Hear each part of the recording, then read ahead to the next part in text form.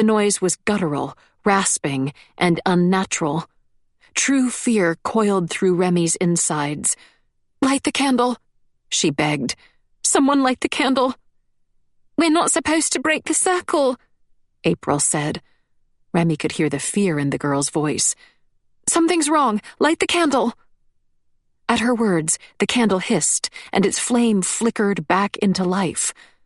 None of them had touched it. Remy stared at the flame, then turned to look at Marjorie. The woman sat pin straight, her shoulders squared and head facing forward. Her features were slack, but her eyes had rolled back, showing only the whites. Remy tried to shy away, but Marjorie's hand tightened around hers. Very slowly, as though the motion was unfamiliar, the medium's head rotated to stare at Remy. Her lips peeled back into an inhumanly wide smile. "Please," Remy begged. She was no longer maintaining the circle, but pulling her hand, trying to escape Marjorie's grip. She may as well have been struggling against manacles. Marjorie twitched. The skin around her throat darkened into a grisly, bruised shade of red. She twitched again, the two wide smiles stretched over her features, her eyes sightless. The room was impossibly cold. Remy didn't know she was crying until she felt the tears freeze on her cheeks. The medium twitched again, convulsing, spittle dribbling over her gaping lips. A gurgling cry rose from her throat. "Marjorie!" Mark yelled. He'd let go of Remy's hand and threw himself over the table to reach the medium. He grabbed her shoulders and shook her. The candle spluttered, then stabilized again, and Marjorie slumped back in the chair, breathing heavily and pressing her hands to her chest. Oh my," she gasped. Remy wrapped her hand around her sore wrist. Her head throbbed, and her lungs were starved for oxygen. Mark, his face sheet white, eased back into his chair. "What the hell was that?" "Oh, my dears, I'm so sorry." Marjorie wiped the spit away from her chin. "I allowed it into me." "Allowed what?" April's voice had risen to the point of being near hysterical. She'd frozen in her seat and was staring about the room with wide eyes. Marjorie drew a slow breath, then rose to turn on the lights. "I could feel a spirit in this room, but when it didn't tip the pen over, I thought it was weak. I opened my mind too far, invited it in too willingly, and it took control." She returned to her chair and eased herself into it, looking nearly a decade older. "It possessed me. There's nothing inherently wrong with that. It's a common tactic mediums use to let spirits speak directly through them.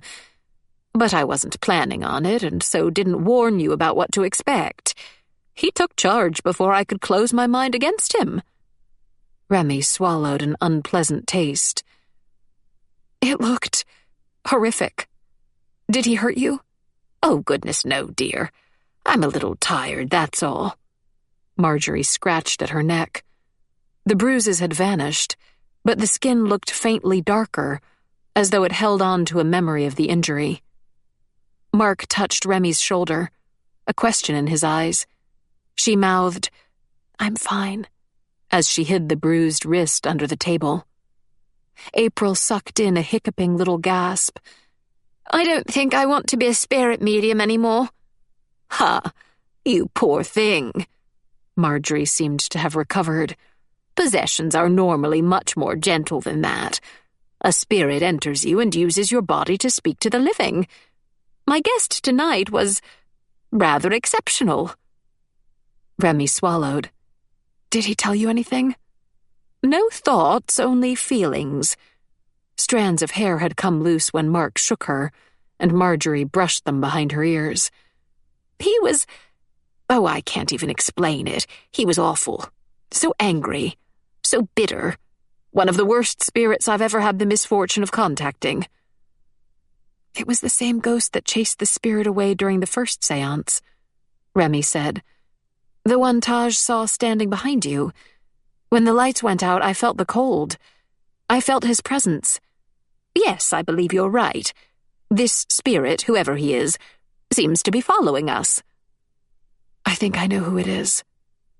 It was difficult to express what she'd seen and felt, but she tried. "When you were possessed, bruises appeared on your throat. They looked like the sort of marks that would come from a rope, as though you'd been hung." "Oh!" April pressed a hand over her mouth. "And you were convulsing, too. I think he was reliving his final moments alive. This spirit, I think it belongs to Edgar Porter." Chapter 25. What Little Was Captured. "Don't let it alarm you," Marjorie said as the small group crossed the foyer towards the recreational room. "We always knew there was a chance Edgar's spirit had become trapped here. But remember, he's no more dangerous than any other ghost." April's laugh was hollow. "I don't know. The regular ones have gotten pretty violent when they put their mind to it." "Don't go thinking like that. Spirits in their normal form cannot touch us. Usually they can't even be seen. The only time a spirit can affect the physical world is if their energy gets out of control and they become a poltergeist. But even poltergeists are largely harmless. They can slide things along tables, sometimes throw small objects or knock chairs over, but they expend energy quickly and return to their regular harmless state. Let me be very clear in this. No matter what Edgar was in life, he is not dangerous now." They'd come to a stop outside the recreational room's doors. Remy frowned and rubbed at her neck, imagining the welts that had appeared on Marjorie's. Her wrist was still sore. "I know what you're thinking," Marjorie said, "but that was a possession. It only happened because I willingly opened my mind to him and welcomed him inside. Ghosts can't go around possessing people willy-nilly. They have to be invited in, and it's near impossible to do if you're not an adept spirit medium. Now stop being such silly geese, all of you. Have some coffee and an aspirin. I'm going to change into warmer clothes and meditate for a spot." She stalked towards the staircase, and Remy managed a chuckle. "What is it?" Mark asked.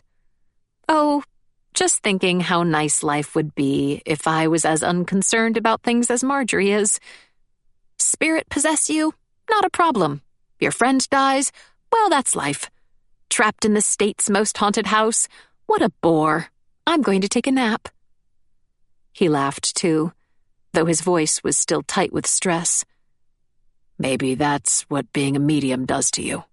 Her life is consumed by contacting and communicating with the deceased. It probably does a good job of erasing any fear of death." Remy glanced over Mark's features. His cheeks were pale and his eyes shadowed. Even though he'd admitted to being afraid of Carrow, he'd responded quickly and with conviction when the séance turned sour. She'd begun to develop a lot of respect for him. They entered the recreational room. Lucille and Taj were both in the same chairs as when Remy had left. As far as Remy could tell, they hadn't heard the commotion in the smoking room. It felt vaguely surreal, as though she'd taken a brief detour into a different dimension. April took up her place beside Lucille, who looked half asleep. Mark exhaled and said, "I'm going to take Marjorie's advice and brew a very, very, very strong cup of coffee. Did you want some?" "Thanks, but I'll wait for lunch." Remy watched him leave, then turned towards her space by the window so that she could watch the storm. She'd only taken 2 steps when movement caught her eye. Taj was motioning to her, casting furtive glances at the open door as he tried to get her attention. She approached him and bent close. "So," he began, seeming uncertain about how to phrase himself, "I know Marjorie said not to watch the tapes from last night." "But you wanted to know?" Remy finished. He gave her an apologetic nod. "I thought you would understand." "Of course I do. What did you see?" "That's the thing. I'm not sure. Do you have a moment?" Remy settled into the spare seat beside his desk. The table had 4 computer screens set up. 3 were live feeds from various parts of the house. Remy could see Marjorie entering her room on the upstairs floor and Mark turning towards the kitchen. The final one was blank. I haven't gone through everything yet, but last night was eventful for more than one person. I saw you going down the hallway shortly after midnight, then Mark, Piers, and Marjorie following you. Marjorie told me about what happened last night. You and Mark stayed downstairs until morning, didn't you? Remy nodded. Well, the cameras caught Marjorie and, a little later, Piers going back to bed. Around 3 a.m, Piers gets back up and goes to the kitchen. Taj pressed some buttons, fast-forwarding through a tape. The camera had been set onto the top of one of the display units in the foyer and had a bird's-eye view of the lower half of the stairs, most of the foyer's floor, and the doors to the kitchens, recreational room, and dining room. Remy caught a glimpse of Piers's duck print pajamas coming down the stairs. She turned away, suddenly feeling shameful for watching the man's last moments. Sorry, Taj said, and sped the film up further. What comes next is important. He goes to the kitchen, gets a glass of water, and then look at this. The tape slowed down to normal speed. The kitchen door opened, and Piers stepped out, glass in hand, looking towards the opposite side of the room, the side where Edgar's painting hung. He stepped forward, his movements slow and careful, and just as he was nearing the rug in the center of the room, the screen cut to black. Did you pause it? No, Taj said. The cameras malfunctioned. Not just the one overlooking the foyer and the portrait, but the upstairs ones as well. It's like the power was cut. Remy chewed on her thumb. A power surge? The storms got pretty nasty last night. That's what I thought at first too. But they all resumed playing at 6:30 this morning, just in time for April and Lucille to come downstairs. Taj pressed several more buttons, and the screen lit up again to show the 2 women descending the staircase. Piers's body lay on the rug, his glass smashed beside him. Remy shuddered, and Taj turned off the screen. Sorry to show you that, but I needed to share it with someone. Not just because the camera spontaneously died, but because of how Piers was acting. It struck me as odd this morning that he'd brought his glass into the foyer with him. Normally, I'd expect someone to finish their drink in the kitchen and leave the glass there. But it looks like something interrupted him. Like he heard something, Remy agreed. The recording wasn't clear. What was he looking at? The painting or one of the lower doors? I can't tell. He's looking towards that side of the house, though. From my best guess, the cameras cut out barely seconds before he collapsed. Jeez. Remy ran her hands through her hair. Her mind was moving in so many directions that it made her lightheaded. It seemed too great of a coincidence that the cameras would fail so close to Piers's death. Could this be a result of human tampering? Taj shrugged. I suppose. Someone could have come in here and erased the missing hours. But why would anyone do that? Yeah. Remy frowned at the screen. Spirits can affect technology, but not normally to that degree. Not all the cameras at once, Taj agreed. And especially not these cameras. They were designed to withstand the energy pulses spirits can emit. I've never had them fail on me before. Remy shook her head as she rose. Keep looking through them. See if you can find anything else unusual. If a human edited the tapes, which of us would have a reason to? Marjorie didn't want Taj to watch the film, but I'd be surprised if she knew the technology well enough to erase it. Unless Bernard helped her. But I can't imagine any reason for the others to tamper with it. The door creaked as it was nudged open, and Mark entered, carrying 2 mugs. He flashed Remy a smile as he handed her one. I know you said you'd wait for lunch, but you looked like you could use something warm. Besides, Bernard very graciously informed me that he's setting the table, so it's a moot point either way.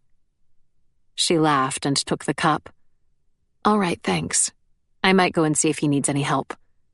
You can try, but I have this weird premonition that he'd prefer to be alone. Oh no, did he snap at you too? Only a little. Mark offered a hand to Lucille, who had slumped over the couch's armrest. Hey Lou, time for lunch. Come on, you'll feel better after some food. She looked ghastly. Her blonde hair was becoming matted, and day-old makeup had smudged around her eyes. She stared at Mark's hand for a second, then grudgingly took it and let him pull her towards the foyer, with April on her other side for support. "When can we leave?" Her words were slurred. "Soon," April spoke soothingly. "When the rain stops." "I can't stay here for much longer. It's killing me."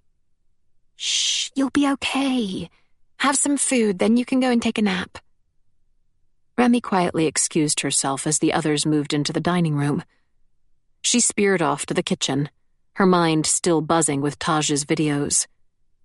Bernard was stacking sandwiches and fruit onto trays. He glanced up when Remy entered, then grunted as he returned to his work. "I don't want help." "Who said I wanted to help you? Maybe I'm here to be a nuisance." He frowned, but she caught a sliver of a smile under his frosty demeanor.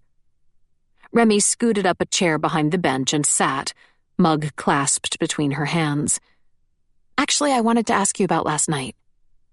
He didn't encourage her, but he also didn't tell her to leave, so Remy tried her question. "Did Marjorie sleepwalk?" "Yes." His voice was crisp. "She always does." "Do you remember what time?" "Shortly before 4. That was after Piers died. Did she go downstairs?" "No. I found her looking at the staircase into the attic."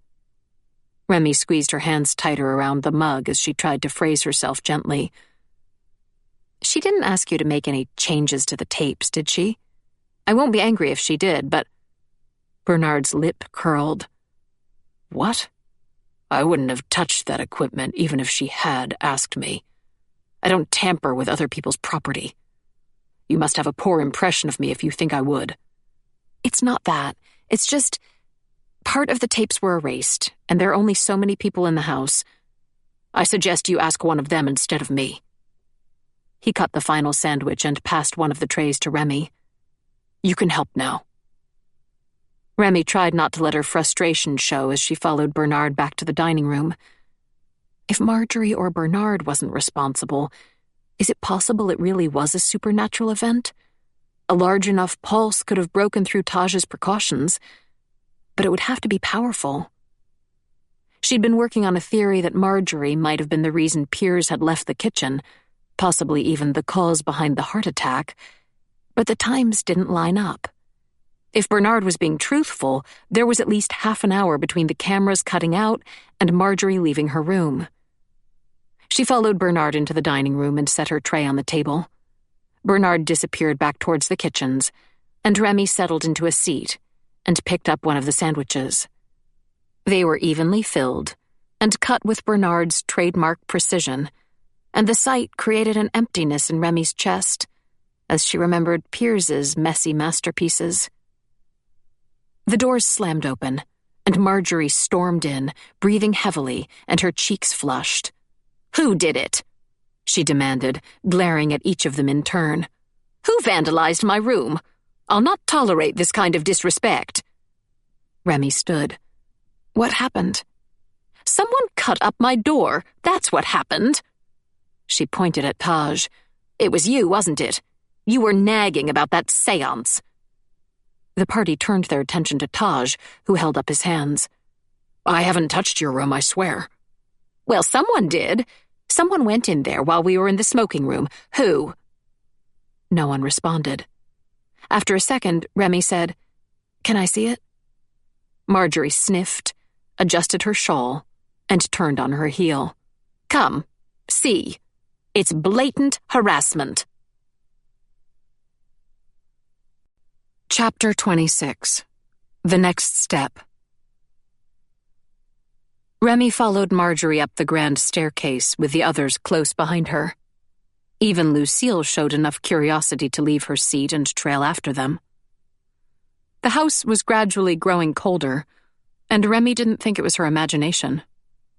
On their arrival, Carrow had been a cool but comfortable temperature. But despite 3 days of fires lit in the major rooms, a deep chill was invading. She wore her heaviest jacket and still would have liked to be warmer. She hadn't been upstairs since being woken the night before, and the long hallway felt strangely foreign. She'd walked the faded carpet dozens of times and welcomed guests into each of the rooms, but that day she felt like a stranger. "Here," Marjorie said, knocking open the door to her room and ushering them inside. "I want to know who wrote it." On the back of her door, gouged into the dark wood, were the words, "Death is the next step." Remy reached forward to touch the marks. They were jagged and uncoordinated, as though carved in a hurry. The phrase felt vaguely familiar, but she couldn't place it. "What does it mean?" April asked. "Next step? Like the afterlife?" "It's nonsense to me, child." Marjorie sniffed again. "Taj, I know you did it. You may as well admit it." "I swear I didn't." He looked honestly insulted. "I was in the recreation room the entire time you were having your séance. Lucille can vouch for that." Lucille hiccuped and rubbed at red eyes, smearing her mascara even further. "Well, if it wasn't you, who did it? It wasn't there this morning." "Maybe," April cleared her throat, "maybe one of the ghosts." "Nonsense. I've already told you that spirits can't affect the physical world unless they're poltergeists, and poltergeists don't have anywhere near this level of control.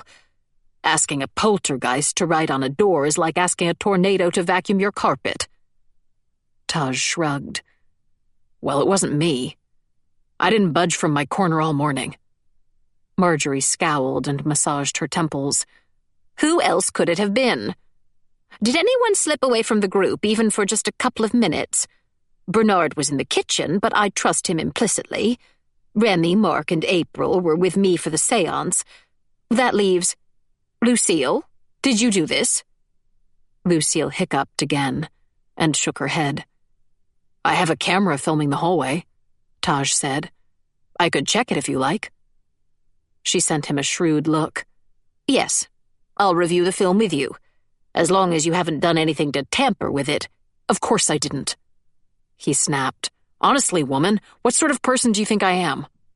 "That's enough." Remy stepped between them and spread her arms to quiet the argument. "Go review the film if you want, but I'm finishing my lunch. I'm starving, and I have the feeling we could all benefit from some food." A sullen silence fell over the group. Then, one at a time, they began shuffling back into the hallway. Remy left last, brushing her fingertips over the markings on the way out. "Death is the next step," she breathed. Mark, looking weary, waited for her in the hallway and matched her pace as they moved towards the stairs. "Any theory on who or what did it?" "No, but I could swear I've heard the words before. If this place had an internet connection, I would look it up." "It sounds vaguely poetic, but I have the feeling whatever poem it came from is one of the depressing existential ones." They reached the base of the stairs.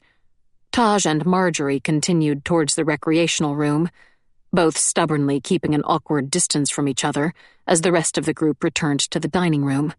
Remy knew something was amiss before she reached the door. A faint hum was audible, and the atmosphere felt imperceptibly wrong. She pushed open the door and gagged.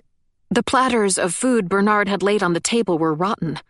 Massive plumes of green and gray mold grew out from the sandwiches. Hundreds of flies buzzed around the mess, their wings filling the place with a disquieting whir. Maggots coiled through the bread, spilling out in writhing piles. Remy pressed a hand over her mouth as the smell and the sight combined to fill her with dizzying nausea. April gagged beside her, doubled over, and was sick. "Shut the doors." Mark grabbed both Remy and April's arms and pulled them back. Remy slammed the door, shutting in the flies and the stench, and stumbled away from it. The nauseating odor lingered on her tongue. She dragged in deep breaths, desperate for clean air as she waited for her stomach to settle. "Ow!" April began. Her face was sweaty and pale, and her eyes watered. "We were just there." "Did anyone eat the food?" Remy asked, dreading the answer. Mark and April shook their heads. She glanced towards the recreational room where Marjorie and Taj were debating over the screens in muted voices, then looked towards the kitchen. "Where's Bernard?"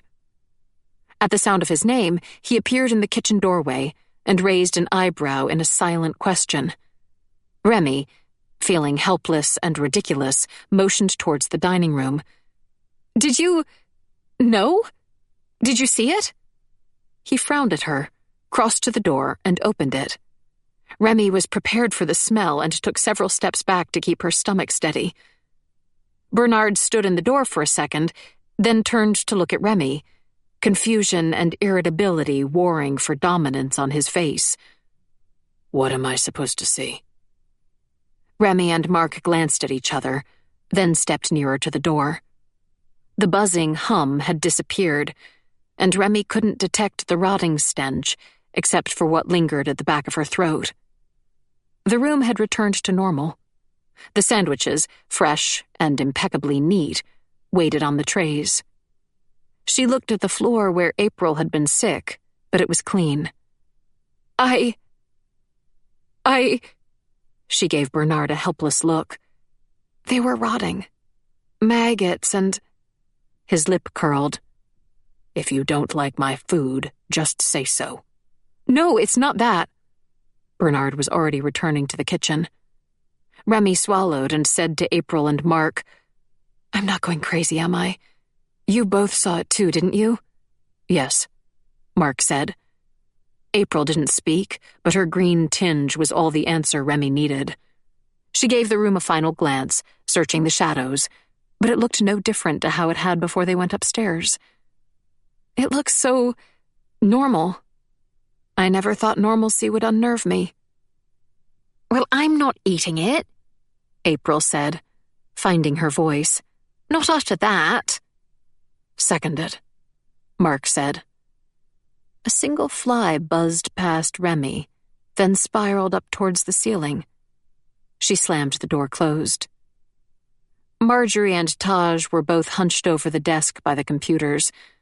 Marjorie looked far more composed than she had before, and she even smiled at them as they entered the room. "My friend Taj's reputation has been cleared.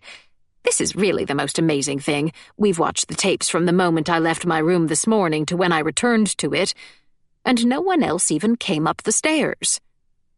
Remy pulled up a seat next to them. Marjorie saw the look on her face and tilted her head. "What is it, dear?" She told Marjorie about what they'd seen in the dining room. The medium nodded slowly, fascination lighting up her face. "Sounds like a slip in time." "I read about those." April was still pallid, but her voice had regained some of its energy. "Wasn't there a house where one of the rooms would alternate between a modern style and being decorated like it was the 60s, and you wouldn't know what to expect until you opened the door?"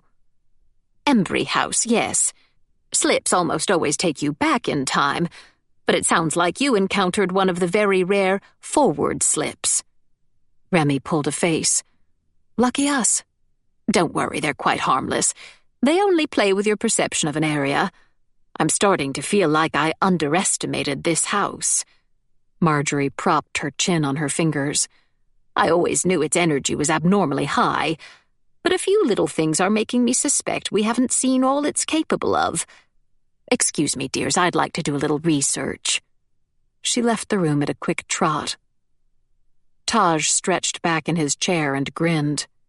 "It sucks about lunch. But did you hear what she said? I've been acquitted of my vandalism charges.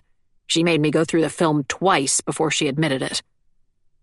"It still leaves the question of where the marks came from," Mark said. "Maybe someone put them there yesterday, but she didn't see them this morning. Remember, she came downstairs after she heard Lucille's scream. She probably wasn't paying attention to what her door looked like." "Maybe," Remy agreed. Taj scratched at his chin, and his eyes wandered towards the foyer. "So, lunch. You said it's back to normal. Does that mean it's edible?" That was enough to make Remy laugh. "Anything's edible if you're brave enough. Personally, I don't think I could eat it without getting sick, but you're welcome to it if you want it." "Oh, good. That means I get seconds." Taj was out of his chair before Remy could blink. leaving her with Mark and April. Mark sighed. I admire his enthusiasm, but I won't be joining him. There's plenty of other food, though, including non-perishables such as cereal and tinned fruit. I'd like to see a slip in time try to ruin those. Should I bring you two some? Yes, please, Remy said, then frowned as she looked around the room. Where's Lucille? Huh. Mark sat up a little straighter.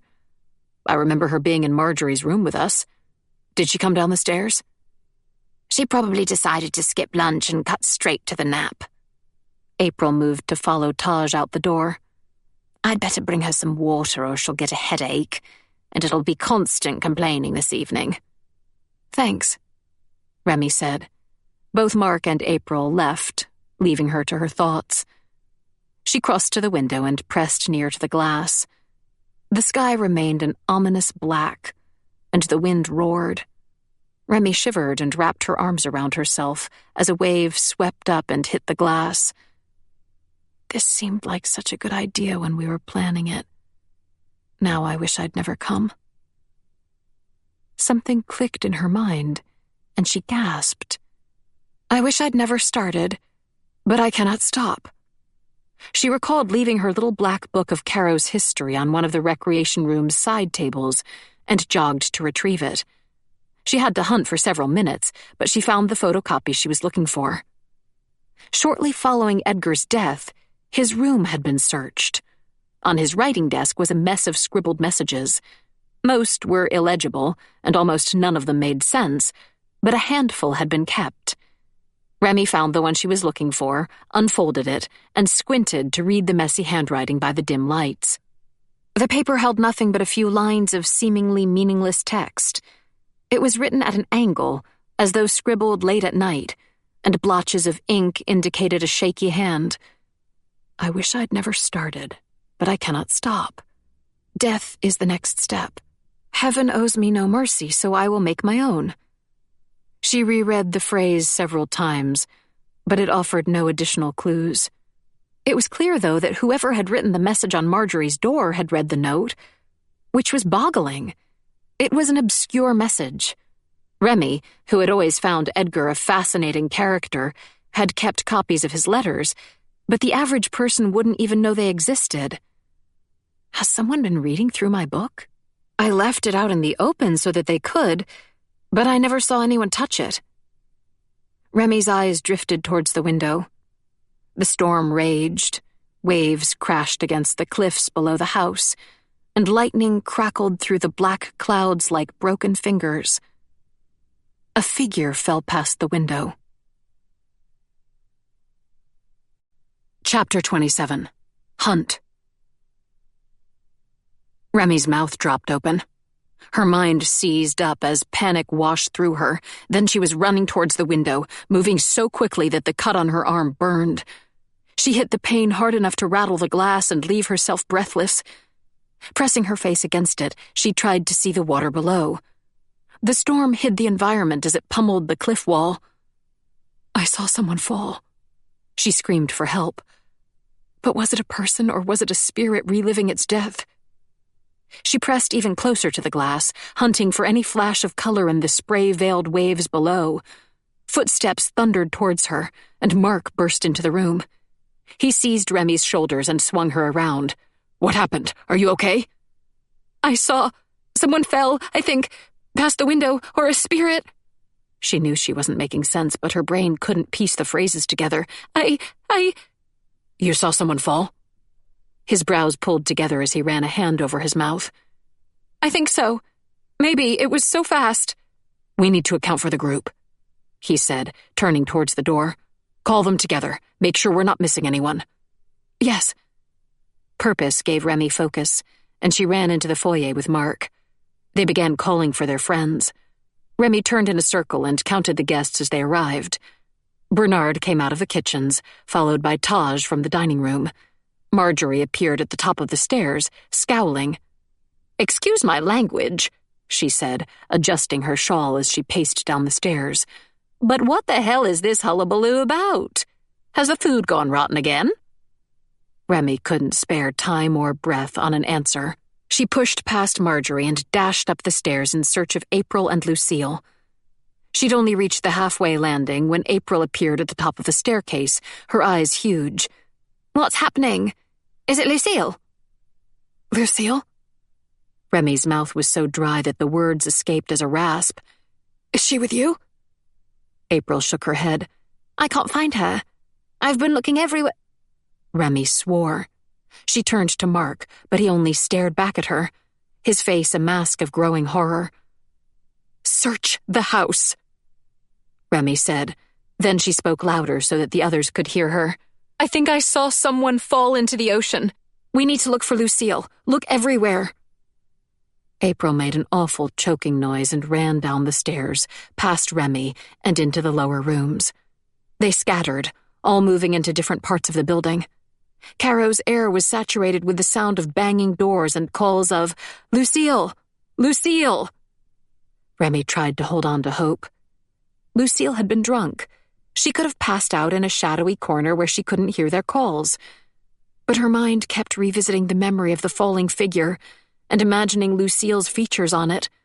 She could picture the woman's blonde hair whipping around her face, her hand stretched towards the window beseechingly, her eyes huge with terror. April screamed Lucille's name louder than anyone else, but her voice kept cracking. She was frantic, racing from room to room without seeming to know what she was doing. It tore at Remy's heart. Remy was the most familiar with Carrow, so she automatically took on the task of looking in the less traveled parts of the house. She started in the basement, only sparing a brief glance at Piers's ashen face before leaning over the barrier. She looked in the nearest row of holes in case Lucille had stumbled down there and fallen in one, but they were empty except for puddles of water and old slime. She panned her light across the ground, further into the space, but its dust was undisturbed. From the basement, she went into the servants' passages at the back of the house. She hunted through the narrow rooms, being careful to search each one thoroughly before moving on. Her voice was growing hoarse from calling for Lucille by the time she returned to the foyer. Mark met her in the center of the room, under Edgar's gaze. His face was coated with perspiration, but Remy thought it was more from fear than exertion. "Where did you look?" she asked. "The upstairs bedrooms and part of the attic. I didn't go far into it, but I couldn't see her, and she didn't answer when I called." Remy ran her hands through her hair. She felt sick. "I've looked in all the back parts of the house. The others have gone through the main rooms multiple times. She's not here." Mark swore quietly. Doors continued to bang as the others searched. Remy was struggling to think straight. Quickly becoming more imagination than actual recollection, the memory of the figure plunging past the window replayed over and over in her mind. April dashed past them to the front doors. Mark called out and ran after her, catching her as she wrenched open the doors. Rain poured in, drenching them both, and wind howled through the opening to buffet Remy and knock one of the antique photographs off the wall. "Lucille!" the girl screamed, struggling against Mark's arms as she tried to run into the storm. "Lou!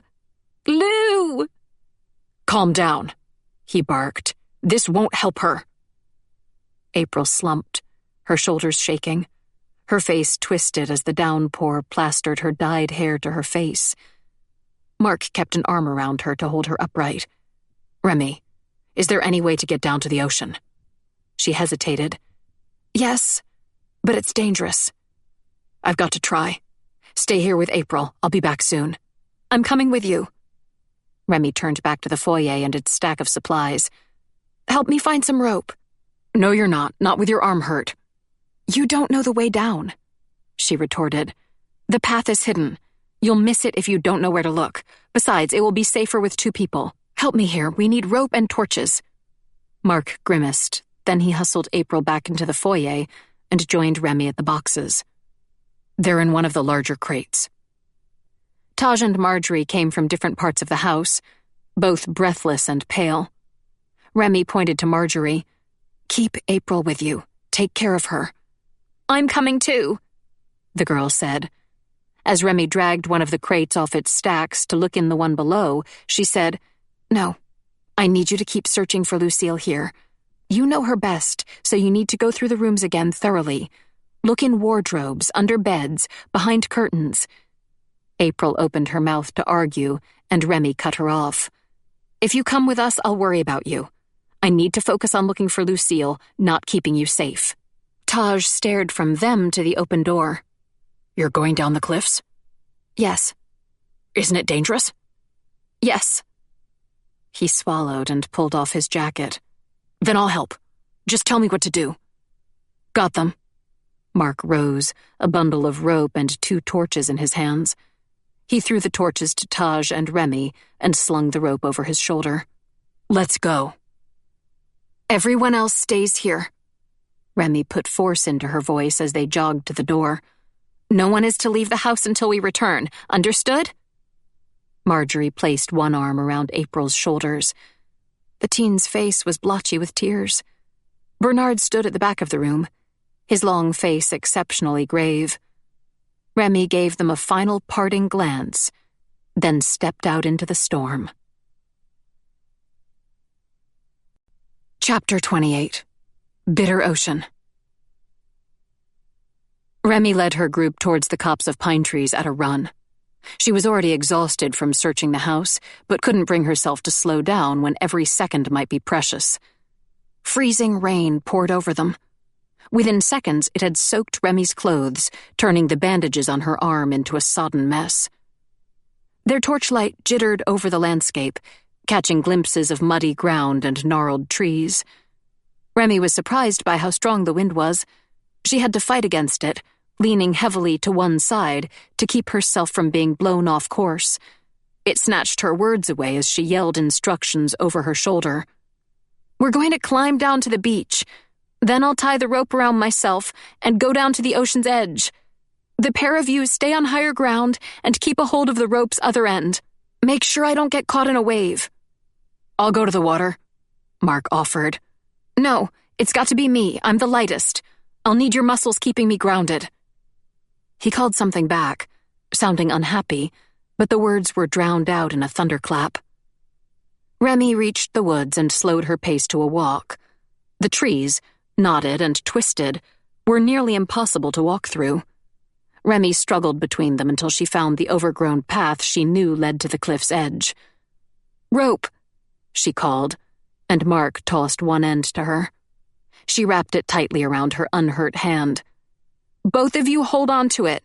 The stairs down are steep and slippery. Lean into the rocks so the wind can't get behind you." The path ended a dozen paces ahead. Lightning flashed across the sky, highlighting the cliff's edge and the ocean's great, crashing waves below them.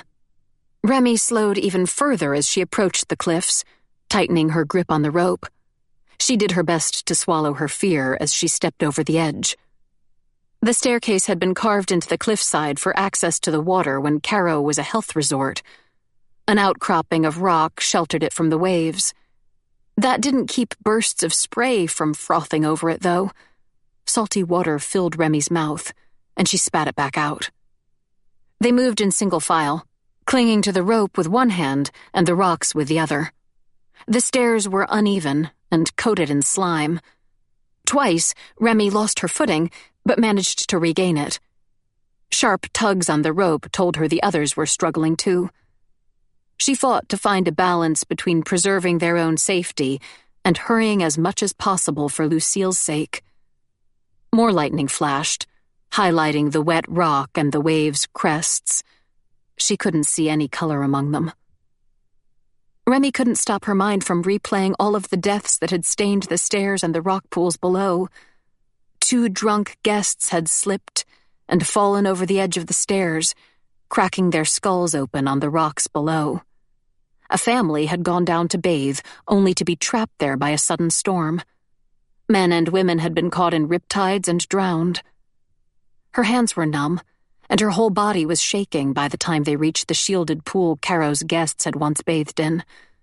The area stood just above sea level, but was protected from the worst of the storm by a row of tall, rough rocks. Waves poured over them, sweeping around Remy's feet and nearly tipping her over before retreating again. Remy unraveled the rope from her hand and quickly tied it under her arms, double knotting it for security. She beckoned the other two forward, towards the edge of the rock. "The waves come from that direction," she said, pointing away from them. "You won't be caught in them as long as you stay behind this rock. Keep a tight hold on the rope. A slow pull means I need more tether. If you feel me give 2 hard tugs, it means I need to be pulled back in, okay?" Mark took her arm, his expression tight with anxiety. Knowing he was going to ask to switch places again, she slipped out of his grip before he could speak. If she were stopped for even a second, her courage would fail. She crept to the rock's edge and looked around. From that vantage point, she could see the sheer cliffside leading up to Carrow. The house's lights were on, turning it into a steady beacon at the top of the bluff. She waited, watching, as a massive wave swept in. It hit the rocks, bursting upwards as its spray drenched the building. Remy ducked back behind the rock to shield herself, but she still had to hold her breath as overflow poured over her. The ocean was cold enough to make her feel as though she had been encased in ice. As soon as the water retreated, she stepped around the barrier and faced the cliffs. The waves came in cycles, 3 to 4 small swells, then a large one. The small waves would sweep over the rocks, but she thought she could endure them. The large ones were the dangerous ones. The space was a mess of rock pools and uneven boulders. Remy moved across them as quickly as she dared, leaping from one rise to another, desperately hoping Lucille might have managed to swim to the rocks, or even become trapped between them. "Lucille!" A wave swept forward, and Remy dropped down, wrapping her arms around one of the jagged shapes.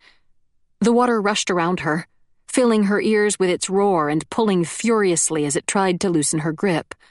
She held on, waiting until the water abated, then rose and continued moving forward. The rope tugged at her waist as the men meted it out. The rock pools lasted only briefly, then dropped away. The water directly below Carrow was deep.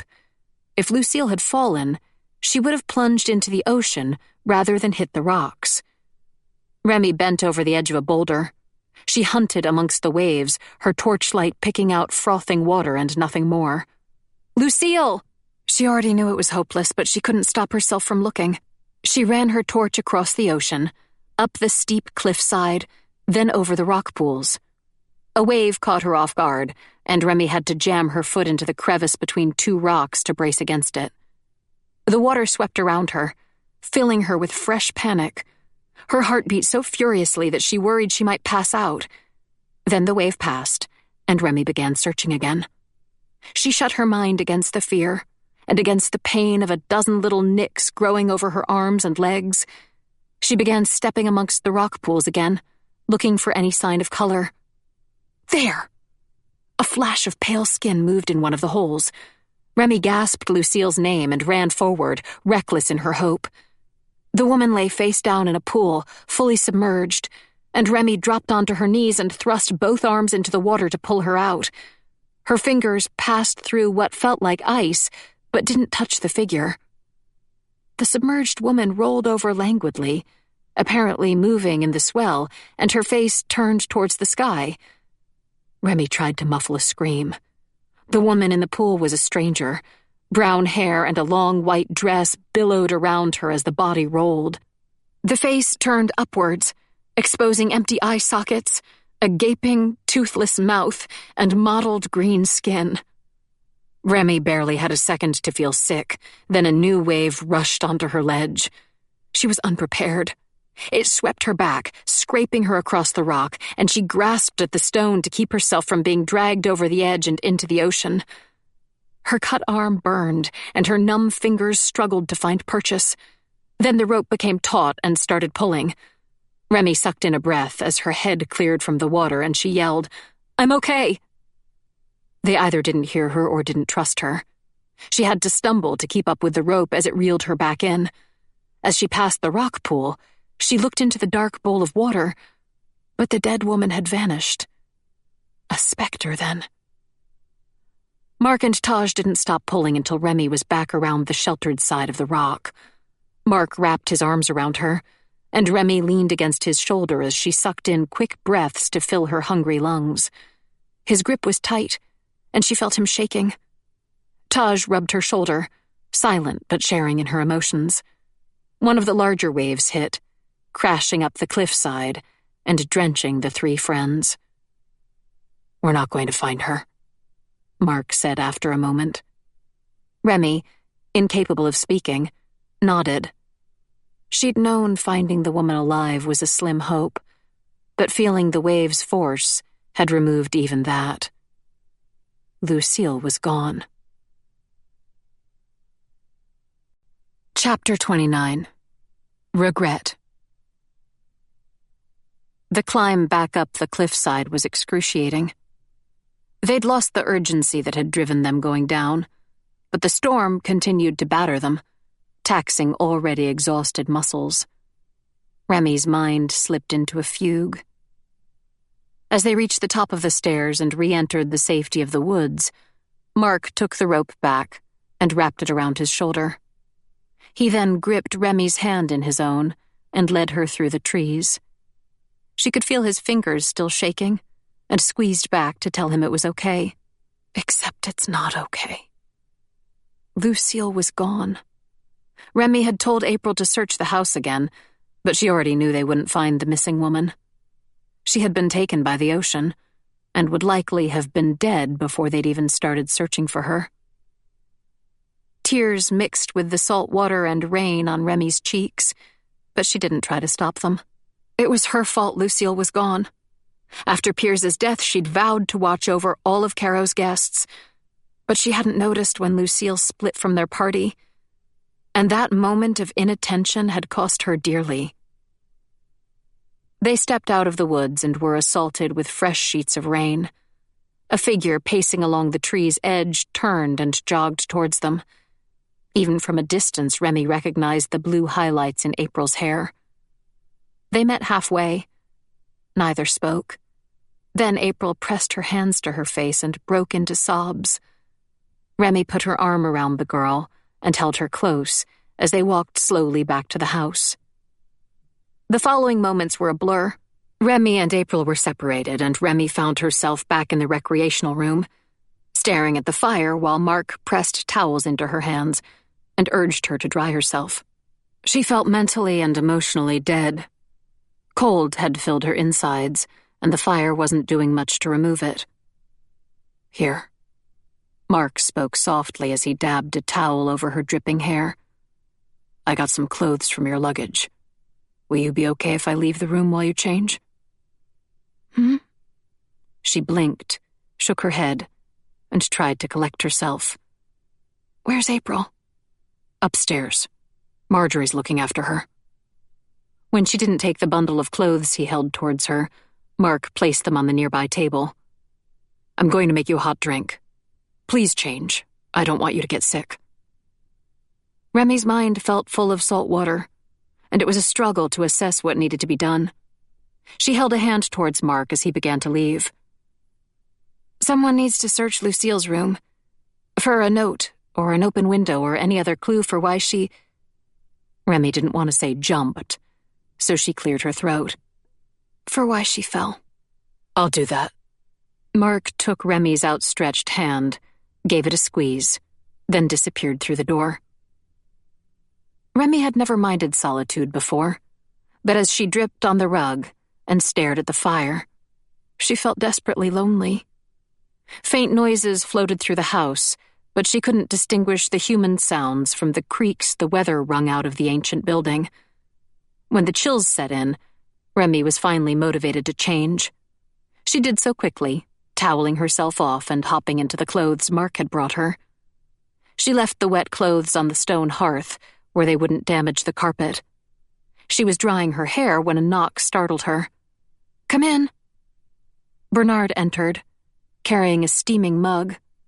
He didn't speak or even look at her, before setting the cup on the table and turning back to the door. He hesitated with his fingers resting on the handle, then spoke in an uncharacteristically hushed tone. "That was a brave thing you did." "Oh." Rather than brave, she felt scattered, useless and helpless. Not really.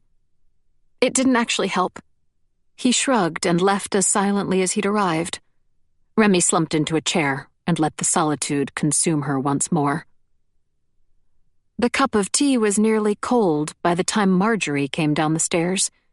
The older woman exhaled heavily as she slid into the chair opposite Remy. "The child's asleep, poor thing. Exhausted.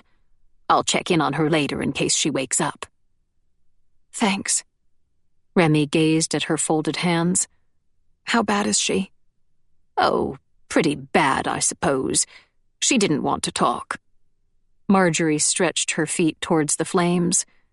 The light played across her face and made her eyes look unusually bright. "This is always the worst part of death. The people left behind have to suffer so much more." "April was incredibly close to Lucille," Remy said. "They'd had that fight, but you could tell they were like sisters." The door creaked, and Remy glanced over her shoulder. Mark and Taj entered, both wearing dry clothes. They took up seats next to Remy and Marjorie, creating a semicircle around the fire. Mark sat on the edge of his seat, hands braced on his knees, and Remy instantly knew something was wrong. "What is it?" He cleared his throat. "I looked through the upstairs rooms like you suggested. No note that I could find, and I was pretty thorough. I also tried to find the window she fell through, but they're all shut, and most of them are frozen in place." Remy frowned. "That's bizarre. How else could she get outside on this side of the house?" Mark nodded to Taj. The researcher looked wrung out. He rubbed a hand over the back of his neck. "While we were in room 8, I felt a drop of water hit my arm. It was coming through the ceiling, so I went into the attic. One of the windows was open and letting water into the house." "Oh." Remy pressed a hand over her mouth. She hadn't thought of the attic. Lucille had been heavily drunk, and so uncoordinated that Remy was amazed she'd been able to climb the stairs. "But this is the weird bit," Taj continued. "There were 3 sets of shoe prints in the dust. 2 pairs going to the window, 1 coming back." Remy blinked at Taj, then Mark. Uneasiness wormed its way through the shock. "Someone was up there with her?" Mark held up a hand. "Not necessarily. It's possible all 3 sets belong to Lucille. She could have gone to the window, changed her mind, and returned to the stairs, then changed her mind again and leapt. Whoever the prints belonged to was shuffling," Taj said. "It made the marks too smudged to see clearly." Remy stood, ignoring her sore muscles, and began pacing. "There's a chance Lucille was up there alone. But there's a chance someone was with her too, and if someone was with her, they either saw her jump or pushed her," Marjorie finished, scowling. "Yes, and if they didn't push her, if they were innocent, why didn't they say something?" Remy exhaled and ran her hands through her damp hair. "We've got to wake April and get her down here. Bernard, too. I don't think it's a wise idea for us to be scattered through the house any longer." Lightning flashed through the window, sending a sharp burst of light across the furniture. Thunder cracked in its wake, and Remy shuddered. She'd only known the people in the room for a handful of days, but she'd grown to trust them. In fact, they'd become her friends. The idea that one of them might have caused a death was unimaginable. At the same time, she needed to consider and prepare against the possibility. She couldn't let anyone else in her group be hurt. The door's hinges creaked as they turned. April stepped through the opening. Her hair was disheveled, and dark circles hung around her eyes, but she'd stopped crying. Without saying a word, she crossed the room and curled herself into one of the couches in the corner. "Couldn't sleep, dear?" Marjorie asked. When April didn't reply, the medium exhaled and rose. "I'll fetch Bernard. If we're lucky, he might have started on some kind of dinner we can bring back with us." Remy couldn't stop pacing. The shock of losing Lucille still lingered, but her brain had caught up and was furiously working through the puzzle. The last time they'd seen Lucille was while examining the cuts on Marjorie's door. Then they'd gone downstairs while Lucille presumably stayed on the second floor. Remy, Mark, and April had discovered the rotten food in the dining room, while Taj and Marjorie had gone into the sitting room to review the cameras. After that, they'd split up. Mark had gone to look for food. April was going to take Lucille water. Marjorie had said something about research, and Taj had gone to eat the no longer rotten lunch. Bernard was in the kitchen. Any of them could have gone to the upper floor. The task would have needed to be completed quickly. The time between separating and Remy seeing the falling body had been no more than 10 minutes, but it would have been manageable for any of them. The person with the easiest opportunity was April. She'd said she was going to visit Lucille after all. But Remy couldn't believe the teen would willingly hurt her guardian, despite the fight. After Lucille's breakdown, April had been nothing but caring. Remy turned towards Taj. "You still have your camera set up in the hallway, right? You'd be able to see if someone followed Lucille up the stairs?" "Yes." His eyes lit up, and he pushed out of his chair. "I can indeed." Remy followed him to the computer. Various images flashed across the screen, followed by black. Taj's eyebrows gradually lowered, and he pressed his lips together. "The cameras are cutting out again." "How much of the recordings have you lost?" He pressed more buttons, typed in commands, then swore. "Most of them. The hallway camera has been dead since 11 this morning. The foyer died shortly after midday, came on for 5 minutes, then crashed again." Remy blew a frustrated breath out through her teeth. "What's causing it?" "Hell if I know." He sat back in the chair, his mouth twisted in frustration. "No one's been tampering with this computer, have they?" "Not that I've seen." "I guess someone could be pulling the plugs directly out of the cameras. Or the cameras themselves could be malfunctioning. Except, if that's the case, why is it happening to all of them? They're meant to be resistant against EMF emissions and energy pulses." Remy folded her arms and moved back to the fireplace, deep in thought. As much as she didn't like considering the possibility, Taj seemed to believe someone was tampering with the footage. And that meant one of them had something to hide. Marjorie and Bernard returned to the room, carrying trays of food which they set on the same table they'd used for the séance. Remy waited for them all to take a plate. Then she said, "I'm imposing a curfew. There will be a few new rules until we leave this house." Chapter 30. Curfew. Remy filled April and Bernard in on the extra footprints Taj had found in the attic. April's face steadily darkened, though she stayed perfectly still. Remy finished by saying, "It's still my belief that no one is to blame for Lucille's death. But there's enough doubt that we're going to tread very, very carefully until the storm clears and we can get to the police. Okay?" "She didn't kill herself." April's voice was raw but steady, and she sat a little straighter as she spoke. "She wasn't that kind of person. Someone pushed her. And I swear, when I find out which of you—" "I understand." Remy spoke quickly to cut April off. The teen's stony expression was morphing into something ferocious, and it frightened her. "I'm not saying Lucille's death was intentional. She might have been looking for some cool air, and when she found the bedroom windows were sealed, went into the attic. The wind is brutal. It's possible she fell by accident." April didn't respond, but the anger lingered in her eyes. "Still." Taj folded his hands over one knee and averted his gaze. "I don't mean to be insensitive, but we know how unlikely that is. Lucille was distressed, intoxicated. When we were helping her into the dining room, she actually said that the house was killing her." He licked his lips. "Is it possible that was meant literally? Could one of the spirits have done something to her?" Marjorie snorted. "I've already said multiple times that ghosts can't affect the physical realm unless they're poltergeists." "Yes, but it's still possible. What if one chased her into the attic?" "And what? Scared her so badly that she unlatched the window and stepped through?" Taj shrugged. "Weirder things have been known to happen. We're assuming something scared Piers into having a heart attack." The discussion was spiraling into a debate over opinions, so Remy tried to pull it back to the facts. Lucille's death may have been accidental.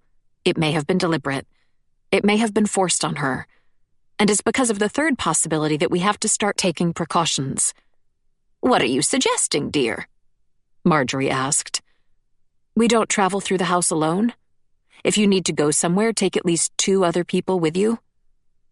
Remy made eye contact with each guest to ensure they understood and agreed with her. Communication is important. We should all know where everyone else is at any given moment. And finally, I'd like to suggest we sleep in this room tonight. Mark nodded slowly. It keeps us together and near Taj's surveillance setup. I think that's a good idea. We can bring the mattresses and blankets down here and sleep around the fire. Everyone okay with that? Remy waited until she had a yes from every party. Good. She took a plate of food and settled back into her chair. The room was quiet except for the scrape of cutlery over ceramic. Remy's thoughts whirled, but they were all directionless. The storm battered at the windows, its mournful wail trailing through the house. She didn't want to watch it, so she turned away from the window to look over the room's furniture and shelves of books instead. The little black diary lying open on the table caught her eye, and she put down her plate. As an aside, has anyone been reading through the black book I left on the desk back there? Some mumbled no. Others shook their heads. Well, I found the source for the quote in Marjorie's door. It's one of the letters Edgar wrote shortly before his death. Marjorie's plate clattered as she dropped it onto the table.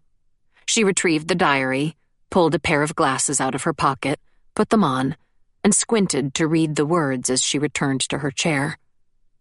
I wish I'd never started, but I cannot stop. Death is the next step. Heaven owes me no mercy, so I will make my own. Does it mean anything to you? Remy asked. Marjorie settled into her chair, a frown growing over her eyes as she turned the page and read more of the scrawled messages. Mark and Taj were watching intently. April hadn't stirred, and Bernard's face was enveloped in harsh shadows as he stared at the window. Thunder crackled outside. The medium blew a breath out through her nose and turned another page. How dangerous is it to leave? Remy glanced towards the window. Really, really, stupidly dangerous. The waves sweep over the road. Yes, you explained all of that. Marjorie still hadn't taken her eyes off the book. She turned the page. If we tried to cross, what are our odds? Certain death? No. Not quite that severe. But it's not a tiny chance either. Maybe, I want to say 30 or 40% we'd end up in the ocean. They're not good odds. Marjorie turned another page and made a faint, unhappy noise in the back of her throat before snapping the book closed. But I'm starting to think our odds here aren't so peachy either. Remy stared at her. In what way? Earlier today, shortly before Lucille went missing, I had the strange idea that something about this house was wrong. Carrow's energy levels are far higher than I would expect from a building that's been dormant for decades. I went to search Edgar's room to see if I could find any evidence supporting my hunch, but was, of course, interrupted. She lifted the book. Little did I know that the proof was under my nose this whole time. Proof of what? Uneasiness made Remy rub at the backs of her arms. Do those messages mean something? They read an awful lot like the writings of a certain cult that had its heyday in the late 19th century, dear. You're stretching my memory, but I believe they were called something like the Red Crows of Salisbury. They wore bird skull masks and had a main base only a few towns away. The Red Crows were comprised of gifted spirit mediums who manipulated and tormented the dead for their own purposes. Mark shifted forward in his chair, his face tense. What purposes? Placing curses on their enemies, gaining power and influence, black magic rituals, extending their lifespans, Marjorie held up a hand to halt questions. I'm not saying they succeeded in these attempts. It's my personal belief that magic, as the common person thinks of it, is fictional. But energy, especially spiritual energy, can certainly affect the physical world, as we've seen during our time at Carrow. One part of their work was attempting to trap spirits on Earth. They needed the spirits' energy for their black magic, and couldn't very well have their batteries evaporated into the ether, could they? So they worked in highly charged areas, kidnapped and sacrificed people to further their cause, and marked both the bodies and graves with symbols that were supposed to tether the spirit to Earth. Taj asked, "Were there many of these Red Crow people? I haven't heard of them before." "Oh, not many at all, dear. I only learned about them after encountering a spirit who had been kidnapped by them during life. There were 14 in the core cult, I believe, and several wives, children, and associates on the fringe of the group. They only operated for 8 years before being caught and executed for their crimes." "And do you think Edgar Porter followed their beliefs?" Remy asked. "There aren't any records of him leaving the house for meetings." "He would have been a young child when the cult was active, and Carrow House hadn't even been built. But based on the writings in this book, I suspect he may have somehow picked up their teachings. He's recorded phrases that were used as part of their rituals." "Ah." Remy chewed on the corner of her thumb. "All those victims. All those people who died in Carrow. Does this mean he wasn't killing them because he was a sociopath, but for a cause?" "Oh, I'd place money on him being a sociopath as well, dear."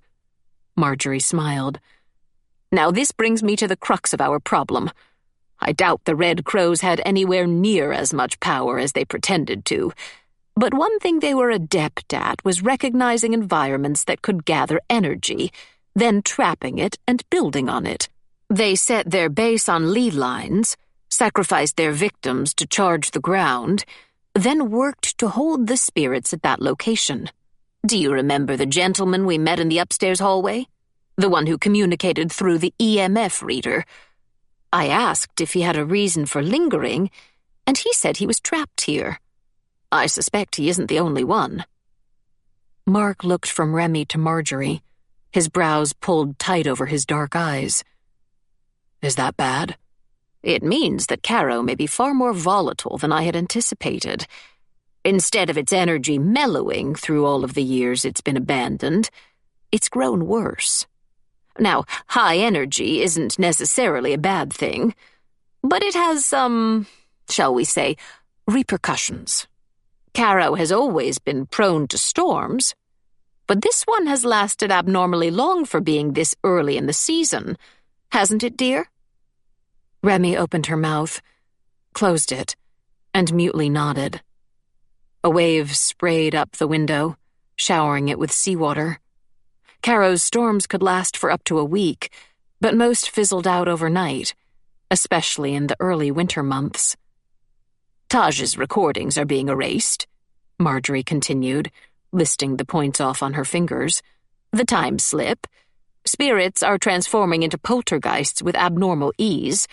2 deaths, even if they were both accidental, that's a bad sign. It's my opinion that this house was charging the entire time it lay dormant. And now that it has guests, it's waking up." "Waking?" Remy felt faintly sick. "Not woken? As in, it's going to get worse?" "Oh, almost certainly, dear. I don't know how strong this building is, but I suspect we haven't tasted its full power yet." Taj swore under his breath. "How bad is it going to get? What would peak power look like?" "I have no clue, dear boy. I only know I'd prefer not to be here to see it." Marjorie pursed her lips as she looked around the gathering. "I don't mean to frighten you all. Please remember, spirits, even in poltergeist form, are largely harmless. What I'm more concerned about is the energy. It can affect humans as much as spirits, often by elevating negative emotions or reducing a person's ability to think calmly and rationally. I don't mean to say Piers's and Lucille's deaths directly resulted from the energy, but I'm sure it didn't help. What are we going to do? They all turned towards April. The teen's voice was raw and croaky, and she hadn't bothered to brush her disheveled hair away from her face. Strands stuck to her wet lips and eyelids as she spoke. 2 people are dead. It's this house's fault. Are we just going to sit here and wait for it to squeeze the life out of the rest of us?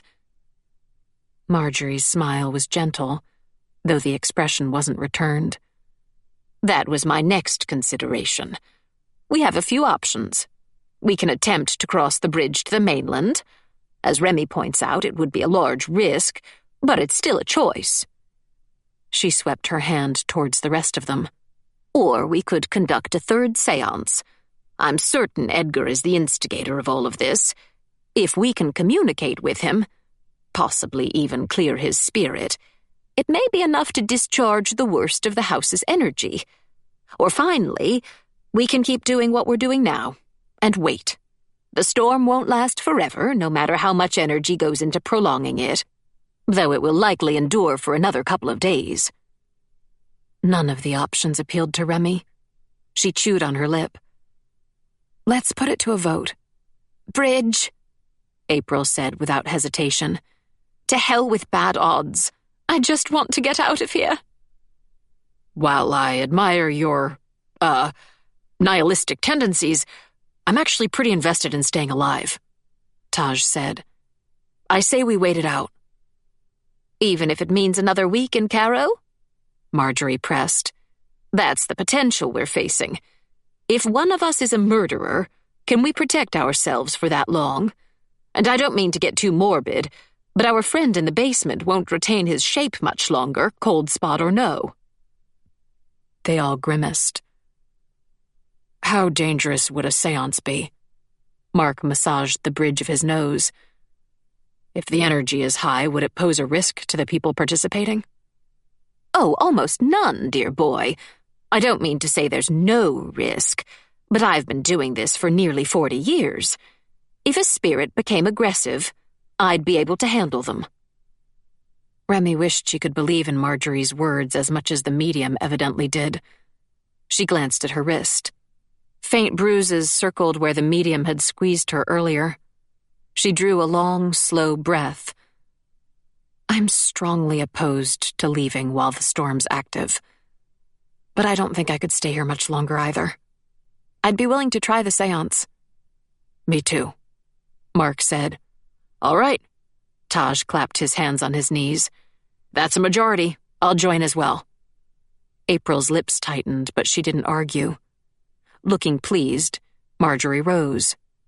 I'll prepare the table. Spend a few minutes clearing your minds, my dears. We're going to push further than before, and it would be best if you can approach this experience with a calm disposition. Chapter 31. The Final Séance. Remy tried to follow Marjorie's advice and relax, but it was impossible.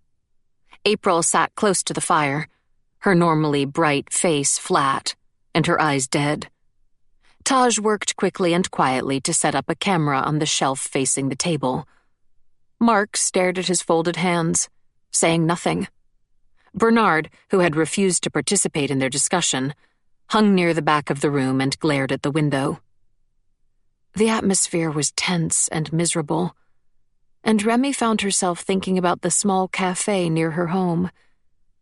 If that evening had been a regular tour, she would have been in the middle of cleaning up, and only a few hours away from enjoying a warm croissant while the sun rose. Then a comfortable, familiar bed would welcome her home. I wish I'd never come here. If I hadn't, Piers would still be alive.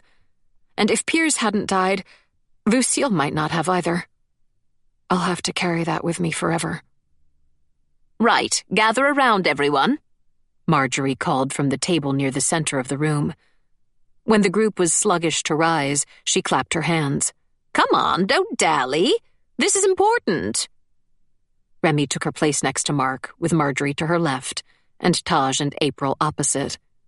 A chair waited for Bernard, but he lingered by the door, long fingers poised over the light switch. The table had its usual candle, bouquet of shriveling herbs, and the pen. It also held 2 small condiment bowls. One was filled with a fine white substance, and the other contained a gritty, dark mixture. They reminded Remy of salt and pepper. Instead of reaching out for their hands as she normally did, Marjorie shifted forward in her chair. I'm going to try a few different things tonight, depending on who gets in touch. If we speak with one of Carrow's more friendly spirits, I'll conduct the séance as normal and ask if they know what's holding them here. If Edgar comes, and I hope he will, I'll first talk with him. Then, if he's not compliant, I'll attempt to break his hold on the house and forcefully dissipate his energy. If it comes to that, you might see and hear things that alarm you. But don't be frightened. Remember, the dead have very little power in this realm. She set her pen on its end, lit the candle, then turned to Bernard. Please turn out the lights above this table, but keep on the ones at the back of the room. I would appreciate some ambient light in case the candle is extinguished. The switch clicked, and their table fell into muted shadow. The sconces along the back wall and the warm fireplace helped prevent Remy from feeling as though the rest of the world had been erased. She inhaled and took Marjorie's and Mark's hands as Bernard took the chair opposite her. Spirits, we wish to communicate with you. Marjorie's drawl was confident and soothing. Please make yourself known. If you can hear me, tip my pen over. The pen fell before Marjorie had even finished speaking. She smiled. I'm glad to meet you, Spirit. Can you tell me about yourself? My mind is open. A spike of horror hit Remy at those words, but Marjorie's soft smile didn't falter.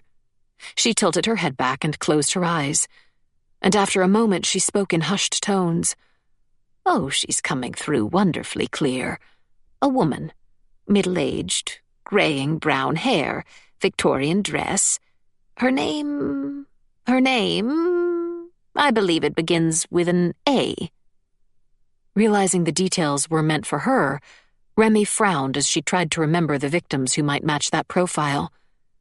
Pain across her throat, Marjorie continued. Then pain in her chest, a knife. She was asleep when he attacked her. I see a number. 16? Anne Pale Luther, Remy said, a small thrill of triumph battling back some of the fear. Widowed with adult children. She was traveling to visit her sister and stayed in room 16 when she went missing. A maid vanished along with her. Marjorie asked, Anne? Then smiled widely. Thank you for speaking with me tonight, Anne. Is Edgar Porter present as well? No?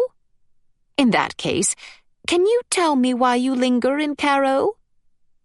Marjorie's fingers twitched inside Remy's. The medium had fallen silent, her mouth slightly slack, and her eyes barely closed. The piece held for a long moment.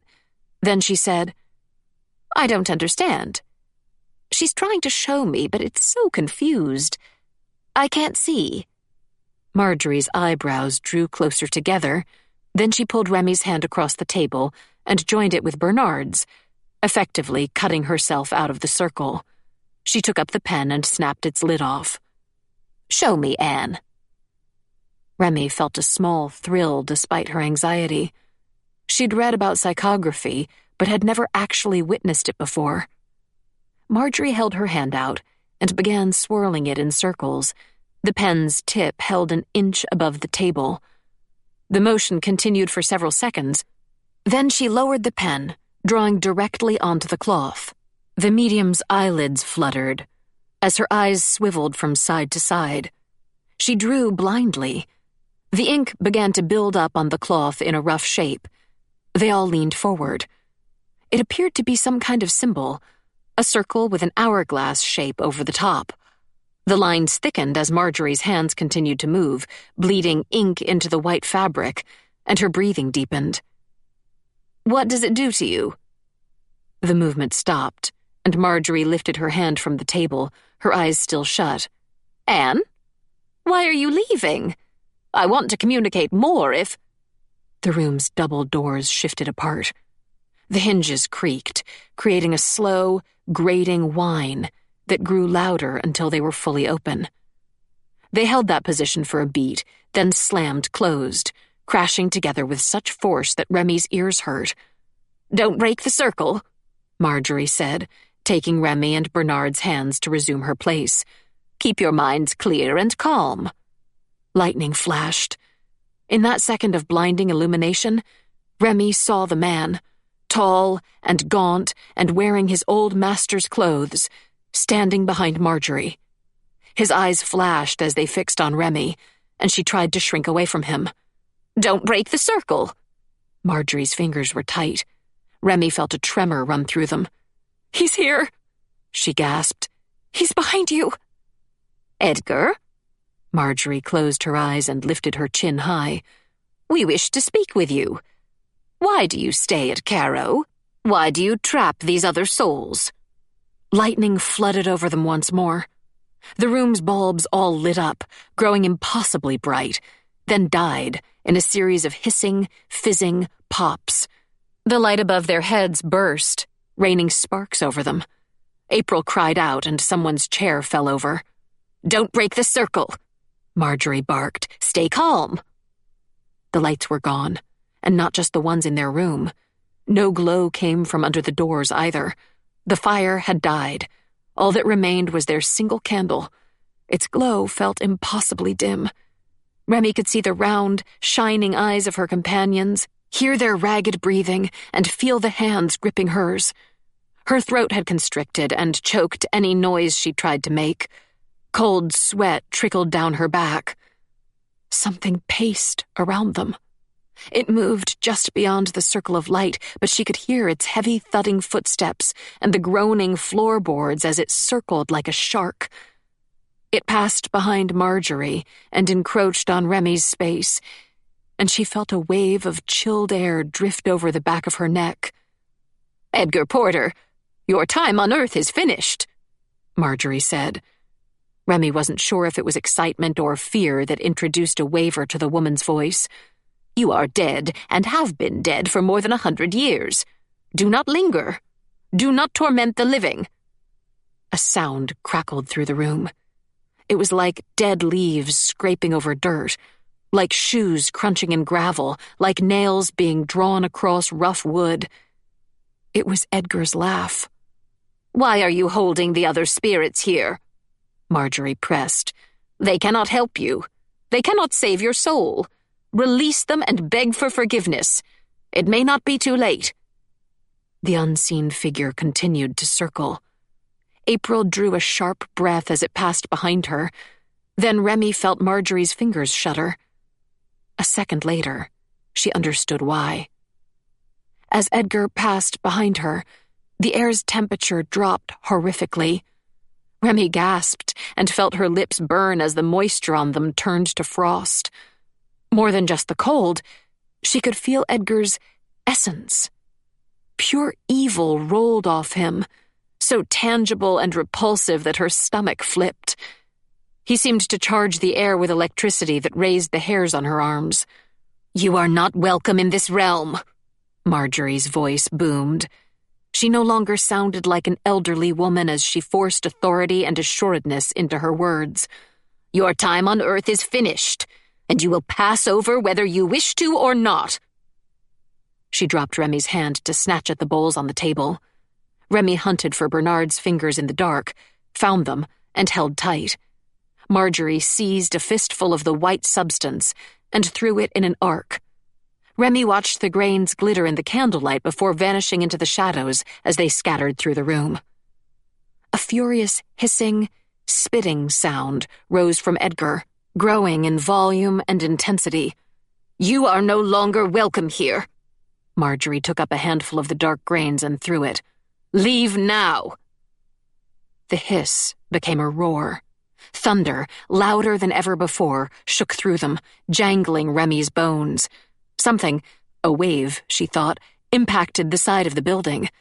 The candle flared, its flame shooting upwards, then dropped back, fainter than before. The room's doors banged open. Someone grabbed Remy's chair and pulled it out from under her. At the same time, Mark, to her right, lurched. They kept their hands connected, but Remy fell, banging her chin against the table's edge. Taj cried out, then April screamed. The storm shook the house. The bowls on the table rattled. Something hit one wall, then another, accompanied by harsh smashing noises. "April?" Taj called. "Where are you? Find my hand." "Don't break the circle," Marjorie yelled. Bernard barked a cry of alarm. Remy tried to stand. Another wave hit the building. The effect was like an earthquake, and Remy dropped back to the ground, pulling Mark with her. Then all fell quiet. The storm softened. The candle, still upright in the center of the table, hissed and flickered back to life. Remy kept her hold on Mark's and Bernard's hands as she rose to her knees. For a second, they all held still, barely able to see each other in the dim light, but too afraid to move. Marjorie's breaths came in quick gasps. Then Bernard released Remy's hand and jogged to the wall. He pressed the light switch. The fixture above their table hissed and sparked, then died again, but some of the sconces along the wall lit up. Remy stared at the pale, shaken faces around her. She counted 5, including herself. April was missing. Chapter 32. New Votes. "April!" Remy staggered to her feet. Terror choked her voice. "April, answer me!" A crunching noise came through the open doors, and Remy jogged towards it. The foyer was deeply shadowed. Only the recreational room's patchy light battled the dark. A shape moved on the rug beneath Edgar's portrait. Remy recognized the streak of blue and ran towards April. The teen had coiled into a ball, but she rolled onto her side and propped herself up as Remy reached her. "Where are you hurt?" April pressed a hand to her head. "I'm fine." "Are you sure?" Remy embraced her, pulling her close, as Mark and Taj appeared on her other side. "Are you certain? I'll probably have a couple of bruises, but I'm not dying, if that's what you want to know." April had lost the emotionlessness that had dogged her throughout the evening. Her face contorted in mingled shock and fury. "He dragged me, grabbed my ankle and just pulled me out like I weighed nothing." "You're okay now. You're safe." Remy couldn't have let go of the girl if she'd wanted to. She was shaking.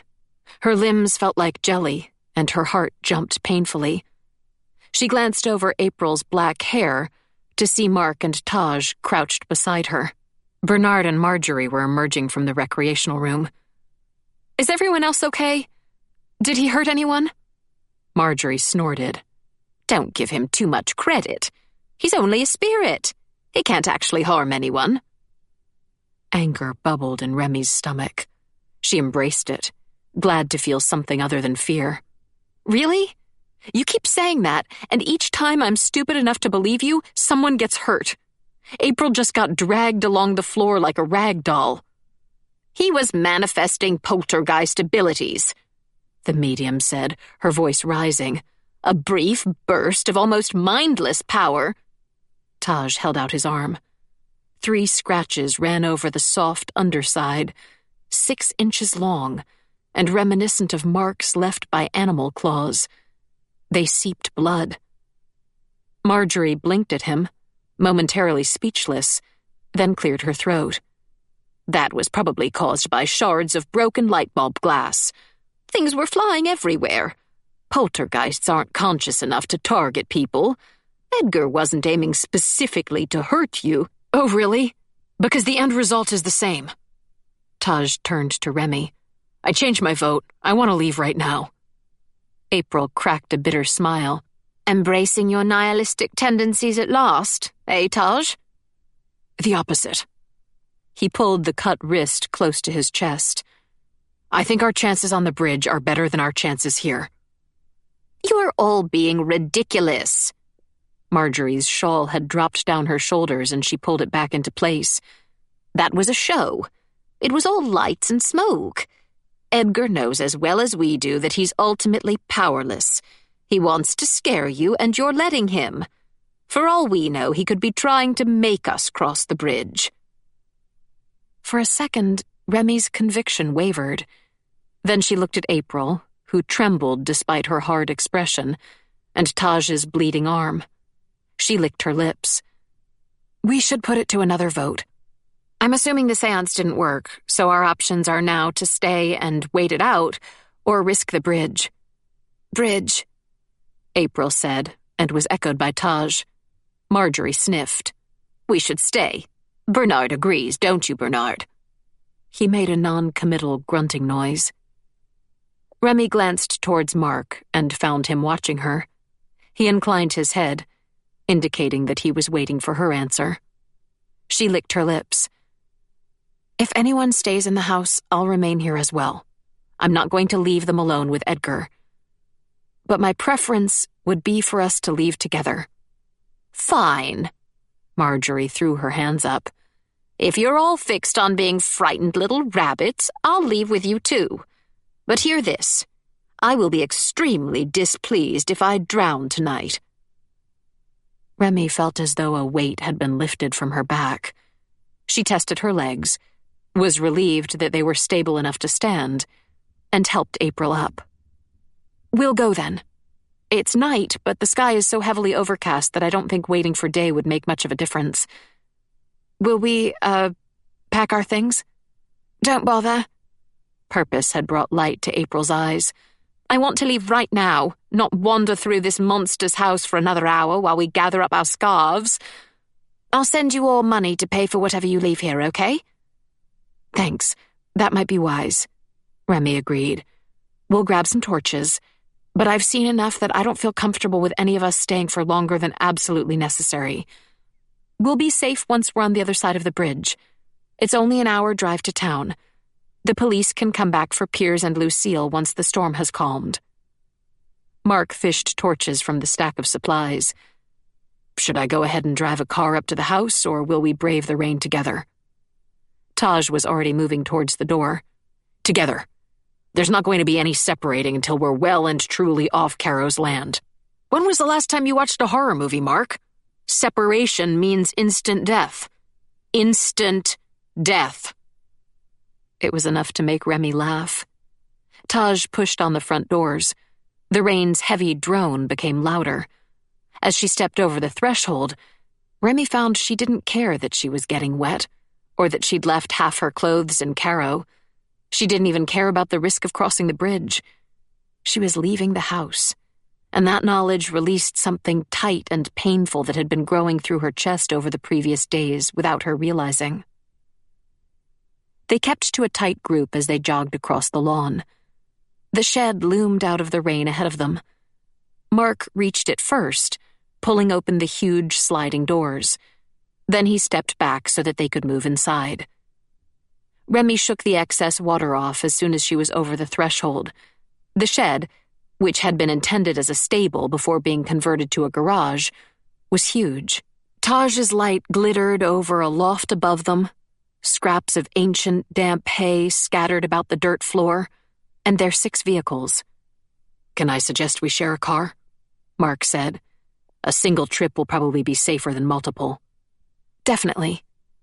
Remy began pacing between the vehicles as she tried to guess which would have the best traction and speed. We can return once the storm's over to collect our own cars. April nodded. And I'll cover you all for rental vehicles in the meantime. Remy came to a halt in front of a 4-wheel off-roader and patted its side. This is yours, isn't it, Taj? I borrowed it from a friend, but basically, yeah. Great. It's the heaviest. Let's use it. Taj, it's probably best you don't drive while your arm's hurt. Are you a fast driver, Mark? He grinned. Like a bat out of hell. Sounds like you just volunteered as designated driver. Remy opened the back door and ushered her companions inside. Mark took the driver's seat with Marjorie's shotgun, and the remaining 4 squeezed in behind. Remy positioned herself in the center so that she could see through the front windshield. We're going to have to time this really, really carefully. The waves come in a pattern, one big wave, followed by either 3 or 4 small ones. We'll get as close to the bridge as we can, wait for a large wave to sweep over, then start crossing as soon as the water recedes. The bridge isn't short, so speed is important, but it's also going to be slippery, so keep control of the car. Gotcha, Mark said. Drive like a Formula One racer with his judgmental in-laws in the back seat. I can do that. Remy squeezed her hands together in her lap to keep them from shaking. All right, let's get out of here. Chapter 33. Sabotage. Mark fitted the key into the ignition and turned it. The car didn't start. They all kept silent as they listened to the engine turn over without catching. Remy could see the energy drain from Mark's face. Awful apprehension took its place as he tried again, and again, and again. "Edgar's not going to let us leave," April said at last. Mark swore, jumped out of the car, and went around to open the hood. Taj followed, and the two of them bent over the car, talking in quiet voices as they hunted through its insides. They were only there for a minute before Mark came back to lean through the open car door, his face grim. Someone cut the fuel line. Nauseating dread rose through Remy as she slid out of the car. Taj was already examining underneath Remy's vehicle, while Mark moved on to April's. "This one's cut as well," Taj said. "April's too. And Marjorie's." Remy looked inside her own car. She found the fuel line and traced it to where it had been cut. A 4-inch segment had been removed. She returned to the group that had clustered in the center of the shed, shivering and blinking in Taj's torchlight. Remy couldn't keep the quiver out of her voice. "So none of the cars will work?" "No, none." Mark's expression was murderous. "They've been sabotaged. Anyone going to confess?" No one spoke. Remy glanced at their faces, hunting for signs of guilt, but all she saw was fear and frustration. "Can they be fixed?" April asked. "Not without equipment we don't have." Remy muttered a swear word and wiped strands of her soaked hair away from her face. "Could we run across the bridge?" Taj asked. "I know it would mean walking half a day to get to town, but I'd be willing to do that." "I don't think there's enough time." Remy's voice was tight. The pressure in her chest was coming back and she hated it. "The waves come too often. Really, the only way we even have a decent chance is with a car." "Then it's back to the house," he said. There was nothing she could do except nod. The group that left the shed and crossed the field towards Carrow was very different to the one they'd been minutes before. Their footsteps were sluggish, their heads bowed against the rain, and their silence came from frustration and despondency rather than anticipation. Remy turned her eyes towards the building. The house rose out of its dead garden like a massive, elaborate tombstone. I used to love this building. Now I would gladly burn it to the ground. The doors no longer appeared mysteriously enticing, but were ominous. The foyer, its furniture still bearing axe marks, didn't fascinate her anymore. She knew in her bones that if she got out of Carrow, she would never return to it. They came to a halt in the foyer, dripping over the marble floor, and glanced from one to another. Mark cleared his throat. "I suppose our options have been narrowed to waiting the storm out." "We're going to be as safe as possible," Remy said. "The curfew is still in place. No one goes anywhere on their own. Even if you have a companion with you, don't leave the group without telling people where you're going. We're sleeping in the same room and—" She felt sick just saying the words. "If anyone has evidence that one of our party has been erasing the tapes or tampering with the car, please speak to me, okay?" "Where will we stay?" Taj asked. "I'm not sure I want to be in the recreational room after what happened there." Remy ran through the other options in her mind.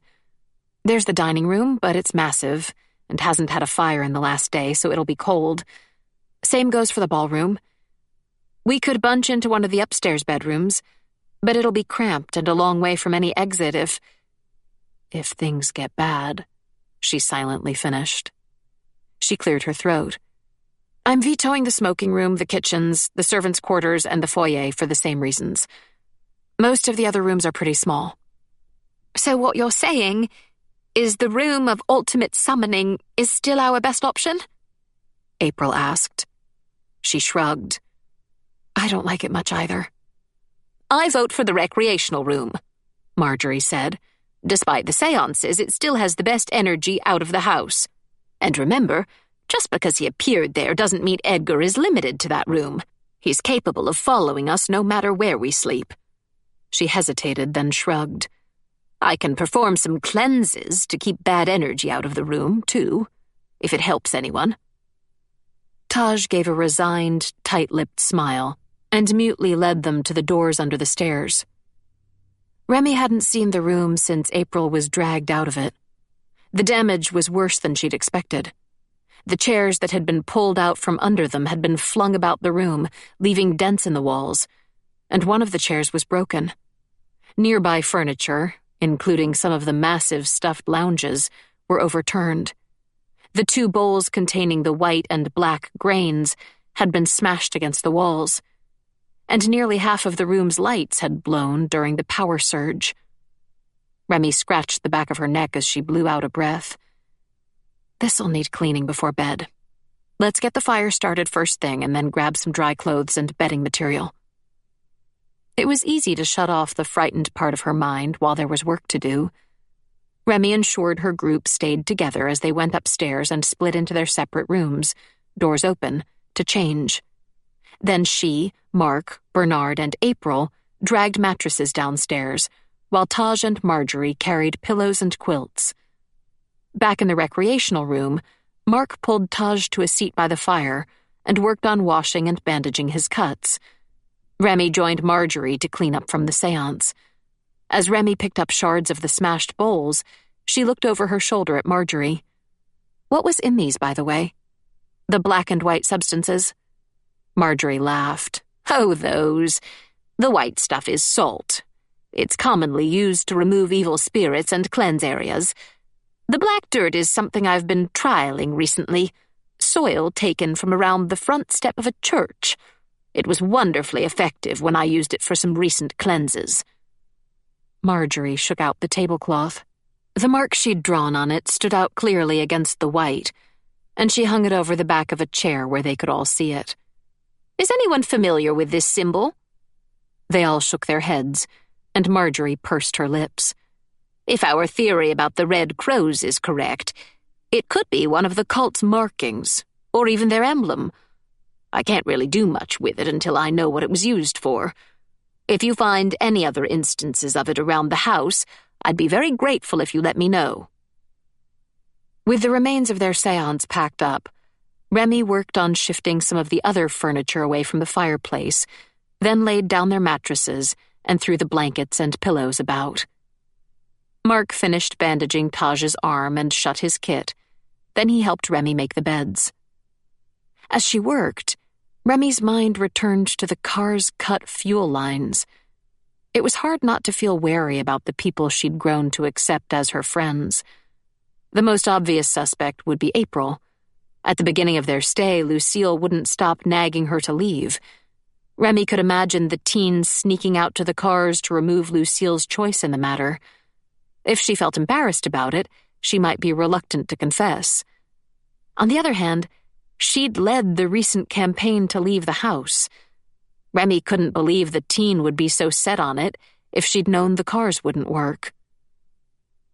Another option would be the spirits. Remy didn't voice the idea because she knew how Marjorie would respond. But the marks on Taj's arm made Remy question the medium's belief. The final theory was the worst. One of the party didn't want them to leave for malevolent reasons. As she watched her companions, Remy found it hard to believe any one of them would want to trap and harm the others. But the possibility still existed, and she couldn't expunge it from her mind. Bernard was a dark horse who had ample opportunity to sneak out to the shed. Mark kept disappearing without telling anyone where he was going. Marjorie had been reluctant to leave the house, and Taj was practical enough to know how car engines worked and make quick work of breaking them. "Who?"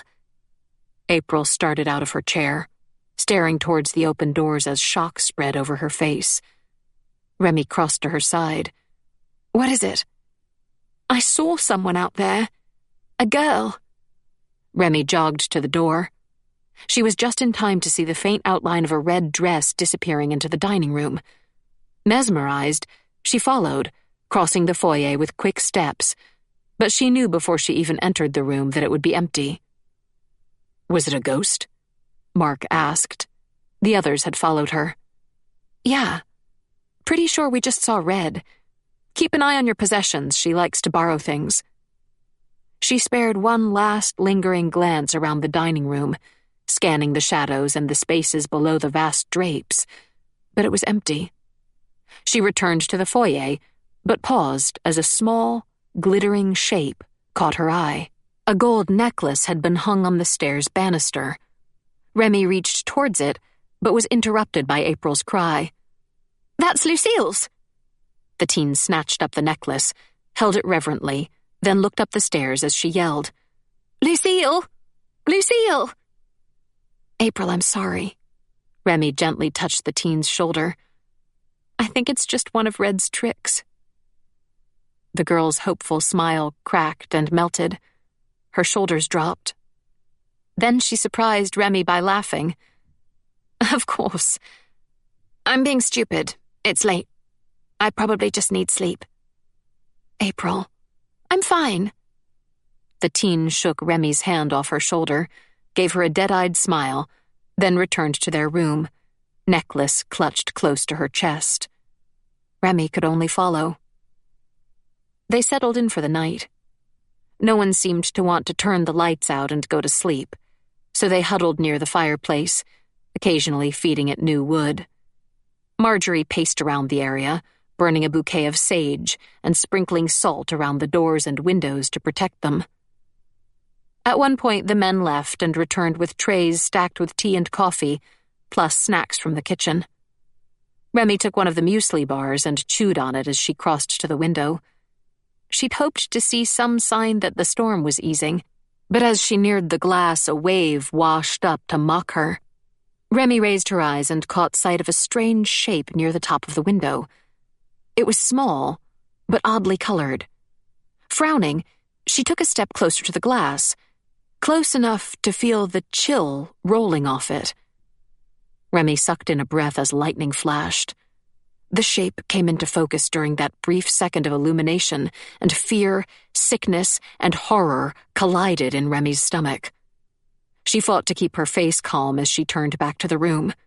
She wet her lips and said, "Marjorie, it would make me feel easier if you burned some of that sage in the other parts of the house, too." "I don't really see the point. This is only a precaution for while we're asleep." She wafted the herb's smoke around Taj's desk at the back of the room. "Please?" Remy's voice wavered a fraction, but she hoped it wasn't too noticeable. The medium raised her eyebrows. "Well, all right, if it's that important to you." "Thanks. April, why don't you help Marjorie?" The teen rose without objection and followed the medium to the door. Bernard, unasked, went with them. Remy waited until the door was closed and their footsteps had faded. Then she drew a shaking breath. "Mark, Taj, come here, but keep your voices quiet. I don't want April to have to see this." She took her torch out of her pocket, turned it on, and angled its beam at the limp hand hanging outside the window. Chapter 34. Salvage. "Oh," Taj muttered while Mark pressed a hand over his mouth. "That's Lucille, isn't it?" "I think so." "We need to bring her inside." Mark's voice was low but quick. "What's the best way to get to her?" Remy's shaking fingers made the torchlight jitter. My guess is that her body is caught on something outside. Maybe a windowsill or a pipe. I can't see a way to get to her through this window, but we might be able to through one of the upstairs ones. Let's go then, Mark said. We should hurry. A wave could pull her loose. The three of them left the recreational room, checked the others weren't within earshot, then crossed to the stairs. Remy knew she was going against her own instructions by leaving without telling the other group where they were going, but she couldn't risk April seeing what had happened to her companion. They jogged up the stairs, using their torches instead of turning on the hallway light. Remy tried to guess which bedroom would be positioned over the recreational area's window and chose room 9. They turned on the light. The red-stained wall glistened opposite. The marks had developed further, becoming larger and sharper, making the painted face far more realistic than Remy wanted it to be. She tried not to look at it as they went to the window. Mark tried pulling the pane up, but it was frozen in place. He strained against it, then shifted back, breathing heavily. It opened on the first day we were here. The water might have swollen the wood, Taj said. Mark ran his fingers through his hair. I'll need to break it. Do it. He took off his jacket, wrapped it around his hand, and punched through the glass. The shattering sound made both Remy and Taj flinch, even though it was partially masked under the storm's roar. They moved closer as Mark scraped stray shards of glass out of the frame, then bent his torso through the opening. Someone get a sheet, he said, and Taj ran out of the room. Mark began moving back, shifting and wiggling his way through the window. Remy saw the woman's pale, limp hands first. They were followed by her mottled arms, and finally her dead, gray face appeared in the window's frame as Mark dragged Lucille inside. Taj returned, his arms full of a sheet from one of the other bedrooms, and swore when he saw Lucille. Her eyes were wide, bloodshot, and staring blankly. Water dribbled from her open mouth. Her dress was shredded, and the exposed flesh was so horribly discolored that Remy was afraid she might be sick. She and Taj hurried to spread the sheet, and Mark lowered Lucille's body onto it, then wrapped the blanket about her.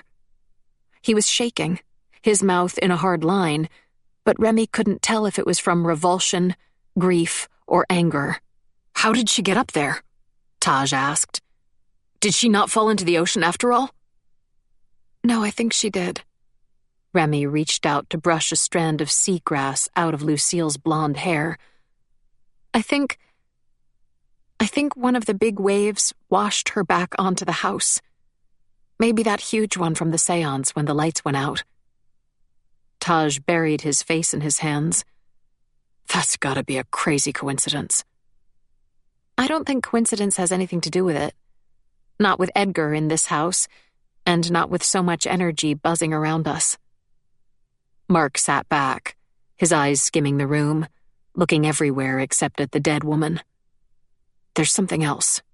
Look through the window and you'll see why the wall is stained. It's what Lucille was caught on. Remy rose and leaned through the window. Icy rain hit her face, running down her neck and under her clothes. She squinted against it and looked to the side. A hole, at least 4 feet wide and 6 high, had been gouged into the building's exterior, and jagged pieces of stone and wood poked out of it.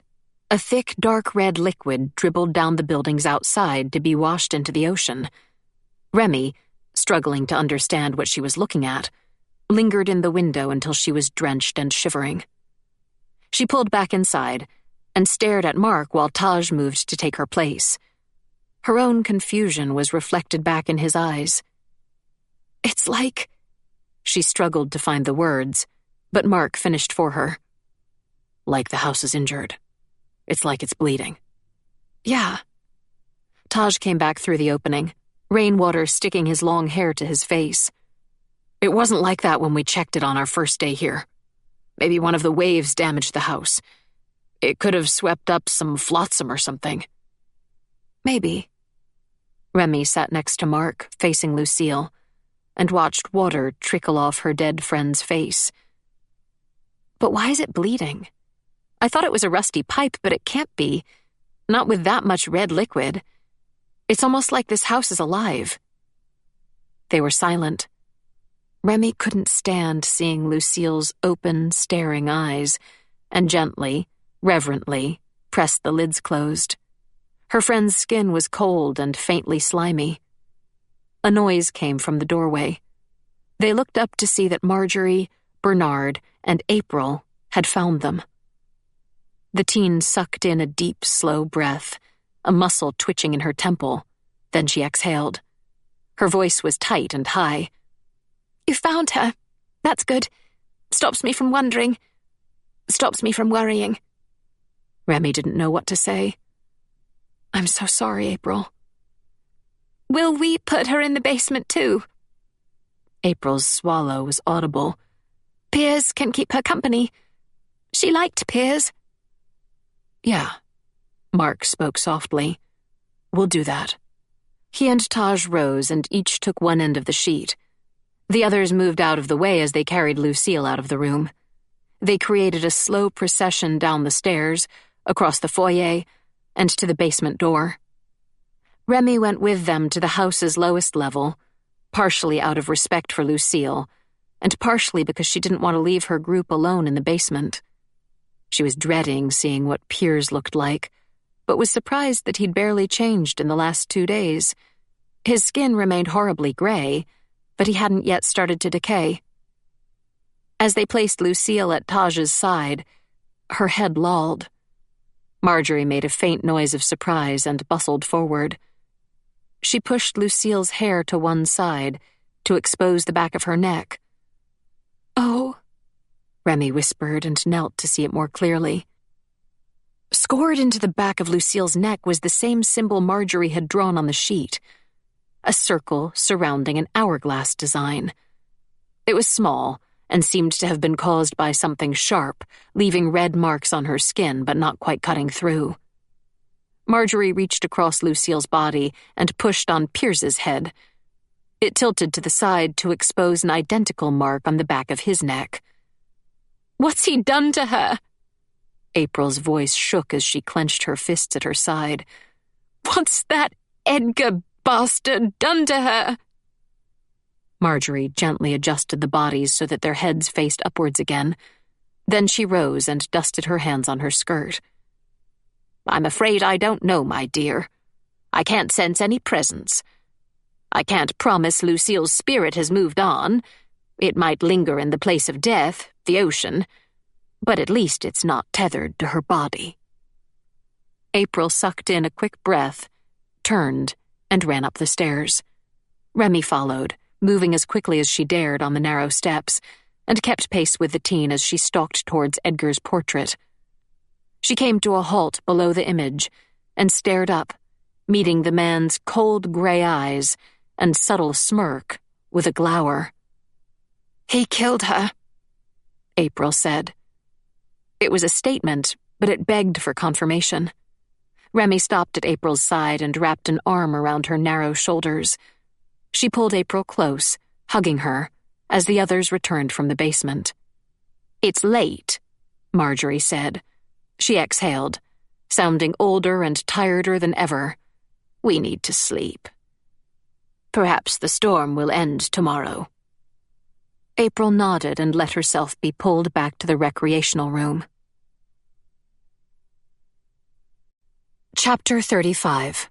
A String of Bells. Noise roused Remy from sleep. The fog clouding her brain told her that it was still the middle of the night. She pulled her eyebrows together as she tried to identify the sound. It was a shuffling, scuffing noise, punctuated by quick breathing. She rolled over and opened her eyes. The fire was nearly dead, but before going to bed, they'd turned on the sconces at the back of the room. The ambient glow lit a tall, thin shape digging through the bags beside the door. "Bernard?" He turned, his long face pinched with frustration. "I can't find the bells." "What?" Remy wriggled to sit up. She tried to keep her voice quiet so as not to disturb the others. Bells? The bells for Marjorie. She's sleepwalking, and she won't come back without them. Remy clambered out of her bed and crossed to Bernard, keeping her footsteps light. She scanned the beds as she passed them, and saw that Marjorie's was indeed empty. I forgot that she sleepwalks. We should have taken some kind of precaution. Did you leave them upstairs? No. They were in this bag. He scratched at his scalp. It was an anxious motion that suggested the stress had been wearing on him. Remy rubbed at the inside corners of her eyes as she tried to think. Okay. We can't let Marjorie walk through the house alone. Do you know where she went? No. Only that she's gone. Keep looking for the bells. Remy went to Mark's bed. She shook his shoulder and he startled awake. Sorry, she whispered. Can you help? Marjorie's gone. We need to find her.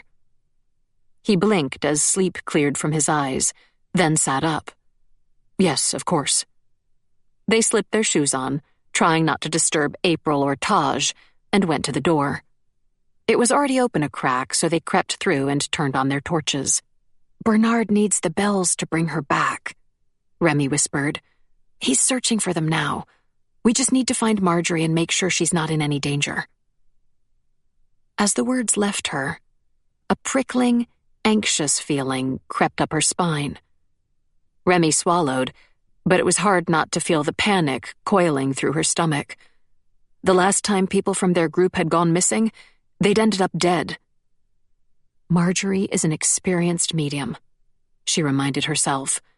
Out of all of us, she's the best equipped to handle this house, even while sleepwalking, probably. The foyer air was freezing, and Remy's breath plumed on each exhale. She turned her torch towards the windows and saw the pane she'd accidentally cracked had broken open. Glass shards glittered across the floor. Did one of the ghosts do this?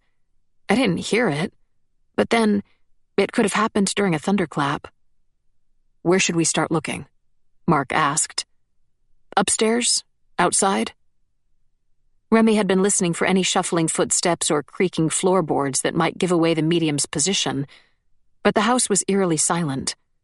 She chewed on her lip, then said, Let's start upstairs. They moved towards the stairs, and Remy stepped on something soft. She gasped and leapt back from it. Mark's torchlight revealed one of Marjorie's slippers discarded on the floor. Remy swung her torch in a wider arc, but couldn't see any other signs of the woman. How'd she lose a slipper? She whispered. Hearing a very soft, very low creak above her, Remy lifted her torch and her eyes. A shape hovered above her, shadowed but horribly familiar, and a scream built in Remy's throat. She staggered back as the recreation room doors burst open. Bernard made a choked, horrified noise and dashed towards the staircase. Someone else ran across the foyer to the lights by the door and turned them on. Even after the bulbs lit the room, Remy kept her torch's beam on Marjorie's body as horror and shock froze her in place. Hanging from the banister, Marjorie's body dangled over the open area ahead of the recreational room, her toes lingering above the path Remy had just walked. She'd been hanged with her shawl. The fabric was twisted around her throat and knotted to the wooden rail above. "Cut her down!" Taj yelled from beside the lights. Bernard was already at the top of the stairs and tearing along the landing, but Remy knew he would be too late. Marjorie's eyes were open but sightless. Her face was blotchy, her limbs limp, her expression unexpectedly serene. Bernard struggled to undo the shawl's knot. Remy fought back her horror and fear to step under the body and raise her arms. Taj joined her, but Mark hung back. His face was pallid and his eyes glazed over. "Mark!" Remy barked. "Help us!" He didn't move. A ripping noise told her Bernard was cutting through the shawl. A second later, Marjorie dropped, and Remy and Taj braced themselves to catch her. She was heavy, and they collapsed to the ground before laying her back and scrambling away. Remy pressed her hand to her injured arm, which burned from where the healing cuts had retorn. "Mark?" Taj's fingers scrabbled at the shawl around Marjorie's throat, struggling to undo the knots. "Mark, what should I do?" Mark finally seemed to come back to awareness and staggered forward. He gently pushed Remy back and knelt at Marjorie's side, his hands joining Taj's as they tried to unravel the fabric. Bernard came down the stairs with unsteady, halting steps. He stopped beside a shivering April in the recreational room's doorway, breathing in quick, short breaths. Remy turned to him. "How long was she gone?" He swallowed thickly, perspiration shining on his long face. "I don't know." "You didn't see her leave?" "No. I woke and she was gone." He wiped the back of his hand across his lips. "Why? Who?" Remy turned back to the medium. She'd felt Marjorie's skin when she'd caught her. It had been cool. Marjorie must have been hanging from the banister for hours. Mark took his fingers away from the medium's throat, where he'd been searching for a pulse. He sat back and shook his head. "She's gone." "This wasn't an accident." Taj dropped the remains of the woman's shawl. "Her hands were tied together. Look." A quiet jingling made Remy press her hands over her face. She didn't want to see the string of bells. The bells the medium would follow. The bells Bernard had lost, knotted around Marjorie's wrists. Bernard spat unintelligible, bitter words and began pacing. "Why didn't we hear her?" April was shaking. "She was just outside the door. Wouldn't she have yelled or struggled? Why didn't we wake up?" "The storm is loud," Mark said, "and Marjorie was sleepwalking. She might not have known what was happening until it was too late." "But even so, she was right there." "Taj, get a sheet." Remy lowered her hands and forced herself to look at the body. She wanted to scream, but a deep, aching bleakness had begun to grow in her and squash down the frantic emotions. "We'll take her to the basement. Then we're going back to the recreational room." "But—" April started, then fell quiet when Remy sent her a hard look. Taj retrieved the blanket from the pile of supplies. In a ritual that was becoming surreally familiar, he and Mark wrapped Marjorie's body and carried it to the basement door. Remy followed them to the entrance to keep them both in sight. Once they had returned, she mutely indicated to the recreational room's door. They filed inside, turning on the lights as they passed. Remy made sure she was the last to enter. Then she took a deep, slow breath and spoke. "Taj is right. This wasn't an accident. And now I'm convinced that neither Piers's nor Lucille's deaths were either." "I told you," April said, her expression fierce. "It's the house. It's Edgar." "No." Remy's mouth was bone dry. She folded her hands behind herself so that the others wouldn't see them shaking. "It's one of us." "We don't know that," Mark said. "Marjorie was sleepwalking." "Marjorie didn't sleepwalk to her death." Remy paused to see if he would argue, but he didn't. "Marjorie wasn't unhappy or suicidal. Someone lured her out while she was asleep, bound her hands, and hung her. Someone human. Someone in this room." She looked over the pale faces surrounding her. Mark, April, Taj, and Bernard. There were so few left. Her throat threatened to constrict, so she spoke quickly. "I don't know what their motive is. They may have come to the house with the intention to murder, or the building's negative energy could have pushed them into homicide. That doesn't matter right now. What matters is that no one else is going to die." She extended a hand towards the furniture. "Slowly, making no sudden moves and without trying to hide anything, we're going to throw every potential weapon out of this room. Anything that can cut, strangle, or bludgeon is going into the foyer. Is that clear? April looked like she was trying not to cry. That's half the stuff in the room. Yes. Remy nudged the door open. Get started. Chapter 36. Buried History. This is surreal. Remy lifted a small wooden chair, brought it to the door, and placed it in the foyer, all while being careful not to expose her back to anyone else in the room. April, her lips scrunched up and her eyes wet, carried a vase past her. These people are my friends. Can I really believe one of them is capable of murder? Can I really treat them so coldly? Yes, she answered herself. Because if I don't, the rest of us will die. Mark had relit the fire but was shifting the spare logs of wood outside. They were large enough and heavy enough to use as a weapon, which meant they couldn't remain in the recreational room. Taj had argued against his monitoring system being moved out, and Remy had eventually relented under the condition that the screens be tied together with duct tape. They were already attached to a nest of cables, and would be hard to lift at short notice. The tape made it virtually impossible. His cameras stayed, but the EMF sensors were heavy enough that Remy had them expelled. The mattresses were left inside the room, but the remaining sheets were tossed out. Remy doubted they could strangle a person without a lot of effort, but it was still a risk she didn't want to take. The larger furniture, including tables and the overstuffed chairs, remained. Anything light enough to lift went. Bookcases lined the walls. Remy tested one and was relieved to find it had been bolted to the stone.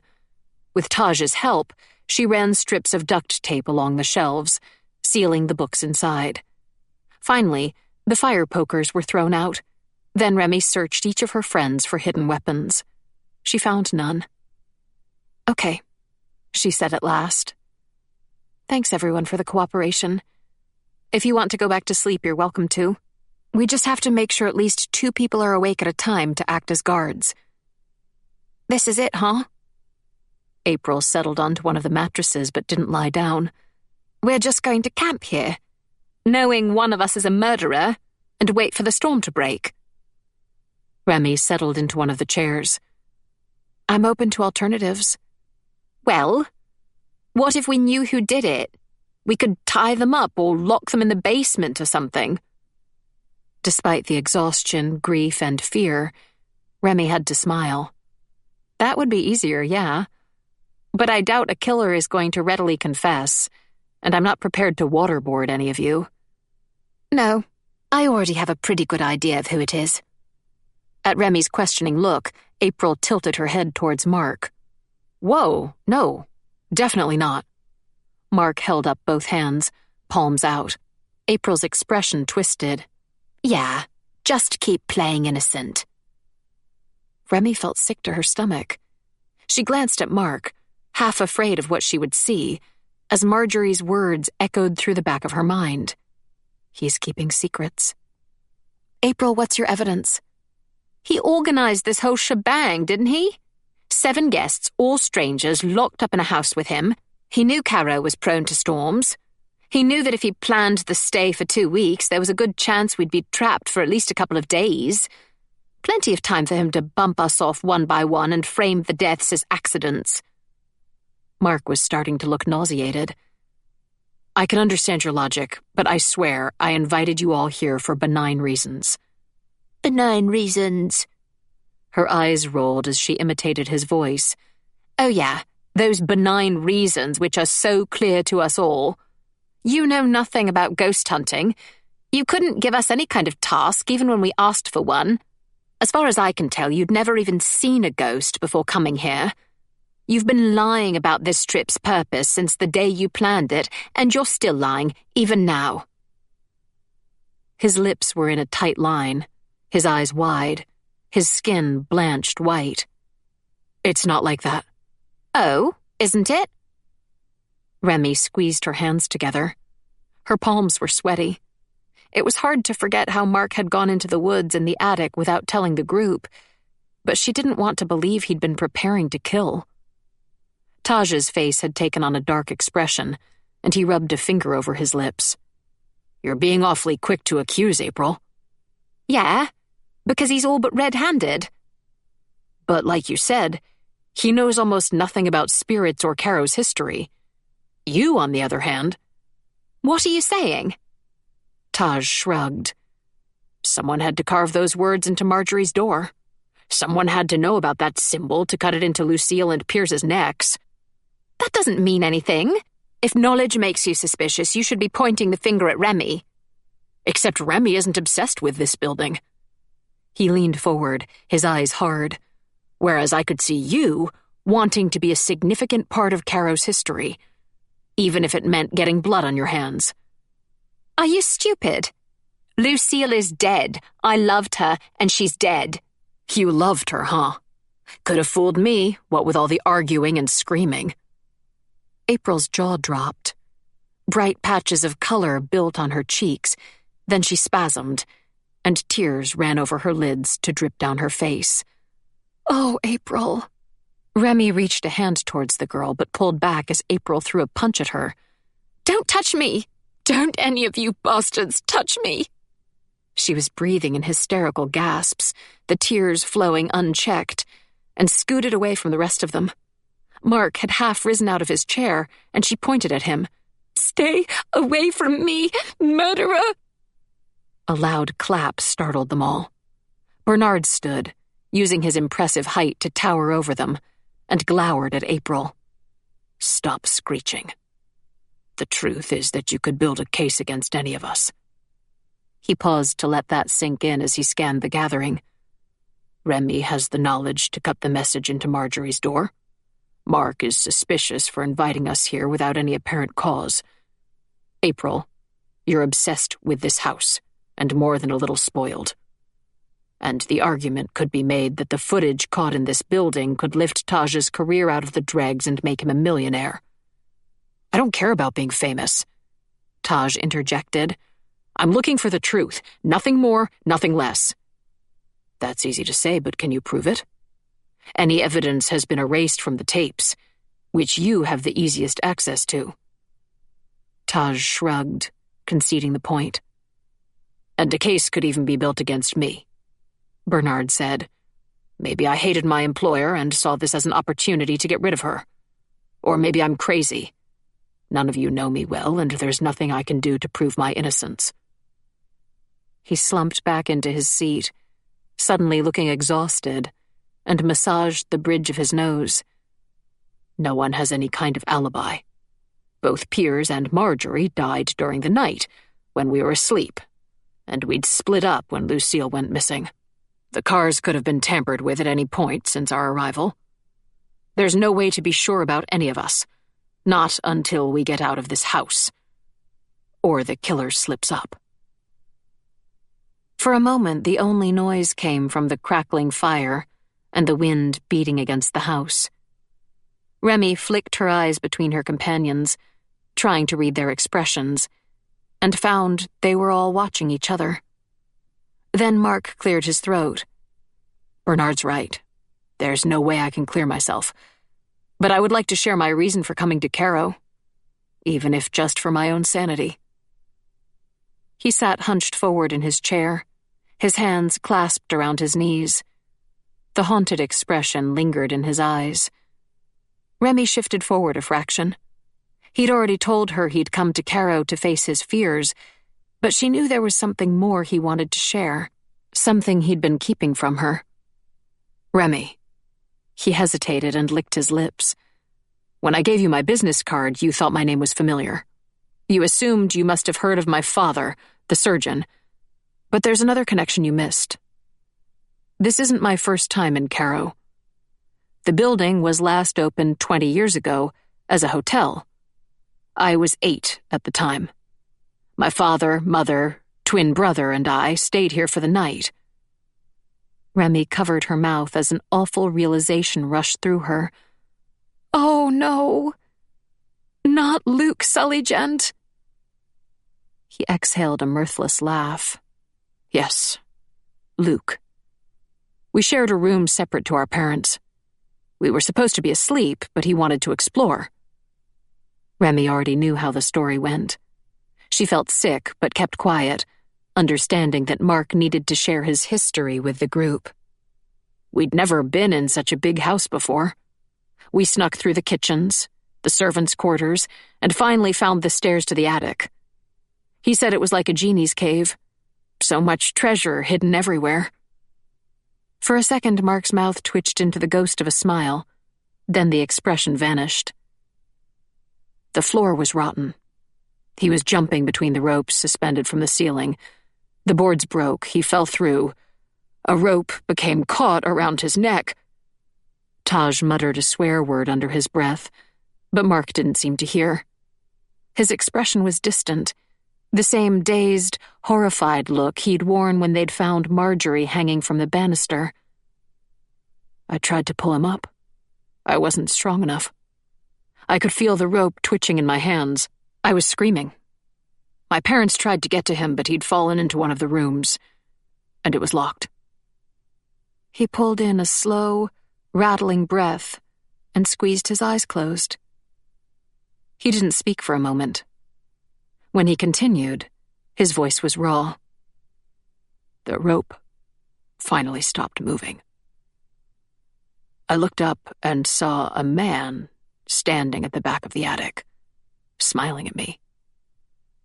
He seemed impossibly tall. Wide gray eyes. Rope burns around his throat. Edgar had been watching my brother die. Mark pressed his palms into his closed eyelids.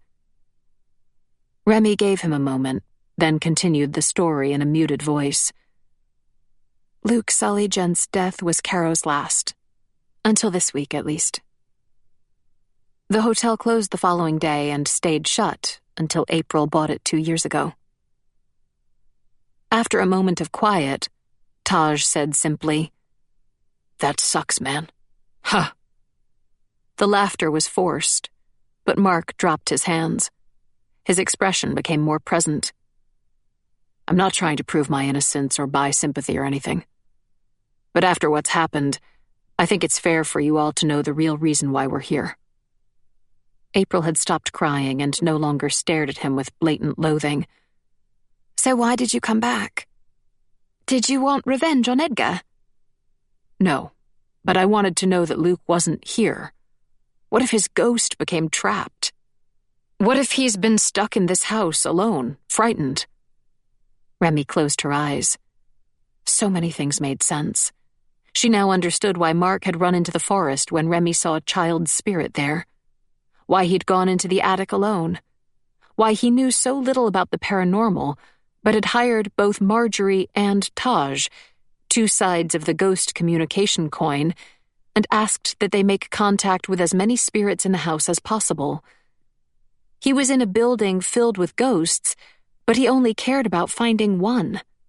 Even throwaway comments, such as how his father had made him take first aid courses every year since he was 8, took on new significance. Mark met each of their gazes. I never intended anyone to be hurt.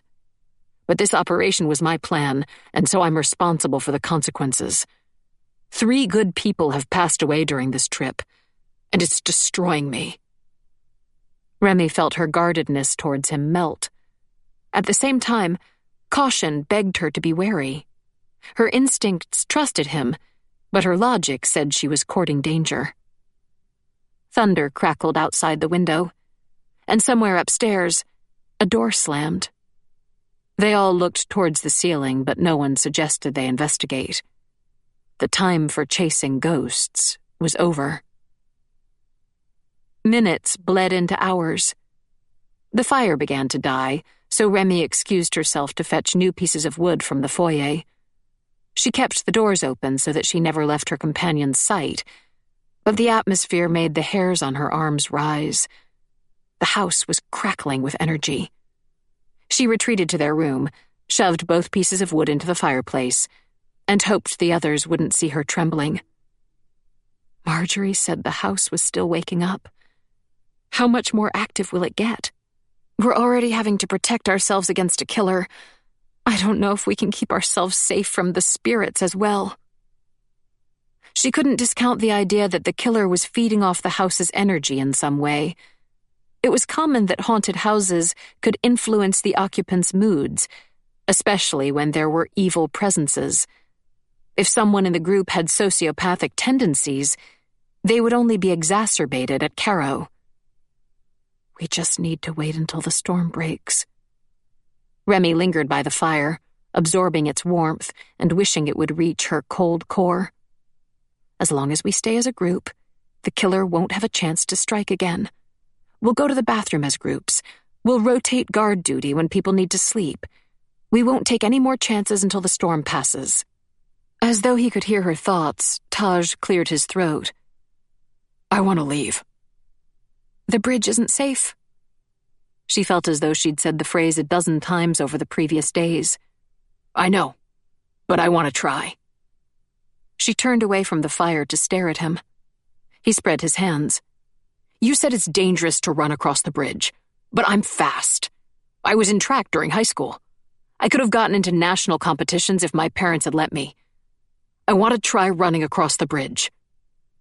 Remy returned to her chair, feeling the unconquerable fear rising in her again. Taj, I know. It's dangerous. But so is this place. I want to get out. And if I'm successful, you lot won't have to wait for the storm to clear. I'll run to the town and bring the police back. April narrowed her eyes at him, though the expression didn't have the loathing she'd given Mark. Or you could be the bad guy trying to escape. Taj grinned at her. It's a win-win either way. If I'm the killer, you guys will be safe with me out of the house. If I'm not, the police will be here within 8 hours. Remy glanced towards Mark. He had his eyebrows raised. It's a good point. Remy struggled to find the words. I don't think I could cope if we lost you as well. I'm going to make it. Taj's expression was firm. But even if I don't, it wouldn't be your fault. This is a calculated risk. I've been thinking about it all evening, and I'm certain that I want to leave. You have no authority to stop me. Okay. Remy folded her arms around her chest in an attempt to keep from feeling as though she were falling apart. Good luck. Chapter 37. Recede and Uncover. Taj said they didn't need to accompany him to the bridge, but Remy insisted on it. She thought he looked relieved by the decision. He spoke confidently, but perspiration coated his forehead. They moved as one through the foyer, shivering against the cold air coming in through the broken window and the energy prickling at their skin. Remy took a bracing breath before stepping into the storm. Being drenched had become something like a habit since arriving at Carrow, but practice didn't make the sensation any more pleasant. Remy kept her pace quick and her head down as they left the garden and crossed the field.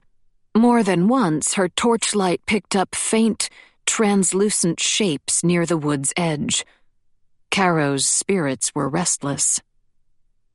The hike to the bridge did nothing to warm Remy, and she folded her arms around herself as they came to a halt at the place where the dirt path gave way to stone.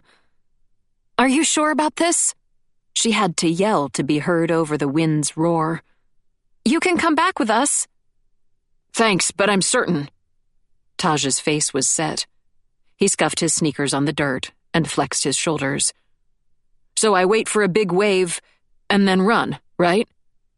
Yes, but you'll have less than a minute to get across, and it's not a short dash. The railless bridge, suspended barely above the water, was washed with spray each time the smaller waves hit the rocks. Remy watched as one of the massive swells crashed over it, blocking the stone structure out of sight.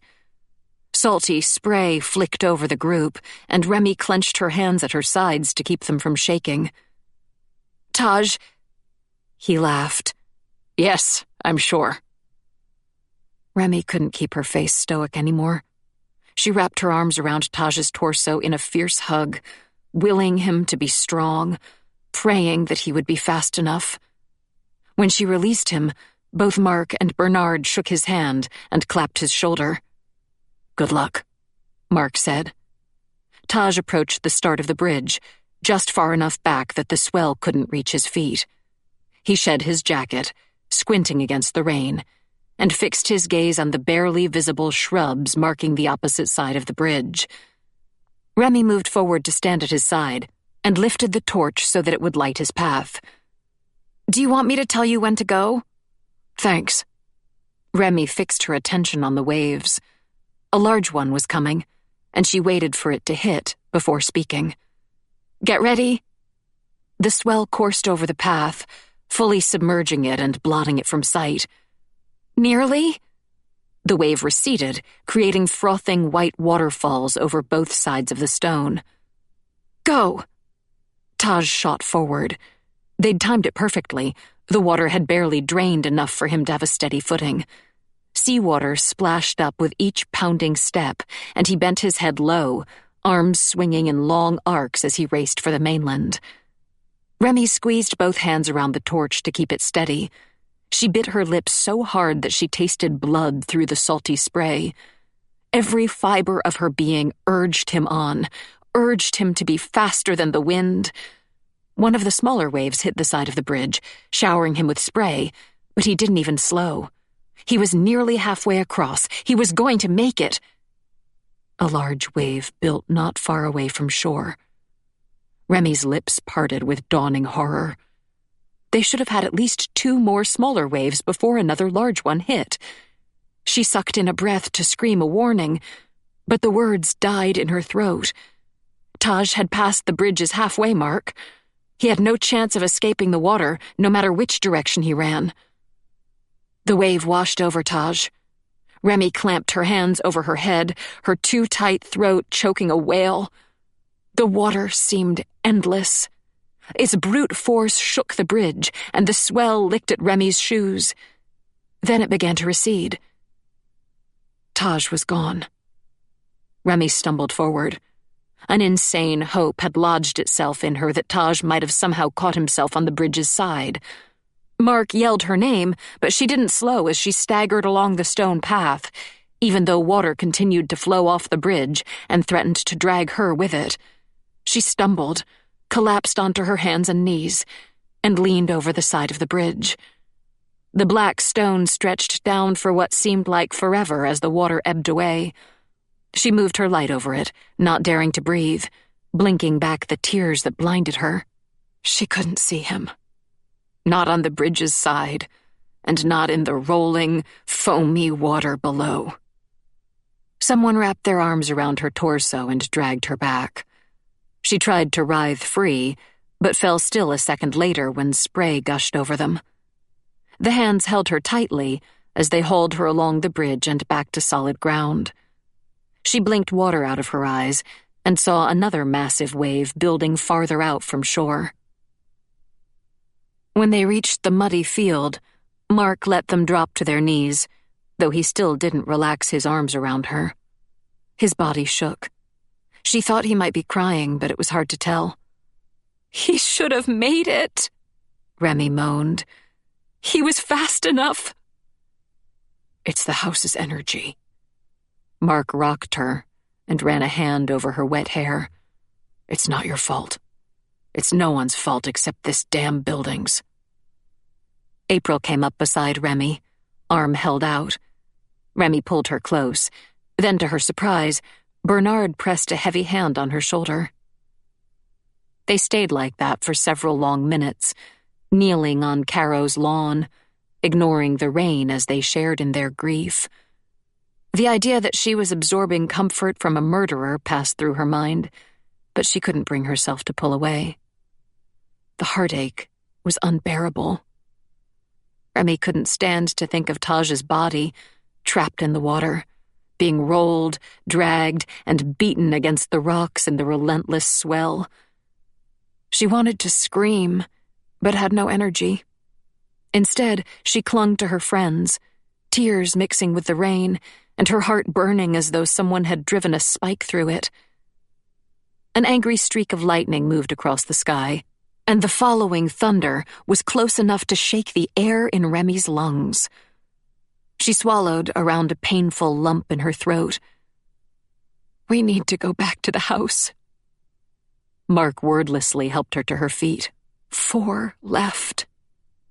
One by one, her friends were being consumed by the building. She didn't think she could survive losing any more of them. They moved back towards the house in a tight clump, hands resting on each other's shoulders. Remy reluctantly lifted her eyes towards the building. She'd grown to loathe it. The tall windows, dark slate roof, and dramatic facade no longer held any fascination for her. All she felt was bitter resentment. Something dark moved in one of the windows. She pulled up short. "Do you see that?" April squinted at the house. "What?"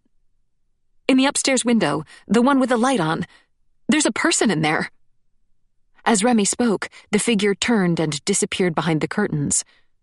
She shifted her eyes to the next window along, but the silhouette didn't reappear. "Was it a ghost?" Mark asked. Remy shook her head. A rushing noise filled her ears and she couldn't breathe. "No. It was a silhouette, which means it was blocking the light. Ghosts can't do that." "But..." Mark frowned as he looked between Remy and the house. "But it's got to be a spirit, surely. What else could it be?" Remy refused to take her eyes off the building. She ran her hands through her hair, then rubbed at tense, sore shoulders. "It can't be a ghost. They're intangible. Even if they look like they're solid, they can't be touched. Not by us, not by air, not by light. They don't create shadows, let alone silhouettes. There's more than ghosts living in Carrow." No one spoke for a beat. Then April said, "I'm pretty sure that second-floor light was turned off when we left, too." Bernard's long face was stiff. "So we have an intruder living in Carrow." Remy struggled with the concept and let her hands sag at her side. "I can't see any other explanation." "They must have been here since before the storm set in," Mark said. "Probably since before we arrived. Have you ever encountered squatters here before?" Remy shook her head. "As far as I know, no one comes inside the house except for the tours. I never found any signs of habitation, at least. April, did you give a key to anyone else?" "Nope. I gave one to you and kept the other for myself." The teen's face was scrunched up from barely contained rage. "How'd they get in? The house is locked up super tight." Remy kept her fingers kneading at her neck. Her mind was spiraling out with possibilities. "The foyer window is broken. I thought it was either from temperature changes or a spirit's influence, but what if someone's been getting in and out through it?" "The windows are large enough for a grown man to fit through," Mark agreed. "And the front door creaks. The window might be the only way for someone to come and go without being heard." Remy dearly wanted to sit down. The sight of the figure wove a string of awful possibilities. What if they've been following us this whole time? What if they're responsible for the deaths? "They could have deleted Taj's missing footage," April said. "Slammed those doors we keep hearing, led Lucille into the attic, stolen Marjorie's bells." "Someone paced around us during the last séance," Remy said. "It was after the lights went out. We assumed it was Edgar, but what if it was a person who scratched Taj and dragged April out?" April's expression darkened into something murderous. "I'm going to beat his face in." "Slow down." Remy pressed a hand to April's shoulder to keep her grounded. "If we're right, this is someone who must know the house and its quirks very well. They've already killed 3 people. They probably intend to kill us, too. Rushing into a confrontation is one of the riskiest things we could do." Mark muttered several frustrated words as he paced. "Going inside will be dangerous, but we can't stay out here forever. The downpour's so heavy I feel like I'm half a moment away from drowning. Could we stay in the shed with the cars?" "We'd freeze during the night and have nothing to eat tomorrow." Remy licked rain off her lips. "The house is more dangerous, but has more resources, too. There's 4 of us left. That's a lot for a single person to take down at once. but I don't want to leap to conclusions by thinking we're only up against one person. You mean there might be more? It's not likely.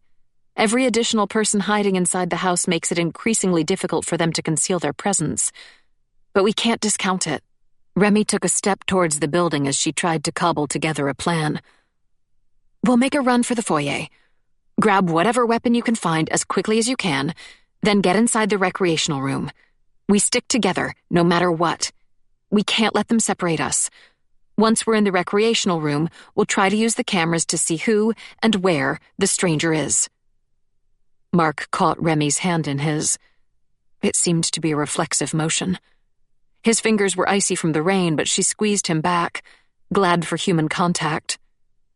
More, she was glad to have her friends again. The doubt, the fear, and the mistrust that had dogged her were erased. She didn't have to imagine any of them committing murder, or know that she was sitting next to a serial killer. Instead, they were united against an enemy. No matter what else happened that day, Remy was grateful for that relief. They moved to the house quickly, pushing tired legs and aching lungs to carry them up the stairs to the porch. There was no chance to have the element of surprise, so Mark kicked the front door open. Its hinges shrieked as they turned, and Remy sucked in a breath. Bodies lay on the foyer floor. Chapter 38. Fight or Flight. Piers, Lucille, and Marjorie had been placed on the rug beneath Edgar's portrait. They were on their backs, arms crossed over their chests, heads tilted back as though to admire the painting above them. The sight made Remy's stomach turn, but it also eradicated the last of her doubt. They were facing a human enemy, and humans could be defeated. Trying not to think of how much of an advantage the unseen stalker might have, Remy nodded towards the recreation room's doors. Hurry, find a weapon and get into the room. She felt awful passing her fallen friends without stopping, but the foyer was too exposed for them to linger there. She only prayed the stalker didn't have a gun. Edgar's eyes seemed to follow them as they moved past his painting. The small, mysterious smirk felt larger, and his eyes colder than before. Remy refused to acknowledge him with anything more than a passing glance as she sifted through the items they'd expelled from the room. She came up with a fire poker. Bernard found a knife left over from their last meal. Mark applied pressure to one of the already cracked chairs to break it and tore off 2 of the carved legs. He gave one to April and took the second for his own. Remy rotated in a circle as they shuffled back to their haven. She scanned the stairs, the landing, and every door that opened into the foyer, but she caught no sign of motion. If their stalker was watching, he was well concealed. Inside the room, April bolted the door. Remy, without dropping her weapon, paced around the space and searched any area that a person could hide. She looked under tables, behind the curtains, and in every nook and cranny she passed.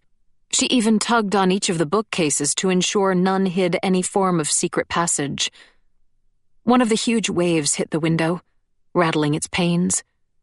Remy lowered her weapon and turned back to the room. Mark, Bernard, and April stood in a loose semicircle. Their hair was plastered to pale faces, but they watched her, all waiting for her lead. She licked her lips. Okay, we're inside. We think we're safe, for now, but we're trapped in a room without food or water, and we don't know how long the storm will last. That gives us some tough choices to make.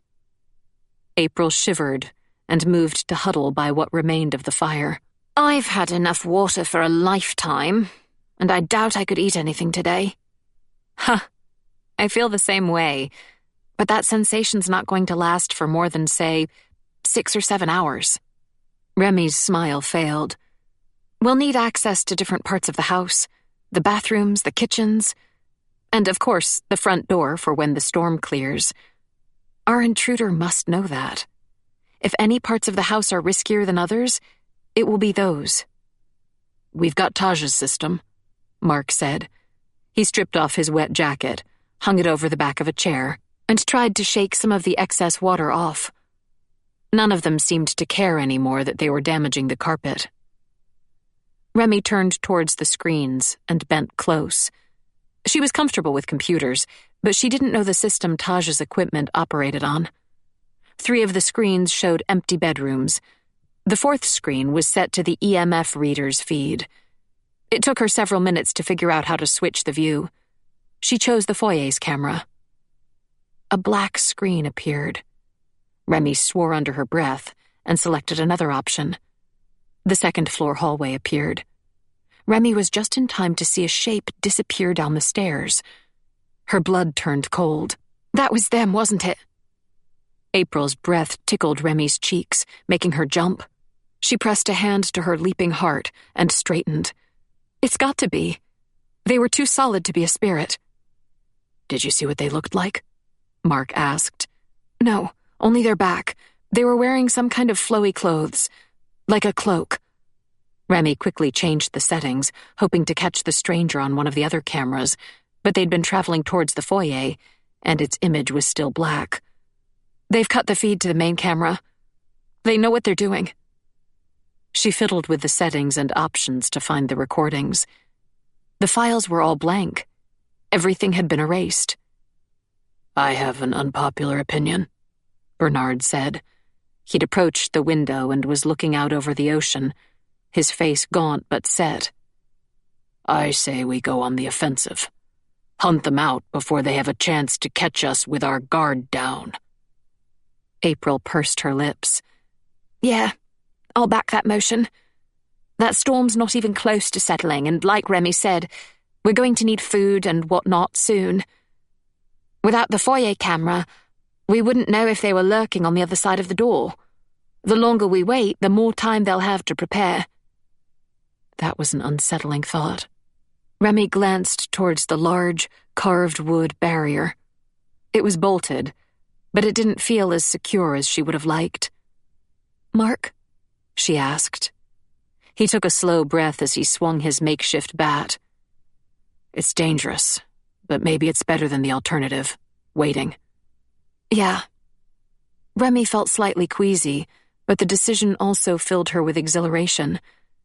They might not be expecting us to move against them so quickly. Let's go then. April was halfway to the door before Remy caught up and grabbed her arm. Wait. Words caught in her throat and she had to swallow. We've got to be careful. Crazy, obsessively careful. Whoever we're up against must know the house well. Carrow is a maze of back passageways and hard-to-access areas, but it's still difficult to believe we didn't find any sign of the intruder while searching for Lucille.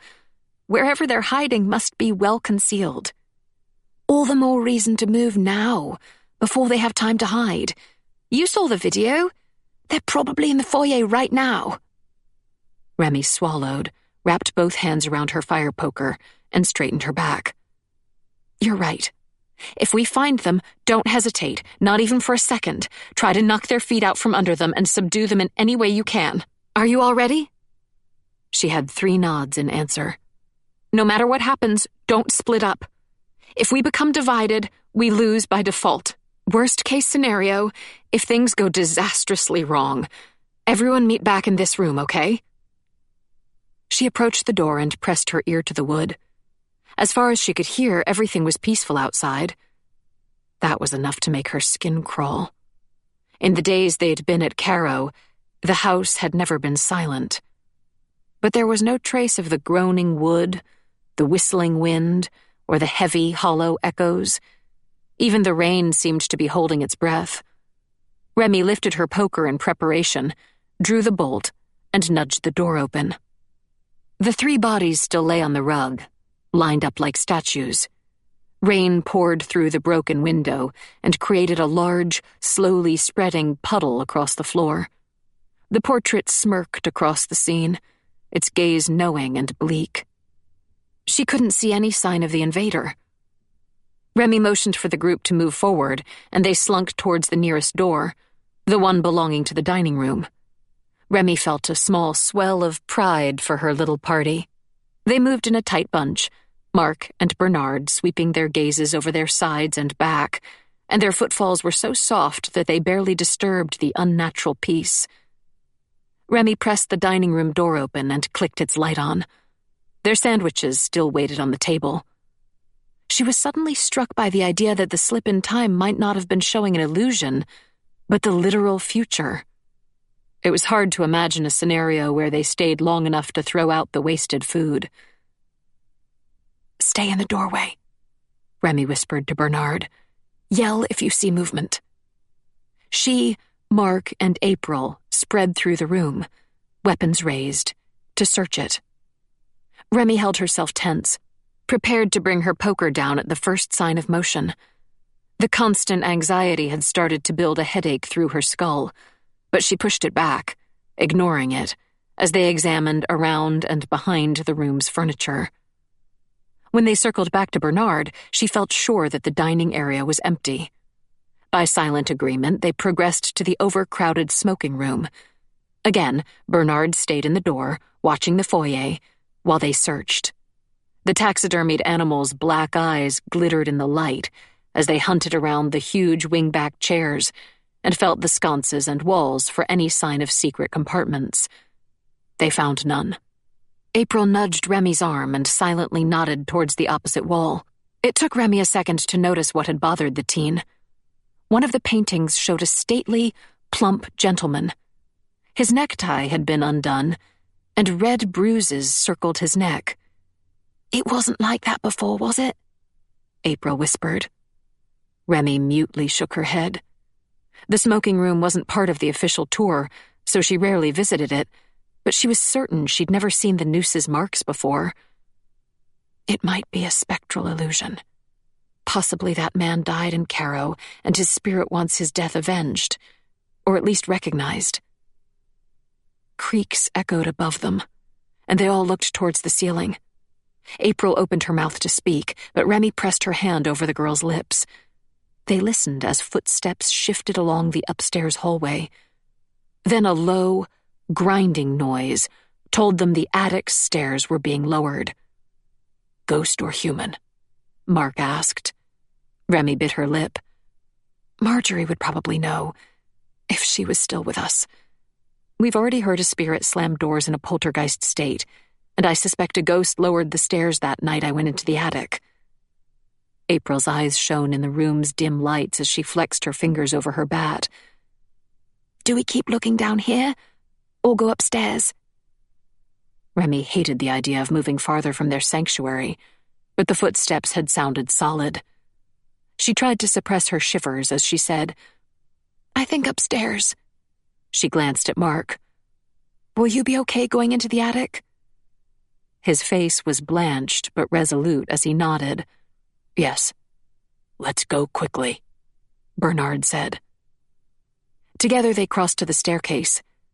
Although they kept their footsteps light and hung along the stair's edge, the boards still creaked.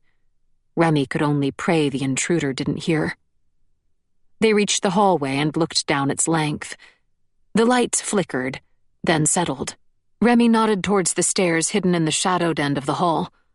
Bernard climbed them first, followed by Mark, with Remy and April bringing up the rear. As she emerged into the attic, Remy couldn't suppress a shudder. The air was icy and damp, and it stuck in her throat. They turned on their torches and scanned the beams across the area. The open window Lucille had fallen through allowed water to drench and soak into the wooden floorboards.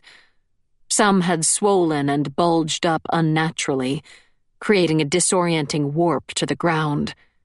The wardrobe, cloistered in shadows, still stood open, its offering of bones scattered over the floor. "Be careful," Remy whispered. "The floor's rotten. There's a hole over there. And don't step on any of the discolored patches." She turned in a circle to examine the dusty floor. Several sets of tracks led away from the trap door. 3 went to the window. Those would be from Lucille's death. But an area had been scuffed clean, leading in the opposite direction, deeper into the attic. Remy thought she may have created the path on the night she'd discovered the skeleton in the wardrobe, but she wasn't completely certain. She took an experimental step down the clear patch, and the boards groaned. Her companions' breaths were low and quick. Remy strained to hear a fifth presence, but between the drumming rain and the echoes that coursed through the attic, it was impossible to be certain what she was hearing. Her torch's beam landed on the skull she'd uncovered. She let the light linger there, unnerved by how deep the shadows in its eye sockets appeared. Something moved farther in the attic. Remy swiveled towards it. Her torchlight was joined by 3 others. They picked out a tangle of discarded, broken furniture, vast spans of cobwebs, and a swirl of disturbed dust. "We see you!" April yelled. The sudden noise made Remy jump. The teen ran forward before anyone could stop her, crossing the space in 10 quick steps, and skidded to a halt beside a stack of broken chairs. She spun her torch over the area behind the pile, frowned, and turned back to Remy. "There's no one here." Remy couldn't speak. Her light had caught on a figure behind April. A man, tall and bone-thin, stared at April, his fingers twitching over the area where his jaw had once existed. Chapter 39. Dark of Deep Night. "Behind you!" Mark barked. April's eyes widened. She turned and gasped, stumbling backwards in the same motion. The specter took a step towards the teen, clawing at the gore that dribbled from his broken face. His fingernails made faint clicking noises as they bumped the teeth protruding from his upper jaw. Then he faded, dissolving like a puff of vapor on a hot day. April backed into the stack of chairs, her eyes huge and the makeshift bat raised above her head. Her voice escaped as a squeak. "Where'd he go?" It was only a spirit. Remy tried to force oxygen into her lungs as she stepped forward. He was strong to appear as a corporeal specter. He probably lowered the stairs too. "We should get out of here. It's not safe, and I don't think any other human has been here in a long time." April sucked in a hiccuping breath, then, keeping her eyes on the space where the man had stood, backed towards the group. 2 long, thick ropes fell out of the rafters, their loops shifting to block April's path. The teen's attention stayed fixed on the space behind her as she backed into the cords. A sickened gasp escaped Mark. Panic spiked Remy's heart rate. Leaping forward, she yelled, "April, watch out!" April turned as she bumped the ropes. They reacted like living things, shivering and coiling up, but the teen's reflexes were faster. She twisted backwards and ducked away from the cords before they could loop around her throat.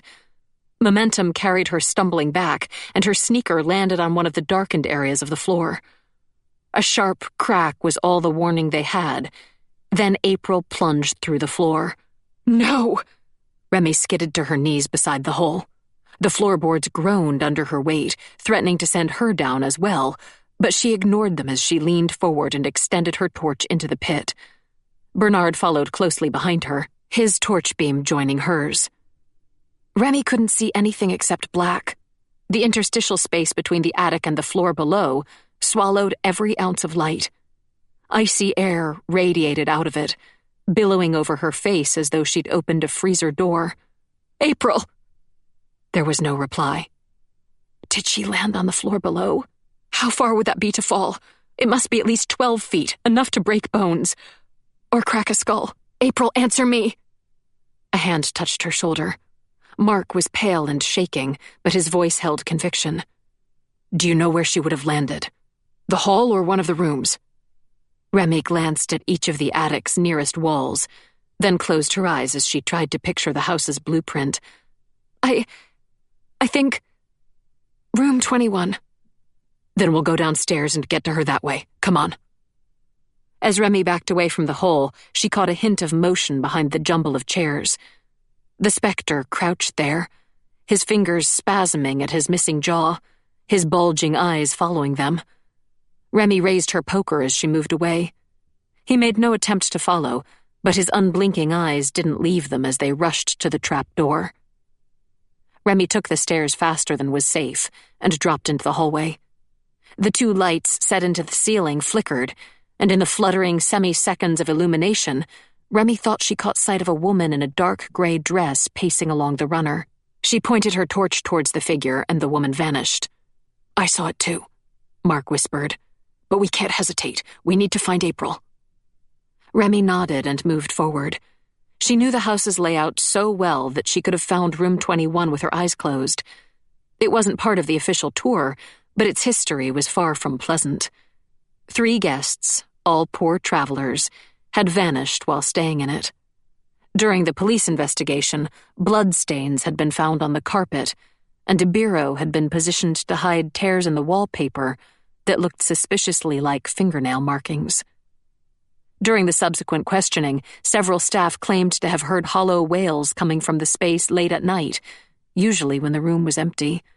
They said Edgar had told them to ignore it. He claimed that it was only the wind.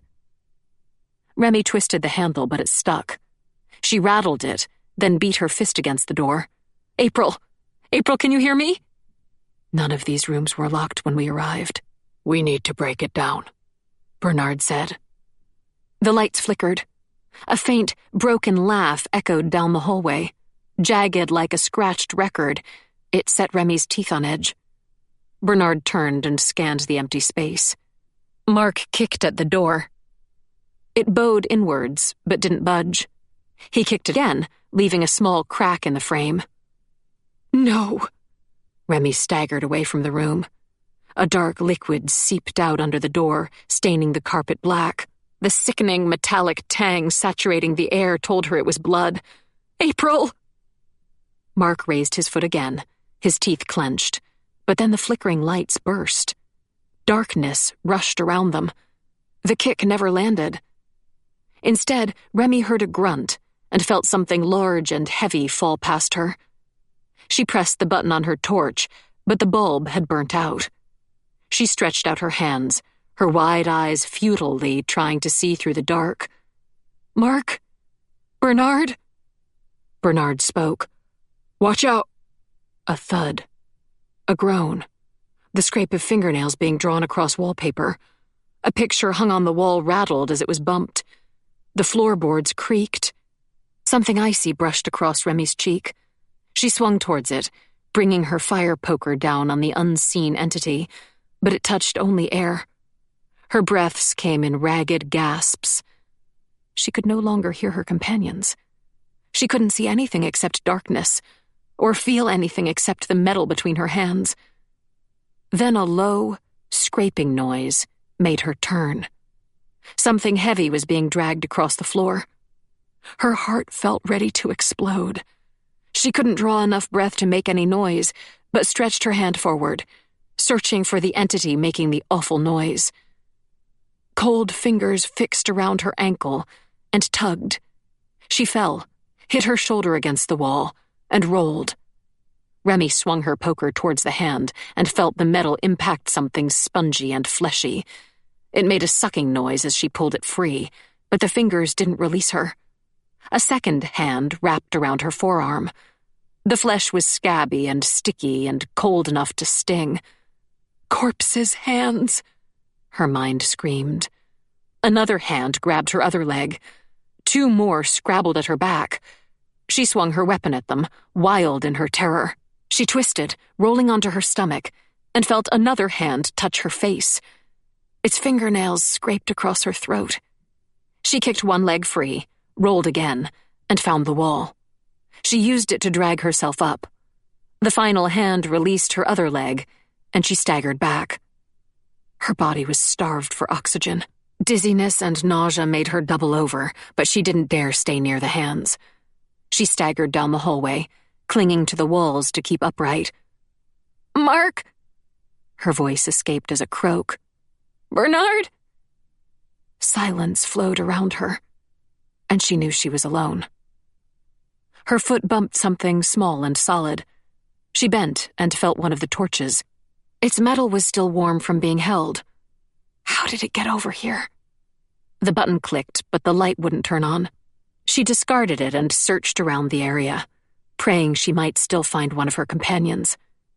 Her hands brushed over carpet, over plaster, over cloistering dust, but couldn't find the touch of warm skin she desperately searched for. A choked cry startled her. She recognized Mark's voice, but the sound had come from below her, from downstairs. The yell broke off partway through. Fresh fear hit Remy, and she desperately tried to orient herself.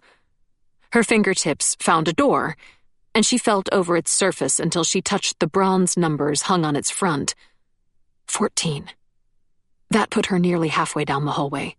She turned towards the staircase and began moving forward, her fingers extended just far enough to brush along the wall and count the ridges that signaled each door frame. She knew the house well enough to stop opposite the staircase, turn, and place her hand on the dusty railing. Moving downstairs in the dark was a terrifying experience. Remy felt like she was always a step away from walking into the killer hunting them, or into one of the grasping hands. She was blind, but didn't dare close her eyes, instead staring into the void. Her fingers were numb from shock and cold. Adrenaline kept her jumpy, and fear for her companions kept her alert. They'd agreed to meet in the recreational room if anything went seriously bad. Remy prayed the others had found their way there, but Mark's cry frightened her. "I can't lose any more of my friends. I can't be alone in this house." She counted 35 stairs until her feet touched the foyer floor. She could hear the rain rushing through the broken window, the dull echo of her gasping breaths, and the groans of slowly flexing wooden supports. No sounds from other humans. "Mark? Bernard?" Speaking was a risk, but the awful quiet was unbearable. She took a step towards the recreational room, and her foot caught on something hard. She stumbled and caught herself before she fell. Blind groping revealed that she'd walked into a chair. "I forgot. We piled everything from the recreational room out here. That includes the lamp." Thin hope sparked in her heart. She dropped to her knees and began feeling over the shapes, her fingers searching for the cool touch of glass and metal. She remembered carrying the lamp outside. She'd put the box of matches inside it and left it near the door. Something shifted in the foyer behind her. Remy froze, bent at an awkward angle but too frightened to straighten. The unseen entity moved again. Its steps were heavy and shuffling, and it didn't move far before halting again. A rattling exhale sent goosebumps rising over Remy's skin. "It's probably a spirit. It can't hurt you. Marjorie said it 100 times. Spirits are harmless. Oh, please, please let it only be a spirit." Remy kept feeling forward, caution keeping her movements slow and careful as she sought the precious lamp. The figure turned and took 2 shuffling steps in Remy's direction. At the same time, she touched glass. Remy continued to probe, feeling around the shape, and relief hit her as she found the lamp's handle. She tugged it towards herself. Heavy objects tumbled to the foyer floor. Remy had forgotten Taj's EMF recorders were stacked on top of the lamp. The clattering racket seemed impossibly loud, and Remy flinched. No longer cautious, the unseen being staggered in Remy's direction. The impulse to run overwhelmed her, but the foyer was too dark to see where to go. Instead, she wrenched open the lamp's door, found the box of matches inside, and tried to light one blind. The being was nearly on top of her. She could hear its rattling breath as it mimicked drawing air into damaged lungs. The foyer's atmosphere suddenly felt much colder and much thicker. She struck a match. It didn't light. She fumbled, dropped the box, caught it, and shook a fresh match out. Unbearably cold fingers touched Remy's shoulder. "It can't hurt you. It can't hurt you. It can't hurt." The hand squeezed, and she gasped against the pain. The match lit. Somehow it didn't go out, despite how badly her hand shook. She looked over her shoulder. A man stared back. The right side of his face appeared human. A scraggly gray beard grew over his chin, partially hiding blood-caked lips. The blue eye was wide and intent. A cleaver was embedded in the temple on the other side of his face. Blood hid his left eye and saturated his beard. He leaned closer to Remy, his breath growing frost over her tear-dampened cheek. "You're a ghost." The words were a whisper. "You can't hurt me." His lips twitched into something like a grin. His hand tightened further, the nails biting into Remy's skin, pinching hard enough to make her cry out against the pain. Then the match burnt out. Chapter 40. Graves for the Dead. Remy tried to pick up the spilt matches, but terror and pain made her shake too badly. The pressure left her shoulder. She drew a sharp breath, clenched her fingers into fists to still them, and tried again. She found a match, struck it on the box, and lifted the light. The dead man had vanished. Remy, not daring to believe it, swiveled to look across the room. She couldn't see far in the tiny light. She held the match to the lamp's wick before it could die again, and waited for the small flame to stabilize. Her shoulder still hurt, and she touched her fingers to the bruises as awful significance hit her. The house is waking up. Marjorie had insisted spirits couldn't harm humans. But what if they were only limited by how much energy they had access to? Would an overload of energy allow them not only to take on corporeal forms, but also to affect the physical world? She'd never heard of a case like that before, but then she'd never known a house like Carrow before either. Remy bent close to her lamp, cherishing the precious light, and tried to take in enough air to quell the dizziness. I need to find the others. The recreational room doors weren't far to her right. She stood shakily, approached them, and held the lamp ahead of herself as she looked inside. The space was exactly how they'd left it.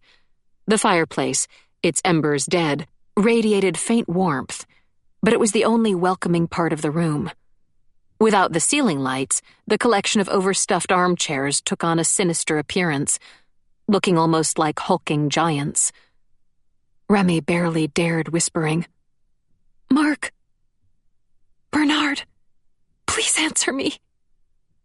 A hiss drew her attention to Taj's screens on the opposite side of the room. They showed only a tangle of static.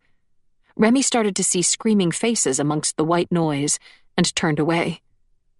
Lightning flashed, bathing the room in harsh whites and impenetrable shadows. In that split second, she saw unfamiliar figures standing in the area. Women in heavy black mourning dresses, men in work clothes, even a child, her hair wet and limp. They all stared at Remy.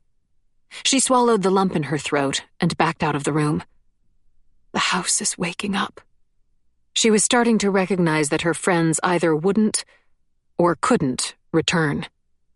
Remy turned towards the stairs and prepared to climb to the second floor and search for her companions. She tried to convince herself that things would be different because she had a lamp, but it was hard to forget how easily Edgar's spirit had snuffed out other flames. She took a step towards the stairs but stopped. Something dark and sticky was smeared on the floor. Remy shifted back and held out her lamp to examine it. A line of blood led away from her, across the tiles, and disappeared under the basement's door. No! Oh, please, mercy, no! She had to bite her cheek to stay quiet as she crossed to the door. Dread clenched her stomach, but Mark had called for help only minutes before.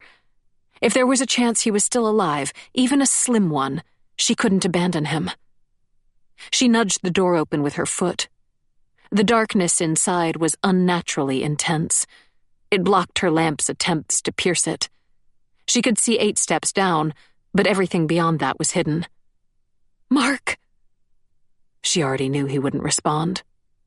She extended one foot into the stairwell, then followed it with the other, unwilling to stop moving once she had momentum.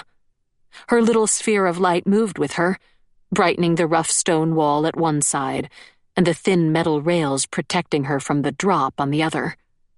The farther she descended, the harder it became to see the doorway behind her. Eventually, it faded into black. Her feet hit the compacted dirt floor.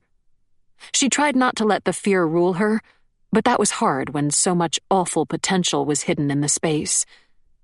She could feel the chill rolling off the cold spot that lingered in the landing's corner, and could even see a patch of dampness where Lucille's wet body had rested.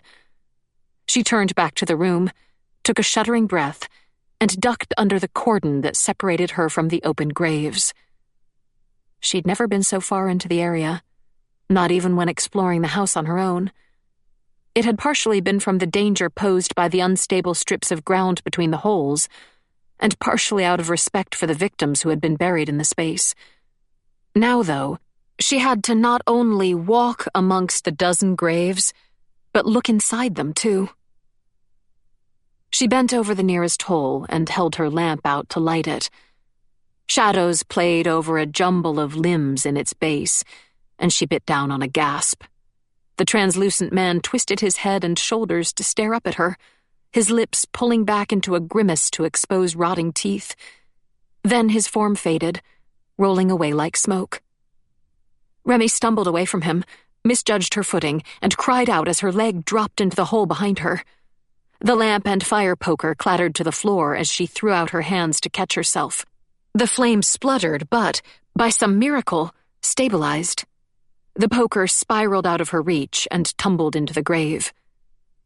She kept still just long enough to assure herself that the ground wasn't going to collapse any further. Then she pulled herself back up to a steady footing. She was shaking, but not hurt, and still had her light. Afraid of what she might see, Remy looked into the grave her poker had fallen into. It held a maid. The girl's eyes were bloodshot, and she had both hands pressed over her cut throat. Her mouth opened, but no noise came out. Nestled at her side was Remy's weapon. Remy's fingers itched for some kind of defense, but she couldn't bring herself to descend into the girl's bed. Instead, she held her lamp close as she pressed deeper into the graveyard. The black holes were filled with the restless ghosts. Her sanity continued to unravel with each tormented gaze she met. The basement extended under most of the house.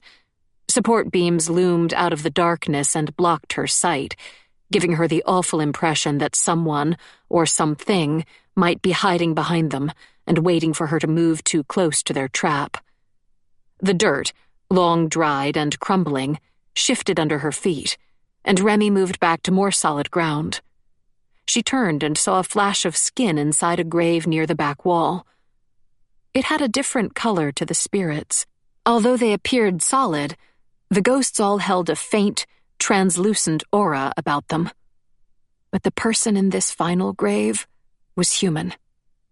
Remy dropped to her knees as her heart threatened to crack. The dark hair was familiar. The angular face had smiled at her countless times during the past days. His hand had held hers when she was frightened.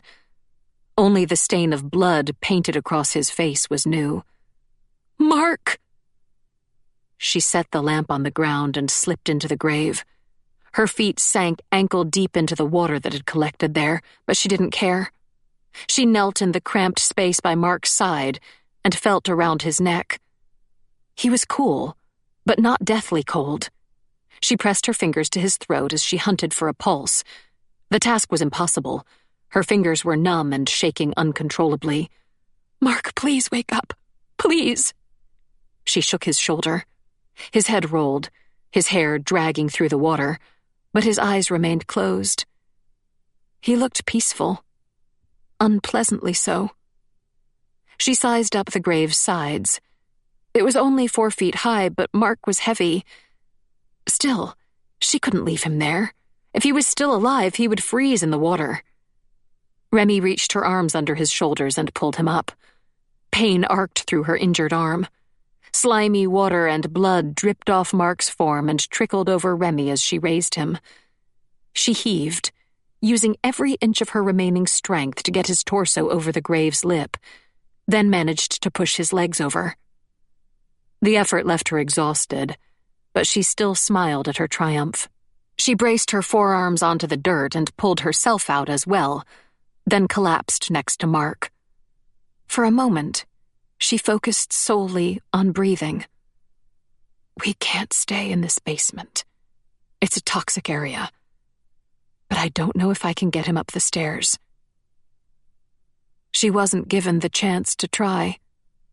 The basement door slammed closed. Chapter 41. Games. Remy jolted as the door crashed shut. She reflexively reached towards Mark. A mad idea that she needed to put out the lamp's light flashed through her, but she dismissed it quickly. Whoever had shut the door already knew she was there. Blinding herself wouldn't help. I can't let them get to Mark. She didn't have a weapon, but the fire poker wasn't far away. She looked towards the grave it had fallen into, halfway between her and the stairs. The lamp highlighted its edge, but its glow didn't reach much farther. If I'm fast, I might be able to get it before... A crunch echoed through the still, cold air as the unseen figure stepped off the stairs. Remy bolted for the grave. She'd taken 3 half-running steps before a faint noise froze her. Bells. Their jingling rhythm was familiar. Her mouth dried as her heart did an unpleasant skip. A match hissed. Then a halo of brightness appeared at the base of the stairs as a candle was lit. The light lifted to reveal Marjorie's wrinkled face as it shifted into a smile. She had both hands clasped around the candle, with the string of bells looped around one of her wrists. Her head tilted to the side as she regarded Remy.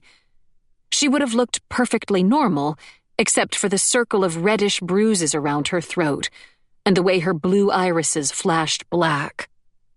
"Hello, Remy." The voice didn't belong to Marjorie.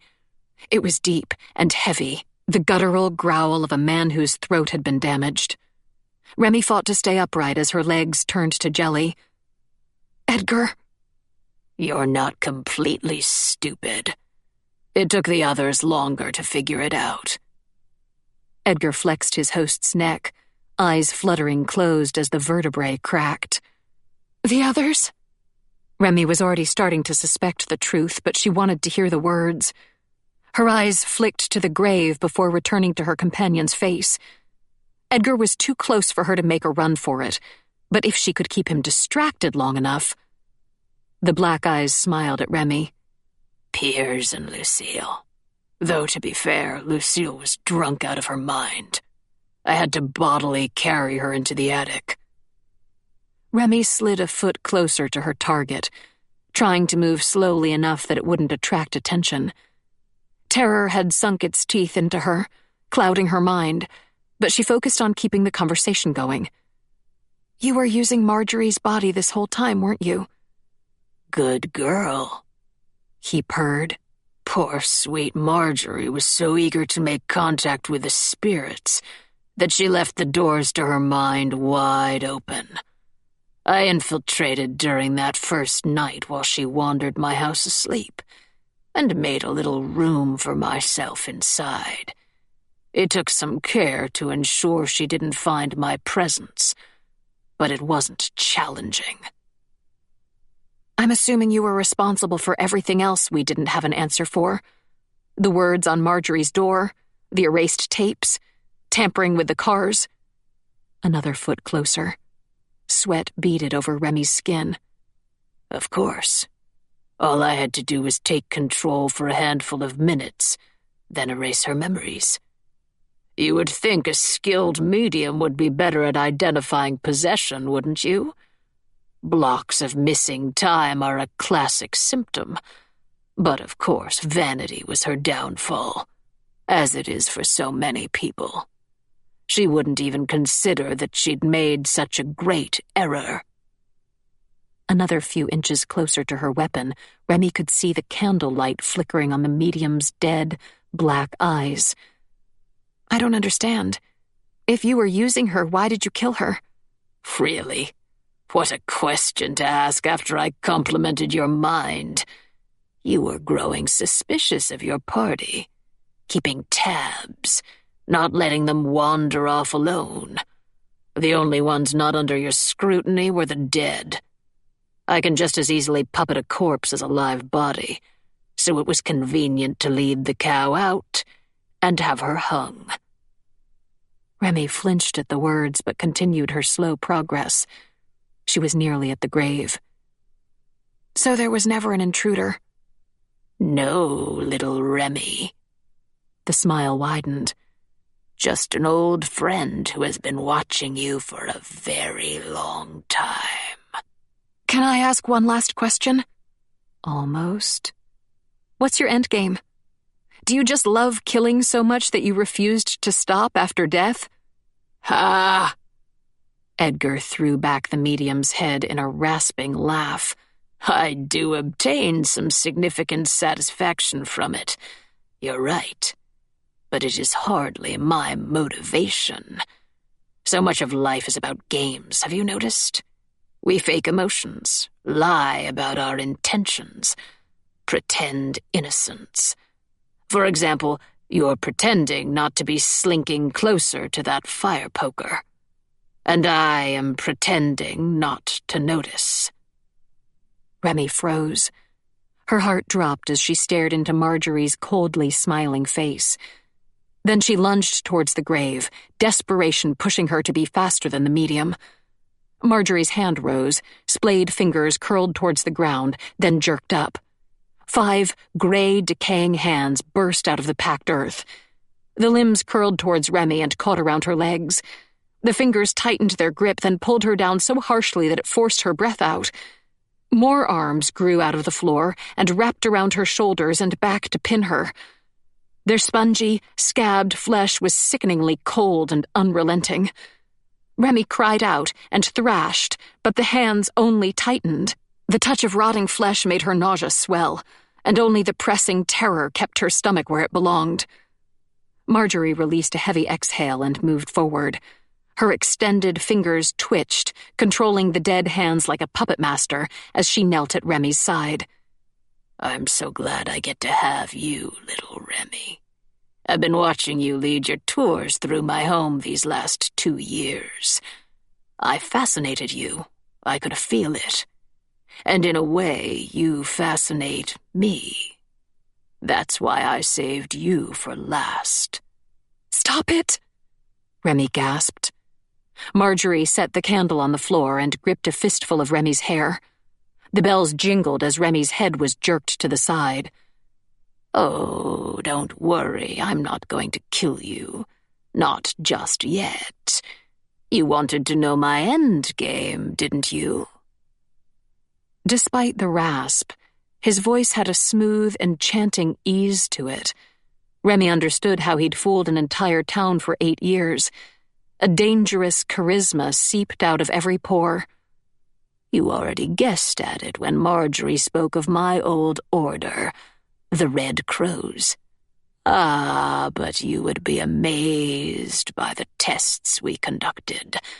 We were still training for our greatest experiment when the church persecuted and killed my kin. I was a child then and spared, but never forgot my teachings. Something sharp pierced the back of her neck. Remy tried to squirm away, but the holds on her hair and her body constricted like a straitjacket. All beings on Earth are made up of energy. Humans, animals, ghosts. With enough energy, almost anything is possible. The scratching, stinging pain grew over the back of Remy's neck. Edgar was using one of Marjorie's fingernails, and Remy felt sick when she realized he must be carving the symbol into her neck. With enough energy, a ghost could restore his mortal form. He could live again. Immortal. Edgar exhaled a laugh. That is Carrow's purpose, my dear. This emblem binds souls to me. They cannot escape. Not as long as the house stands. And so they have been gathering energy these past decades. It has slowly built, accumulating to phenomenal levels, leading us to this night. At the height of my storm, and with you and your friends as living sacrifices, I shall walk this earth again. The words cut off with a low, cracking thwack. Marjorie's head jerked back. A look of surprise widened her eyes and slackened her jaw. Her body was still for a moment, then she collapsed onto the ground. In the space behind her stood Bernard. his features gray with dust, Mark's bloodied bat held high. Chapter 42. Revelry. Bernard staggered, then reached a hand towards Remy. "Quick, we need to run." Shock made Remy sluggish to respond. She blinked at Marjorie's fallen body, then at Bernard. Finally, awareness clicked into place and she began squirming. The cold corpse hands holding her down had gone limp and sloughed away. "How did you—" "Later. We need to move." Breathless, he pulled Remy to her feet, then snatched up Marjorie's candle and turned towards the stairs. Remy turned back to Mark. His face was paper white, save for where blood stained it. "We need to help." "There's no time, damn it. We'll come back for him later."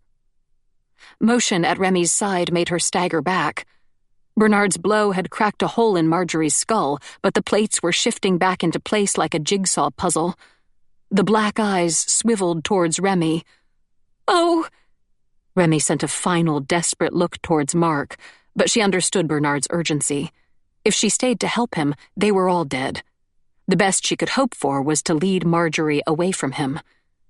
She ran for the exit, leaping around the open graves, no longer worried about the unstable earth. Bernard was already climbing the stairs, one hand holding the candle ahead, and the other pulling on the rail to lengthen his strides. Remy, lighter and still riding on adrenaline, caught up near the top of the steps. "What are we doing?" "Winging it." Sweat soaked into the powder that coated his face, and his eyes were frantic as he burst through the basement door. The foyer was filled with people.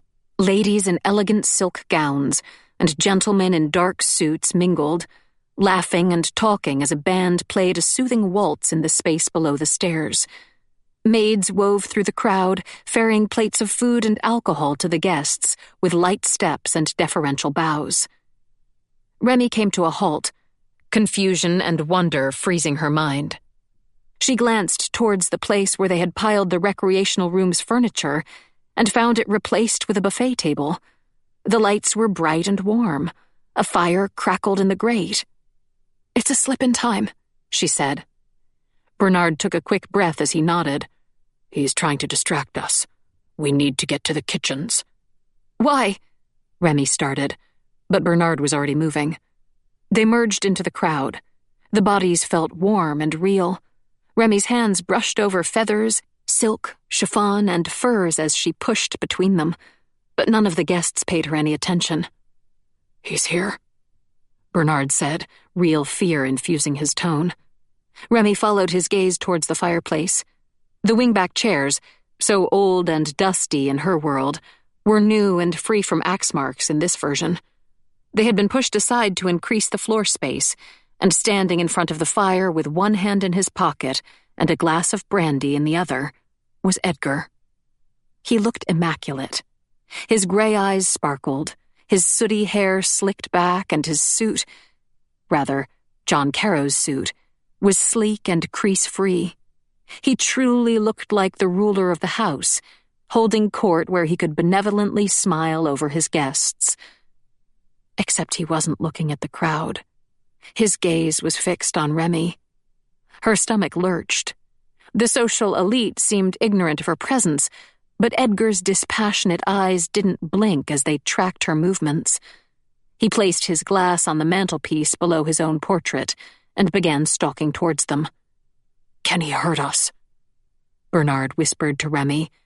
"No idea. Don't want to find out." They veered away from Edgar to take a more circular course to the kitchen and broke into a run. Remy had to fight her way through the bodies.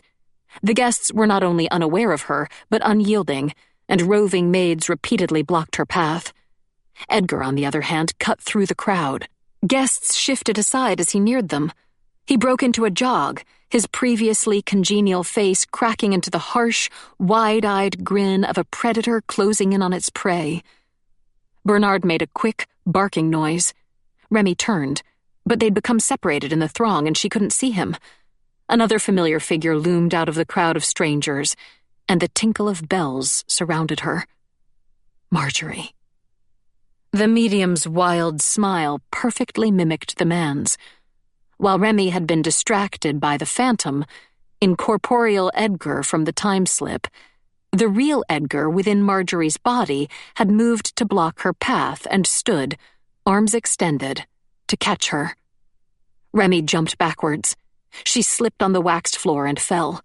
In a split second, Marjorie was on her, pinning her to the cold tile. The world suddenly felt much colder.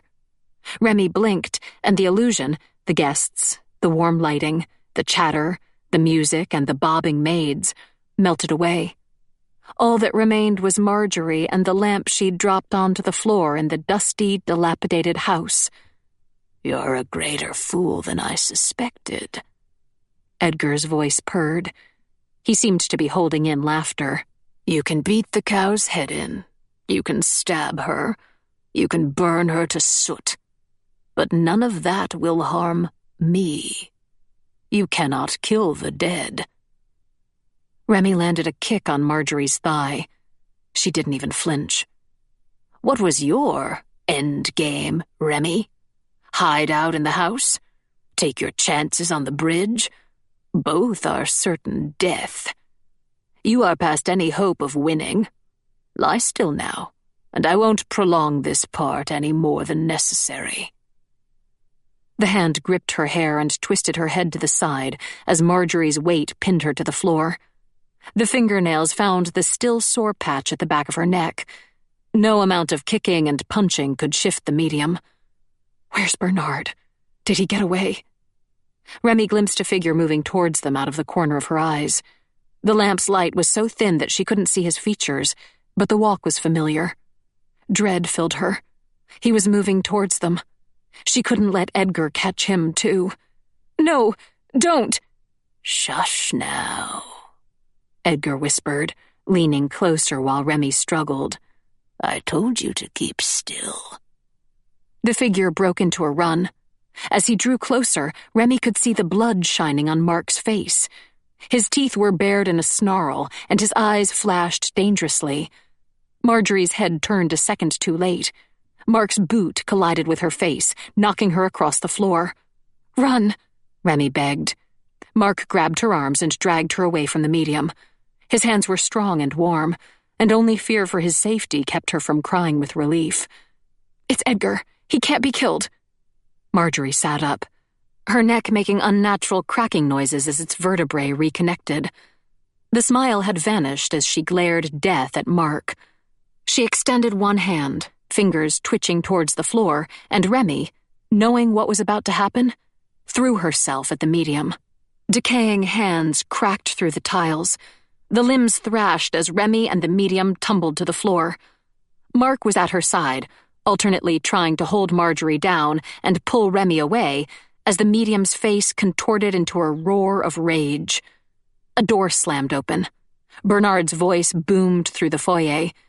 "Hold her down." He ran out of the kitchens, something small clasped in his hand. Remy grunted as Marjorie's hand fastened around her neck and squeezed. "You cannot win," Edgar snarled. Remy gagged as the fingers tightened, but she leaned her weight into the medium. The cold, rotting hands were slinking up her legs and around her torso to scrabble at and grip her skin. Spittle flew from Marjorie's mouth as Edgar laughed. "Hold her," Bernard repeated. He skidded to a halt above Marjorie's head. Both Remy and Mark applied their weight to keep the medium down. Bernard held up the object he'd fetched and poised it over her head. A salt shaker. Remy would have laughed if she hadn't been so frantic. Why on earth did he fetch a salt shaker? Marjorie's eyes bulged, and the laughter became a snarl. Bernard shook the salt, pouring grains onto the medium's head, and a memory hit Remy. During her séance, Marjorie had used salt to attack the spirit circling them. She'd called it a cleansing element that she'd often used in cases of hauntings and possessions. It hadn't removed him, but the wailing shriek suggested it had hurt him. At least during the séance, her salt had been kept in an elegant bowl and treated reverently. Even amidst the oxygen deprivation, panic, and horror, Remy was acutely aware of how ridiculous Bernard looked shaking salt over the medium as though he were seasoning his dinner. It was working, though. The hand around Remy's throat loosened. Smoke rose from Marjorie's forehead and cheeks, the tiny plumes popping up anywhere the salt hit her, and the snarl grew into an ear-splitting howl. The scabbed, dead hands attempting to hold Remy twitched. Their fingers scrabbled erratically, then they turned limp. One by one, they slithered back through the holes in the tiles. Remy felt electricity buzzing around her, so dense that it stung her skin. A deep rumble shook the building. Marjorie writhed, and Remy applied her whole weight to the medium's torso to keep her grounded as Bernard continued to thump the salt shaker's base. A wave of immense pressure threw them back. Remy skidded across the floor, then curled into a ball, winded and with her ears ringing. The rattling earthquake subsided, and the prickling electricity faded. Remy gingerly sat up and turned towards the foyer's center. Marjorie lay limp and silent. Chapter 43. Dirt and Salt. Bernard and Mark had both been thrown back by the shockwave. They shuffled towards Remy, wiping at sweat-blinded eyes and fresh scrapes. "You okay?" Mark gripped Remy's shoulders, his dark, anxious eyes glancing over her. "Yeah, but I don't think you can say the same." She reached towards his bloodied face, but didn't touch him for fear of hurting him more. "That's a nasty cut." "I'm sure it looks worse than it actually is. And even if it's not, it's better than it could be." He exhaled heavily. "At least you're all right. I woke in the basement and heard you yell. I thought—" He bent forward, exhaustion dropping his shoulders, and Remy pulled him closer. She rested her head against his shoulder and felt him lean into her warmth. His ragged breaths ghosted over her ear. Unable to deny herself any longer, she pressed a soft, feather-light kiss to his neck. His breath caught. He pulled back, and Remy felt the ache of loss as he separated himself from her. But he didn't go far. His lips grazed over her cheek, seeking her mouth, and she tilted her head up to meet the kiss. It was warm and hungry and gentle, all at the same time. Not even the tang of blood and dirt could make her want to pull back. Mark's hands moved over her shoulders in a caress. His finger grazed the cut at the back of her neck, and Remy twitched back. "Sorry," he said. A giddy, shocked laugh escaped her, and she leaned her forehead back against his shoulder. "I'm not." "Don't mind me." Bernard's tone dripped irritable sarcasm. He sat facing Marjorie, his elbows resting on his bent knees. "Take your time. It's not like we're in a dire life-or-death situation or anything." Remy shuffled around so that she sat beside Mark instead of leaning into him, and brushed stray hair away from her face. "Sorry, Bernard. Are you all right?" "I suppose." His face twitched into something that was probably meant to be a smile. Then it collapsed into grief. "I never thought I'd have to kill my employer." Remy's gaze drifted towards Marjorie. The older woman's body lay on its back, arms spread, eyes closed. "You didn't. That was all Edgar." He scratched at his wrist. "The end result's the same, isn't it?" Remy glanced between the two men. "What happened in the hallway? Hands grabbed me, and when I got away I couldn't find you." "I was knocked out, I guess," Mark said. "I don't remember anything until I woke up in the basement." "And I fell through the hallway wall," Bernard said.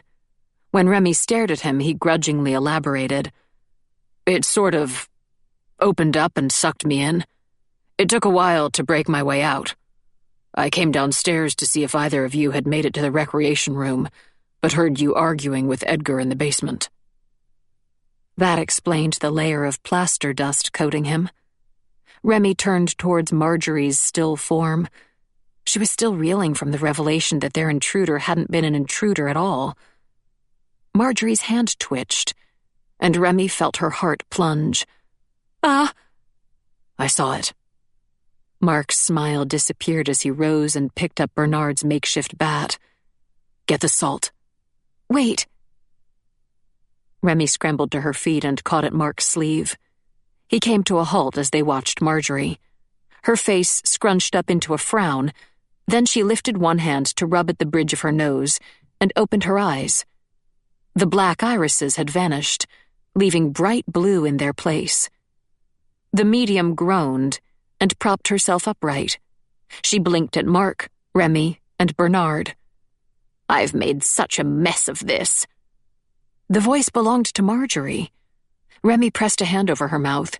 Tears overflowed as she crossed the room, dropped to her knees, and wrapped her arms around the medium. "You're alive!" The words came out as tight gasps. "I can't believe it." "Oh, don't fuss, dear." Marjorie patted her hair. "I have a ghastly headache, and we can't afford to relax just yet."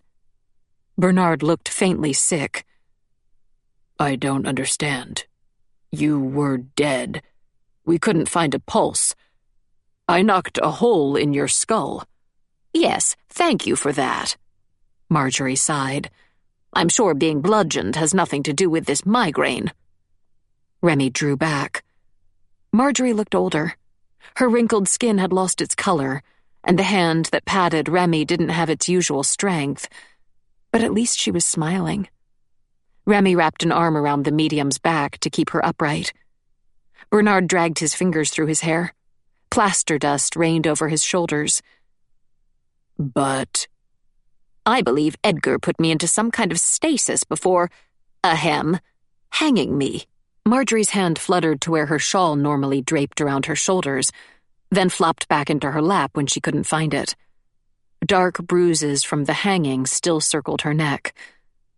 "I caught glimpses of what he was doing, like during a dream, but was powerless to control my own body. It was an experience I'd rather not repeat." Mark crouched at her side. "So he deliberately kept you alive? Wouldn't it have been easier to kill you outright?" "Certainly, but I suspect he needed living sacrifices for what he planned for tonight. So he put me into a coma, for lack of a better word, and repaired my body when my loyal friend gave me the Judas treatment and put a hole in my head." Bernard laughed weakly. He still looked sick. "In all seriousness, I don't blame you, dear. You did what you had to do." Marjorie dropped her head and exhaled. "This mess is my fault. I owe you all my deepest apologies. My foolishness has caused a great deal of misery for us all, and the night's not over, I'm afraid."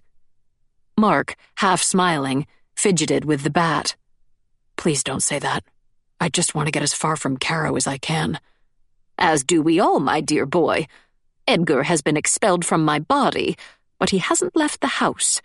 He's hurt and he's angry, and he can kill us a lot more easily than we can kill him."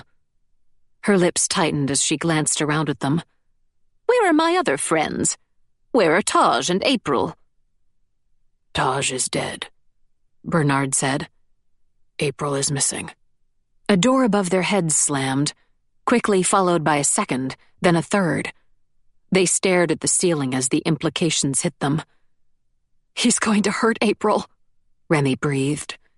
"He has her trapped up there, and he can't attack us, so he's going after her instead." Marjorie's expression darkened.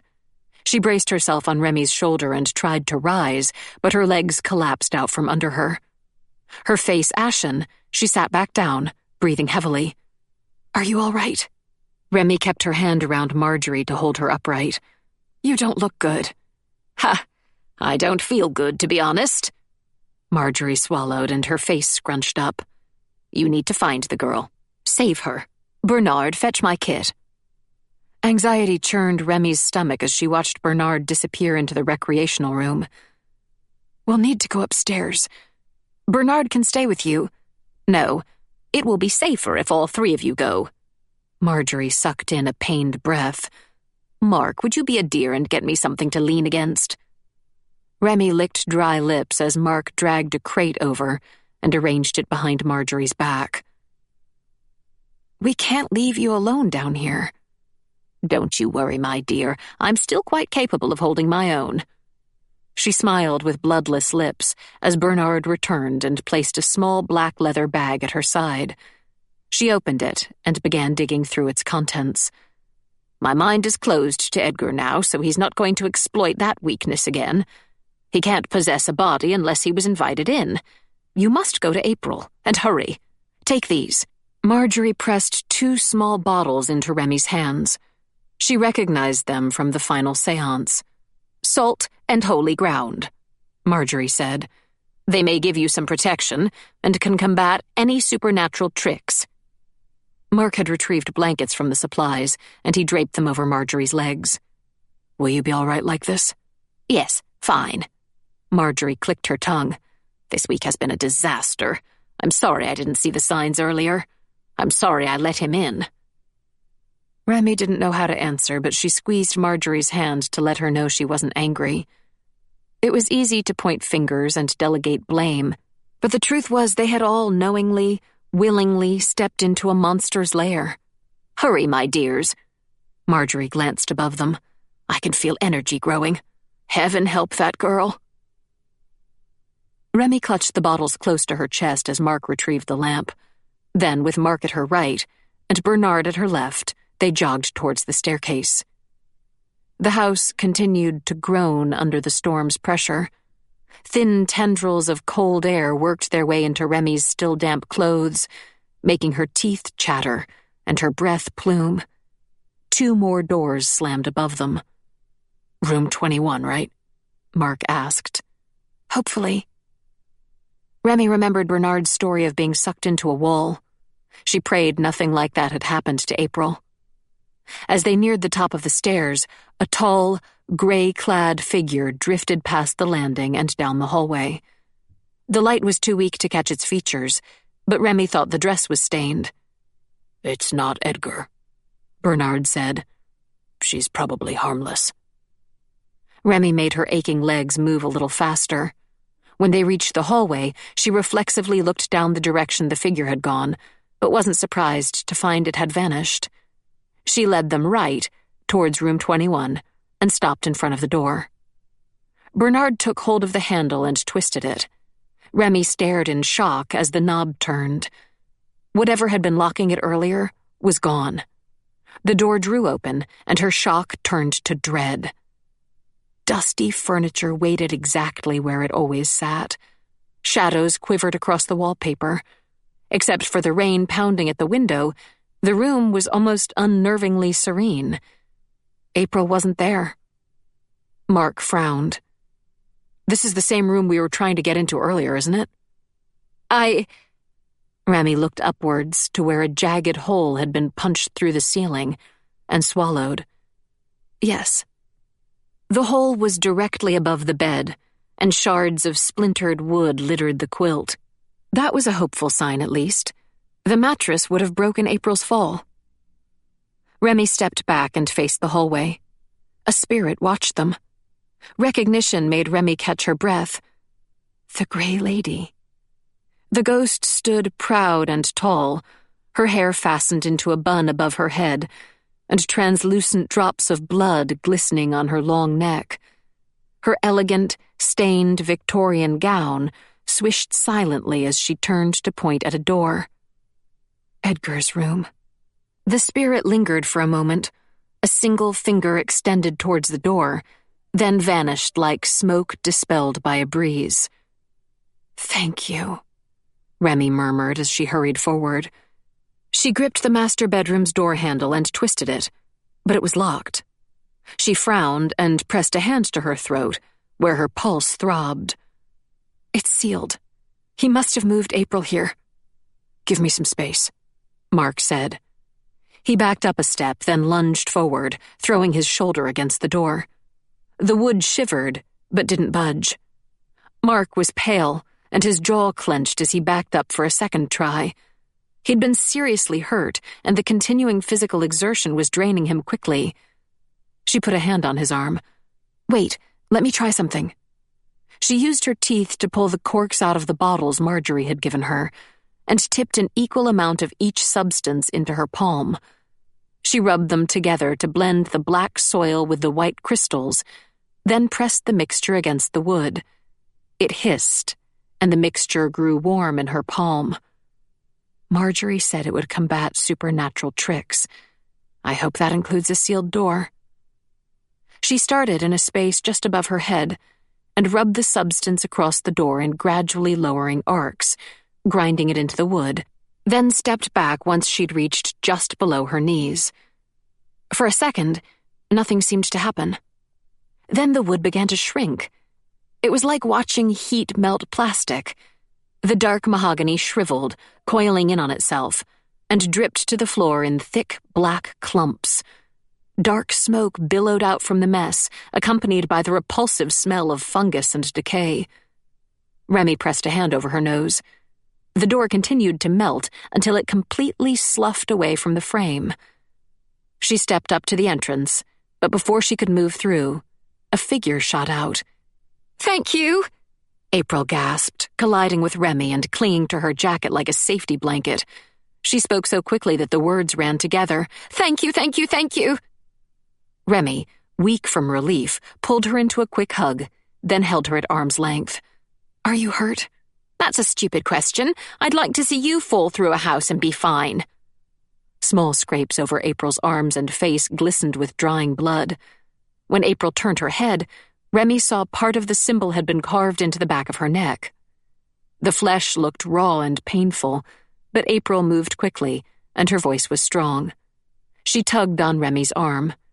"We need to get out, right now. Edgar's here. He's fighting that other guy, but I don't know how long they can keep it up." "Other guy?" Remy turned back to the room as a massive impact shook the wall. Two figures wrestled, lurching across the room, punching and snarling as they battled for the upper hand. Both had gray hair. Both had long, thin faces. Both had gray eyes. The only differences were a few inches in height and a few pounds of weight. "Oh," Remy murmured, her heart dropping. "I didn't think John's ghost was trapped here." John Carrow and Edgar Porter's spirits battled with an all-consuming vehemence. Everything Remy had read about the old doctor said he was a gentle, patient man, but he didn't look it as he clawed at Edgar's transparent form. Spending a century trapped in Carrow seemed to have woken a sharp ferocity in him. He was fighting against harsh odds, though. Edgar was crueler, more practiced, and far more vicious. The painting hung opposite the bed, the portrait of John and Maria, had been scorched black. The idea occurred to Remy that their spirits had been held in the painting, kept there through the decades as they watched their home be turned into a graveyard. Edgar broke free and tried to run for the door, only to be dragged back to the ground by John. The doctor's fist rose and fell at a near-blinding speed. Although the blows jerked Edgar's face back, they didn't damage it. Edgar kicked John in the chest, breaking free from his hold. Remy tipped the last of the salt and dirt into her hand, then hurled it towards Edgar. Plumes of dark smoke rose from his form as it hit him, and his back arched as he shrieked. John was on him in a second, forcing him to the ground, and they tumbled across the floor. The salt had hurt Edgar, but Remy knew it wasn't enough to defeat him. You can't kill what's already dead. Back downstairs. Remy pushed April ahead of herself. John's energy is going to be limited. He won't be able to hold Edgar for long. April squinted up at her as they ran for the stairs. What are we going to do? Hope Marjorie has an idea? Marjorie, but she's... A roar echoed out of Edgar's bedroom. Something heavy hit the wall, shaking flecks of dust and plaster loose from the ceiling. April put her head down and focused on running. They skidded onto the stairs and stumbled down them. Marjorie sat where they'd left her, her back propped against one of Mark's cases, and her hands sat limply on her blanket-covered lap. Her chin rested on her neck, and her eyes were closed. Dread created a bitter taste in Remy's mouth. She ran ahead of the group and dropped to the medium's side. The woman's shoulder felt cold when she shook it. Marjorie? Just resting, dear.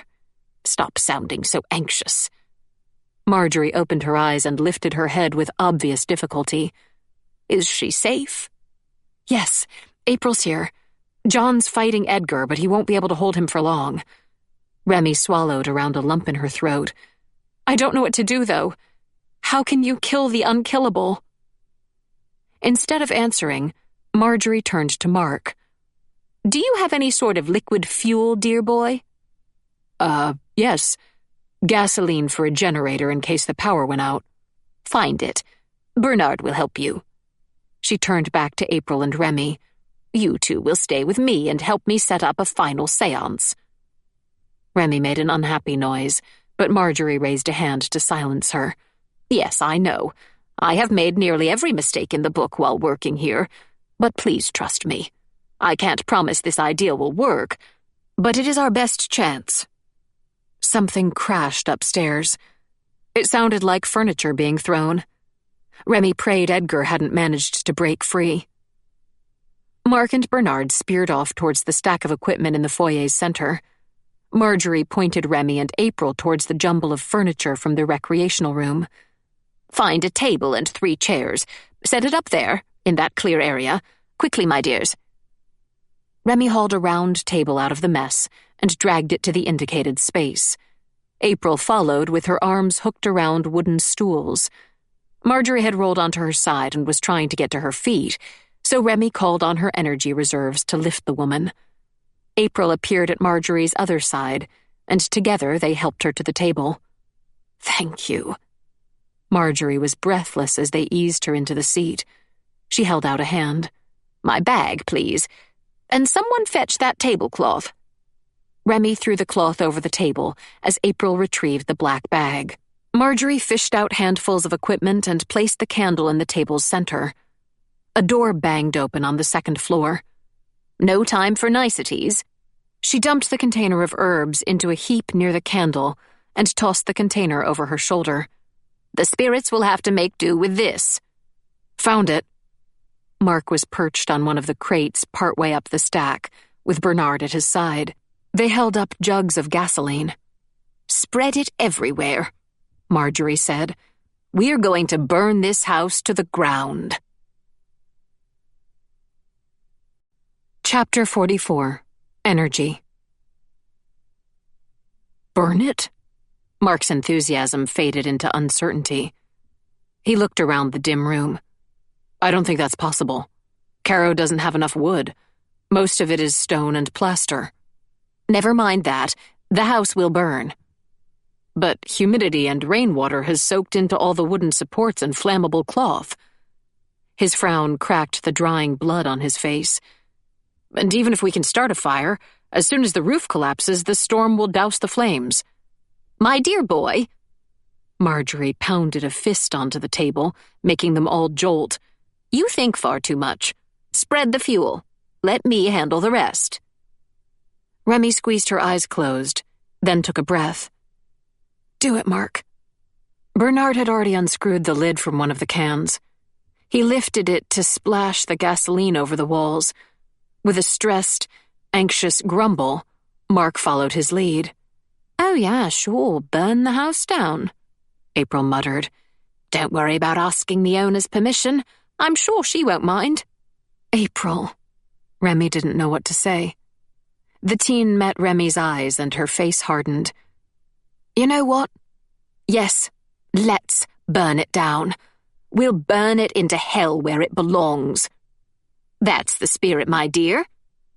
Marjorie lit the candle, then reached out to Remy and April. They sat at the table and joined hands to form a circle. Red visited me while you were upstairs. I asked the poor child to gather all of the friends that she could. Let's see how many have answered our call. Calm your minds. Be respectful. Follow my lead. Remy wished she could laugh. She doubted a week of meditating would be enough to calm her mind after what she'd been through in Carrow. She did her best, though, pushing back the fear for her remaining friends, her guilt over the lost, the awareness that Edgar was only a flight of stairs away from them, and the growing panic that they might never escape Carrow. She took a slow breath, felt her bruised ribs ache, and bowed her head as she tightened her grip on the hands to either side of her. Denizens of Carrow, Marjorie's smooth, loud voice boomed through the foyer. Her grip was frighteningly weak, but she managed to put immense force into her words. We call on you tonight. With your aid, we will expel Edgar Porter, the parasite that plagues this building. With your power, we will have justice. Remy drew a shocked breath. Energy prickled her skin and made her hairs stand on end. She opened her eyes. The room was filled with figures. Men in suits, women in gowns, and travelers in rags. She saw the girl in the red dress, the gray-clad lady who had shown them where to find April, and the man with the cleaver embedded in his skull. They moved towards the table, watching Marjorie. Mark had frozen near the recreational room, a carton of fuel clasped in each hand, his eyes wide as he stared at the spirits. Then he shook himself and kept moving, splashing the fuel across the wall, floor, and any furniture he passed. More spirits gathered with every second. The dead maid stepped out of the basement, and the man with the missing jaw descended the staircase. The drowned woman she'd mistaken for Lucille in the rock pools glided through the closed front door. There were others, too, spirits she'd never seen or heard of before. Some nursed lacerations or cracked skulls. Others dripped translucent water from a drowning death. All were Edgar's victims, all trapped in his house, denied the right of moving on to their next life, used as batteries for his selfish purposes. Remy tried to find Lucille's and Piers's spirits, but there were too many ghosts. They formed a circle around the table, their eyes fixed on Marjorie as they waited for her to speak. A shaky smile brightened Marjorie's face. Thank you for heeding my call, dear friends. Tonight, Edgar's arrogance will be his end. He thought he could control the energy he hoarded here, but he forgot that his power fuels you equally. Look at how strong you are. Look how bright you shine. Carrow is a feast. Tap into its energy and consume it for one single purpose. Fire. Marjorie broke the circle to hold the candle high above her head. The flames spluttered, then flared, growing so large and bright that wax dribbled over Marjorie's hand and onto the table. If the wax burnt her, the medium didn't show it. She lifted the candle even higher, inviting the heat. The flame hissed as it grew. Sparks shot out of the wick and fizzled across the room in a long arc. One touched the ground where gasoline had been spread, and within seconds a blaze circled the room. Yes, Marjorie crowed as another ember left the candle and floated into the foyer's other corner. Consume it all. Purge this ground. Burn your cage and be free. The spirits moved in a blur, their individual forms and faces no longer clear. As they passed through the flames, the fire merged with their bodies. They blazed brighter and brighter as they spread through the building. Stop! The guttural, furious roar pulled Remy's attention towards the staircase. Edgar raced towards them, his face contorting unnaturally, and his gray eyes blazing. The fight with John had left 3 long cuts across his face. Black energy coiled around him, and a sickening coldness spread through the area. The growing flames started to flicker and die as heat was sucked out of them. Do not be afraid, Marjorie screamed. Edgar cannot chain you any longer. Dozens of flaming spirits rushed Edgar. They twisted around him, their fire tangling with his black energy as his roar changed into a shriek. Remy, shocked and horrified, rose out of her seat. They were consuming him. Teeth and fingers dug into his form, tearing off chunks of his translucent flesh. The fire spread over the marks, hissing and fizzling while burning deep into his body. Yes! Marjorie dropped the candle and held both hands toward the ceiling as triumph lit her face. He cannot hurt you anymore, my dears. Taste justice. Have your revenge. Edgar had disappeared beneath a swarm of the spirits. His scream rose, then broke into a horrific gurgle. The fire grew and spread. It consumed anything it touched. Not just the fabric lounges and wooden tables, but the stones as well. Flames climbed the walls towards the second floor. Immense heat rolled off it, and Remy went from shaking with cold to gasping for breath in a matter of seconds. Bernard and Mark joined them back at the table. Perspiration poured down their faces, but Mark grinned. It's working. Edgar was a fool to store so much energy in one place.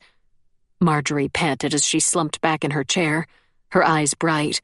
Look at how fast the flames are spreading. April pressed a hand over her mouth as she began coughing, and Remy wrapped an arm around the girl's shoulder. We need to move. The fire will block the exit soon. Oh. Marjorie blinked as though the thought hadn't occurred to her, then glanced towards where the flames were licking close to the main doors. Yes, you need to go. Quickly, get outside. We need to go.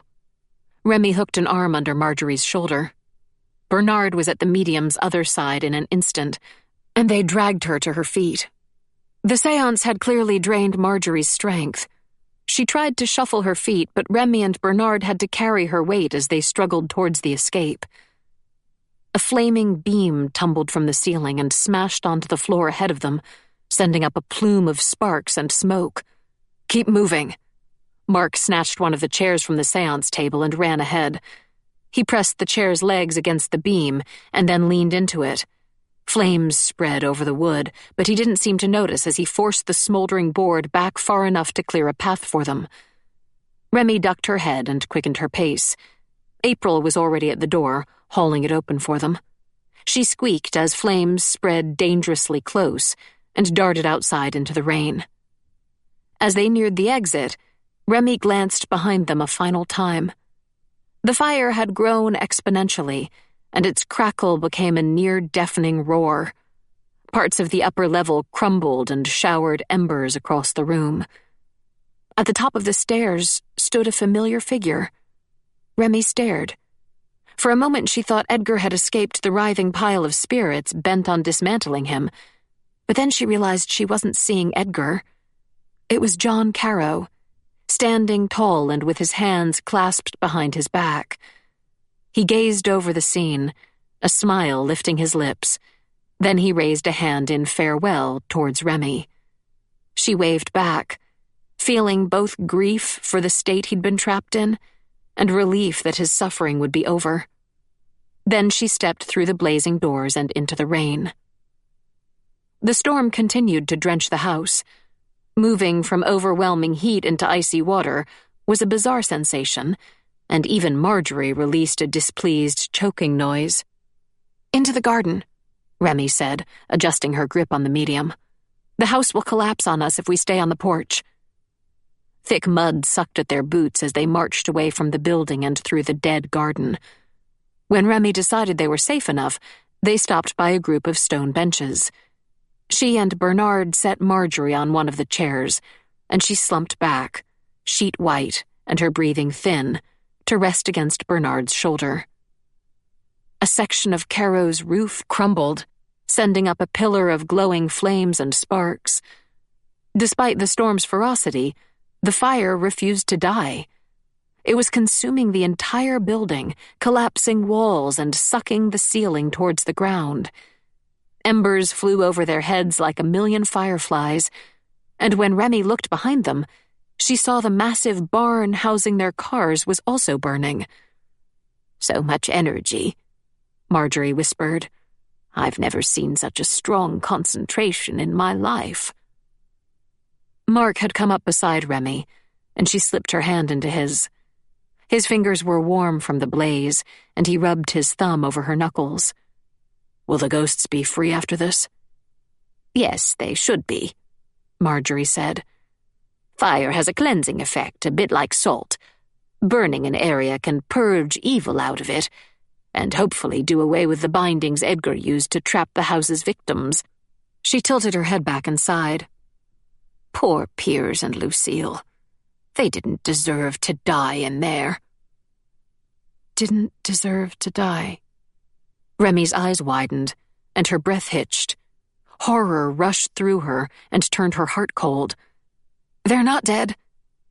April shot her a suspicious glance. What? He needed live sacrifices. Remy pulled her hand free from Mark's and began running.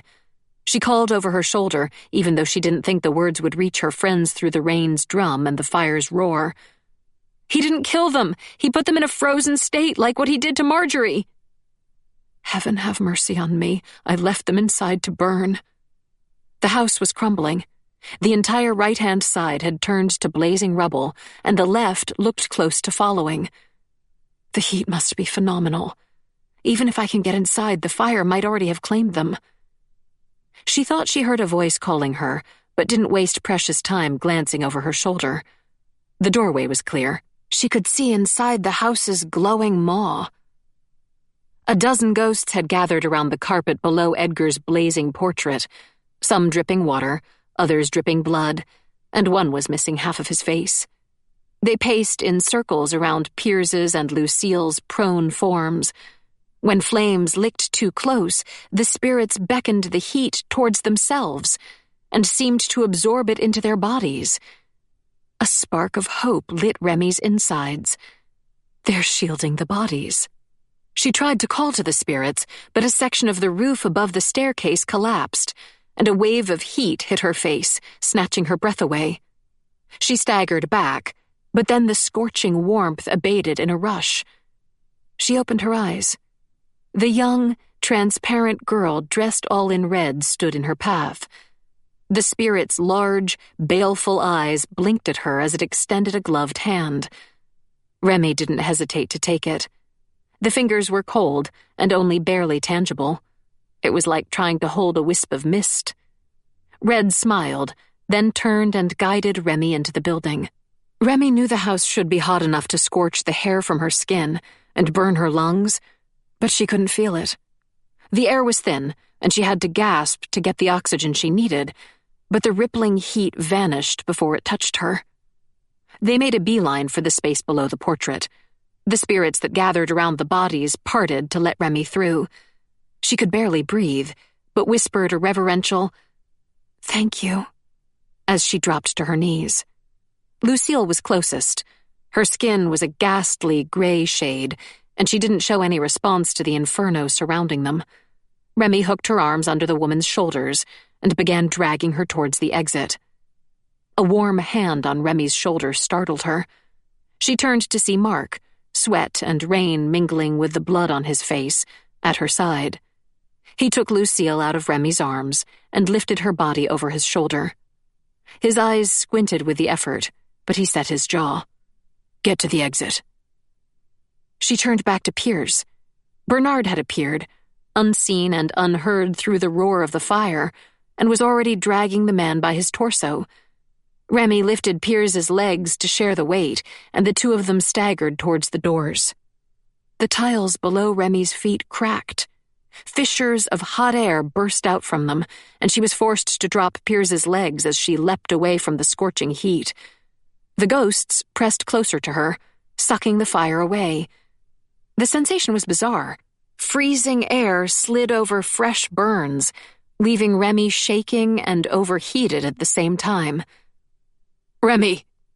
Mark's voice was hard to hear over the crackle, even when he yelled. "It's going to collapse. Get to the door." Bernard held more strength in his wiry frame than Remy had imagined. He leaned back as he hauled his cargo to the door, and Piers's bare feet jiggled over the tiles. Remy moved forward to help, but the ground shook. She dropped to her hands and knees, and the tiles ahead of her fingertips broke in half as a fissure grew across the room.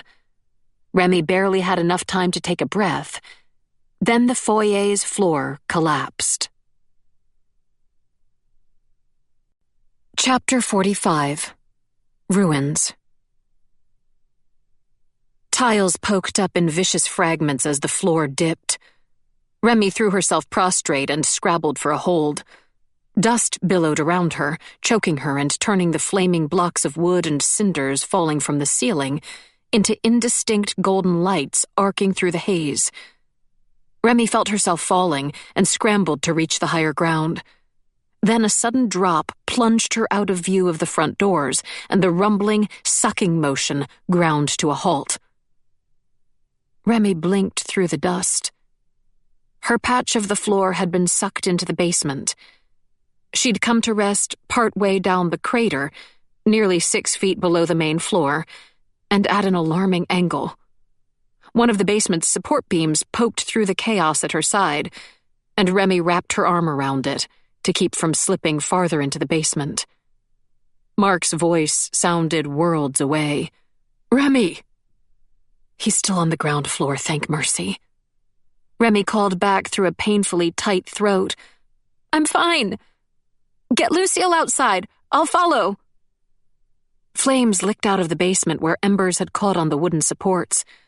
Ghosts darted around Remy, protecting her from the heat, but she could feel their effects waning. Their forms were growing fainter, and the fire licked closer as Carrow's energy was consumed. She had minutes, at most, to get to the door. Remy turned to the slope and hunted for a handhold. A rasping, gasping noise came from the basement, and she twisted to look over her shoulder. A figure crawled across the smashed foyer tiles and basement dirt below. Remy's insides turned cold. The shape was familiar, but horribly distorted. The ghosts had torn chunks of flesh out of his arms and face, leaving scorched, smoldering lines across his features. His eyes seemed to glow as he crawled towards Remy.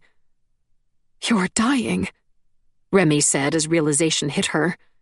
Edgar's form was too bright and too sharp. He was consuming Carrow's energy at a phenomenal rate. When it was gone, when the last of his batteries expired, he would lose his tether to the physical world. He seemed to know it. His jaws opened, but only a rasping gurgle escaped the tattered remains of his throat. And yet, he continued to crawl towards her, dragging nearer to her perch with each extension of his tattered limbs. Remy didn't want to find out what would happen if he reached her. She turned and began scrambling up the incline. The broken tiles nicked her fingertips, but she tried to block the pain out of her mind as she clambered higher. The foyer was only a few feet above her. If she could just get a good purchase... A rock hit her thigh. Remy flinched. Then the support beam she'd been leaning on lurched to the side, taking her balance with it. Another rock clipped her ear, and Remy clung to the slope with one hand and lifted the other to protect her head. Poltergeist. She threw a glance over her shoulder.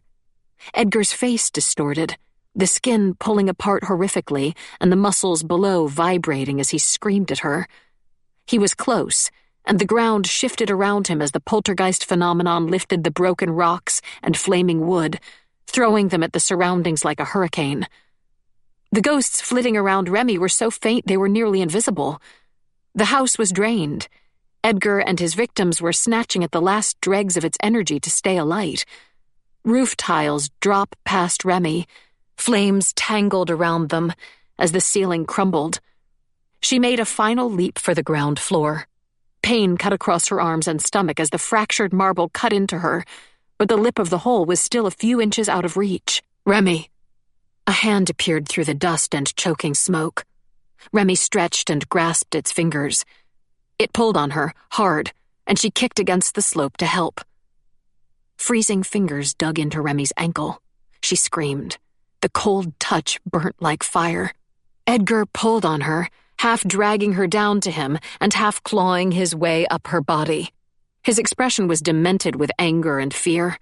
Remy kicked, but the grip was unbreakable. Salt. Holy ground. She wormed her hand out of the man's grip and reached into her jacket pocket where she'd stashed Marjorie's bottles. They were empty, but she prayed the residue inside the glass would be enough to hurt the spirit. She looked over her shoulder just long enough to see Edgar's twisted, insane features. Then she threw the bottles at him. They passed through his form, just below his shredded throat, and his strangled snarl turned into a scream. The hand released her ankle. Remy threw her arm up to grab the hand offered to her and scrambled against the slope to get over the crater's lip and back into the foyer. Mark pulled her close as they tumbled away from the hole. Shaking fingers brushed over her hair and touched her face, checking her. The arm around her shoulders was tight enough to ache. Remy clutched him back. She wanted to never let him go. Mark bent close to her ear. Can you stand? We need to get out. Quickly. Yes.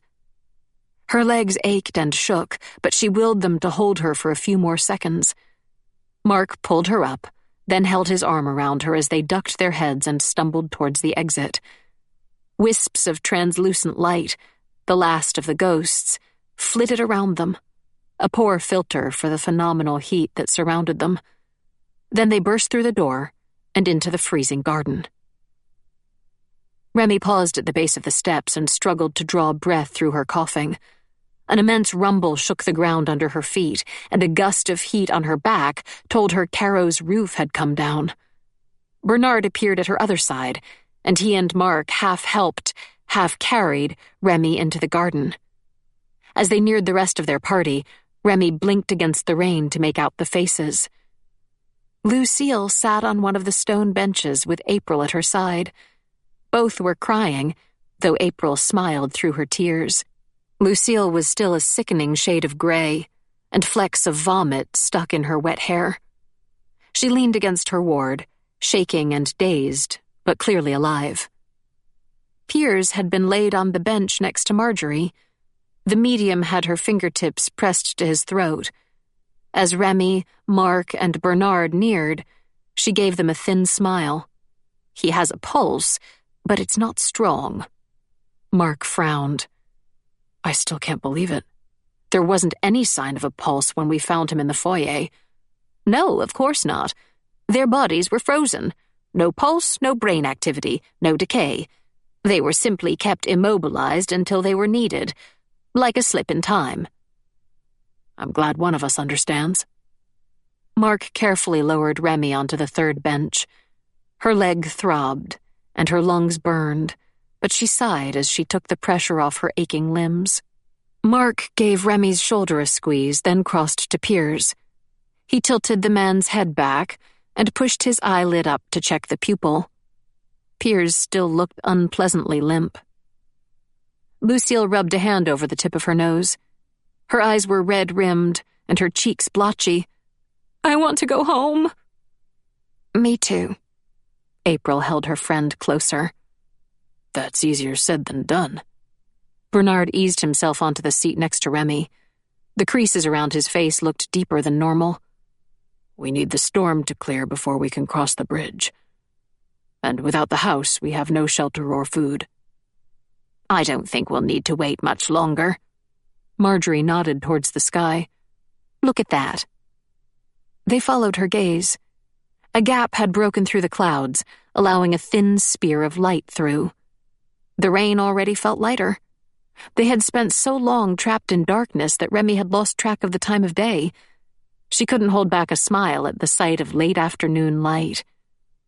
Edgar was influencing the storm after all, Mark said. Now that he's gone, the rain... Piers tumbled off his stone bench and hit the ground with a heavy thud. Remy darted forward and helped Mark roll the man onto his side so that he wouldn't drown in the mud. Piers? He groaned. Then his body convulsed as he threw up. Remy blinked stinging eyes as she rubbed Piers's shoulder. You're okay. Just breathe. They stayed in the garden as they watched the house burn to the ground. The flames and the storm faded together. By the time Carrow was reduced to rubble, the rain had eased to a sprinkle, and natural light poured through gaps in the clouds. Massive billows of smoke spread from the wreckage, pluming high into the sky. When Remy inhaled, she could taste the difference. The unpleasant taint saturating the area had evaporated. A thought occurred.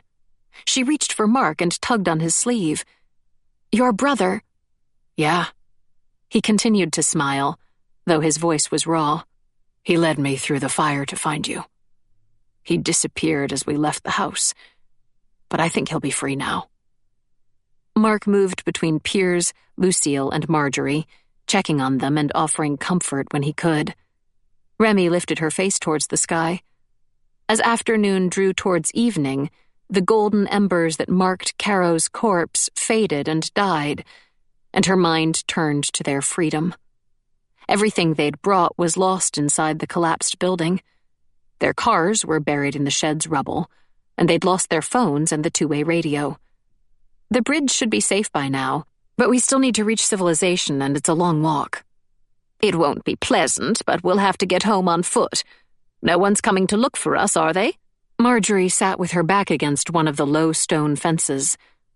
Her eyes were closed, and her hands were limp in her lap, but her tone was crisp. Although the storm had ended, the rain continued to drizzle, and her wet hair stuck to her face. Remy glanced at Lucille, who was lying on the stone bench and using April's lap as a pillow, then at Piers, who was walking in slow, awkward circles, apparently to loosen stiff joints. Maybe just one or two of us should go so the others can rest here. Yes, Mark agreed. Lucille, Piers, and Marjorie all need medical attention. And Remy, I'm worried about your leg. She shifted the burnt foot behind the other. It still throbbed, but not as badly as before. I'm fine. I can walk, but I'll be slow. I'd like to come, please. Piers shot her a tight smile. All I really want right now is a warm bath, an aspirin, and some coffee. And I'll get that faster if I don't wait around here. I'll second that, Marjorie said, but add a bottle of whiskey to my list of desired comforts. Remy said, How about you, Lucille? The woman squinted her eyes open. How far is it? If we can't hail a car, about 4 hours. She made a choking noise and pressed her hands to her damp face. Not a chance. Come on, Lou. April prodded her shoulder. You don't want to sit here for 4 hours, do you? Lucille was silent for a moment, then groaned. I'm not going to enjoy it. None of us are, Remy promised with a thin chuckle. But we'll do better if we start moving now, before night sets in and the temperature drops. They all stood and shuffled toward Carrow's lawns. Remy's joints were stiff from sitting in the wet, but Lucille, Marjorie, and Piers had it worse. Being frozen for days hadn't done their bodies any favors. Remy took one of Lucille's sides with April at her other, and Bernard supported Marjorie, while Mark helped Piers. Spray still drenched the stones, but without the storm beating at it, the ocean no longer flowed over the bridge. They stayed in a tight group as they crossed the structure. Remy tried not to glance down at the sickening drops to either side, and instead focused on the spindly shrubs and sparse trees ahead. She released a held breath as they stepped onto the mainland. It felt good to stand on ground that didn't belong to Carrow. She turned towards the driveway that led to the main road, then frowned. Does anyone else hear that? Yes, Mark said. It's a motor, isn't it? Cars were uncommon in that part of the country. Remy craned her neck to see over the hill. It's too much to hope that someone might be coming to Carrow, but I didn't think we were close enough to the main road to hear any traffic. Headlights cut through the misting rain.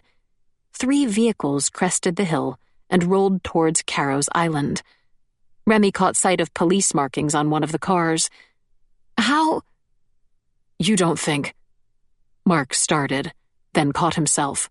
He met Remy's look and frowned. No one else knew we were trapped except for Taj. Hope billowed through Remy. She quickened her pace and raised her hands to hail the cars. 2 police cruisers drew up on the side of the road, followed by an ambulance. The closest car's doors opened, and a familiar figure stepped out. Is everyone all right? Taj called. Remy burst into hysterical, crying laughter. She met Taj halfway to the car and hugged him tightly enough to make him grunt. Steady on, I've got some cracked ribs. Sorry. She pulled back and covered her mouth with a hand. I thought you were... Yeah, me too. He wore a thermal blanket around his shoulders, and his hair was still damp, though his grin was as broad as ever. I'm still not sure what happened. I woke up on a beach about 2 miles away from here. Some huge, bearded guy was dragging me out of the ocean. He was gone by the time I stopped coughing up water. It couldn't be... Remy bit her lip. Sailors often drowned in the waters around Carrow. It couldn't have been a spirit, could it? A spirit, a guardian angel, or maybe some random drunk guy who got lost going home. It doesn't matter to me. The others had all gathered around Taj. Bernard ran his hands through his hair. I can't tell you how happy I am to see you. And not just for your sake. You brought transport. As promised. Taj nodded towards the police, who were waiting with arms folded by their cars. I told them there had been deaths at Carrow and the survivors were trapped by a storm. Now I get here, and first, there's no storm. Second, no one's trapped. Third, no one's dead. And fourth, there's not even a house anymore. He waved a hand towards the black patch that marked where Carrow had once stood. What the hell happened while I was gone? I'll tell you everything later. Remy clapped his shoulder. Right now, I just want to go home. Epilogue. 1 year later. The grandfather clock's patient ticking matched Remy's footsteps as she hurried along the hall. Rain came down in sheets, masking the windows, and her guests' knocks were bordering on frantic. She unbolted and opened the front door, and Marjorie barreled inside, dripping with water despite her umbrella. Thank you, my dear. It's an abysmal day. Sorry we're late. Remy laughed as she took Marjorie's coat and moved back so that Bernard could step inside. You're always late. Did you pass another crash site? We did indeed. Marjorie checked her hair in the hallway mirror, then took her shawl from Bernard and wrapped it around her shoulders. Motorcycle crash 8 years ago. Poor soul was still wandering around in a daze. We got him moved on, didn't we, Bernard? Bernard grunted and shed his coat. Stop sending me invitations, he said to Remy. You know I only come because she's paying me. Psh, I know you'd feel sad if you didn't get an invite. Remy hung the dripping coats on the hooks by the door and indicated towards the sitting room. You know the way. She followed the pair down the hallway. Marjorie's limp was still pronounced, even though she tried to hide it, and she'd developed a frailty she'd never had before Carrow House. But her tongue was as sharp as ever, and the white hair suited her better than the gray had. The large, cozy living room was full of light and chatter. Mark poured drinks while Piers and April eagerly talked at the same time.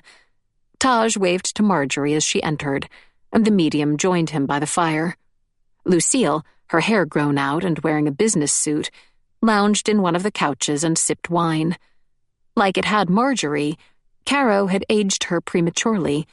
Light wrinkles around her eyes and mouth had taken her glamour, but replaced it with an air of dignity, and she hadn't yet dyed the gray streaks in her blonde hair. It's good to see everyone together, Piers said as Remy resumed her seat. It's been a couple of months, hasn't it? Yeah, we have plenty to catch up on. Remy inclined her head towards April. I heard you joined Taj and Marjorie on a clearing last month. How did it go? Did you like it? Loved it. April, recently 18, had added electric green highlights to her hair. Remy couldn't decide whether they complemented or clashed with the blue streaks. Most of it was pretty boring, April continued, swishing her glass. But Taj got some stuff on tape, and Marjorie says we cleared something, so they're both happy. How did they get along, by the way? Remy glanced towards Marjorie, who was in a heated discussion with Bernard. He was trying to drape a blanket over her legs to stop them from getting cold, but she insisted he was coddling her and that she didn't approve of it. Taj sat beside her, chuckling as he sipped his coffee. Do they bicker as much as they did in Carrow? It's way, way worse. Taj, you're being disrespectful. Marjorie, stop standing in the way of progress. She laughed. They bring out the best and the worst in each other. Oh, and did I tell you? Lucille joined on as our manager. Really? Remy shot a quick look at Lucille, who was chatting with Piers. Is she good at it? Rubbish. She keeps double booking us and invoicing the wrong clients. But I've never seen her so happy. And that makes me happy. Lucille certainly was glowing. Instead of giving off the impression that she thought she was better than her company, she seemed to have found real confidence. Remy was happy for her. Oh, Remy, dear." Marjorie waved Bernard away and leaned over the armrest of her seat. "You and Mark should consider becoming a member of our little outfit. We're becoming quite a team with April and Lucille joining us." "Thank you," Remy laughed. "But I'm happy sticking to graphic design. Carrow was enough to turn me off haunted houses forever." "You say that now, but the bug never dies." Marjorie winked. "You'll call us one day, I'm sure of it." Remy turned to Piers. "What about you? Any lingering desire to explore the secrets of the next life?" He held up both hands. "None whatsoever. I decided that golf isn't such a boring pastime after all. I'm getting quite good at it." Mark emerged from their kitchen, carrying a tray of finger food, which he set on the coffee table between the chairs. Remy held her hands out towards him, and he resumed his place next to her, his long arms wrapping around her. "Storm clouds always have a silver lining," Marjorie said, stretching back in her seat and folding her hands over her stomach. "Look how much we've all grown in this last year. If not for Carrow, we would never have become friends." Remy looked up at Mark and matched his smile. "Yes, I can thank Carrow for a few good things in my life." "Me too," he said. She leaned a fraction closer and lowered her voice to a stage whisper. "They still haven't noticed." He grinned and kissed the top of her head. "Haven't noticed what?" Marjorie's bright eyes fixed them with a scrutinizing stare. "What am I missing?" "That's for you to figure out." Remy's thumb tapped on her new engagement ring. April noticed it first and gave a cry of delight. Remy laughed as she was peppered with congratulations from her friends, punctuated with an "about time" from Bernard. As she fielded their questions, she rubbed at the back of her neck. The scar there itched, the way it did sometimes when it rained. The rest of her scrapes and cuts had faded, but the insignia Edgar had carved into her never had. She, Mark, Marjorie, Piers, Lucille, and April all wore the mark, and although Marjorie insisted the cuts wouldn't cause them any harm now that Edgar was gone, Remy knew it would never let her forget her time at Carrow. She didn't mind. As horrific as the stay there had been, she agreed with Marjorie's sentiment. Carrow had not only given her friends, but also left her with many cherished memories. Taj's enthusiasm and his willingness to risk his life for them. Marjorie's resourcefulness under extreme stress. April's loyalty. Bernard's quiet strength during their final night. The way Mark had run back into the burning building to save her.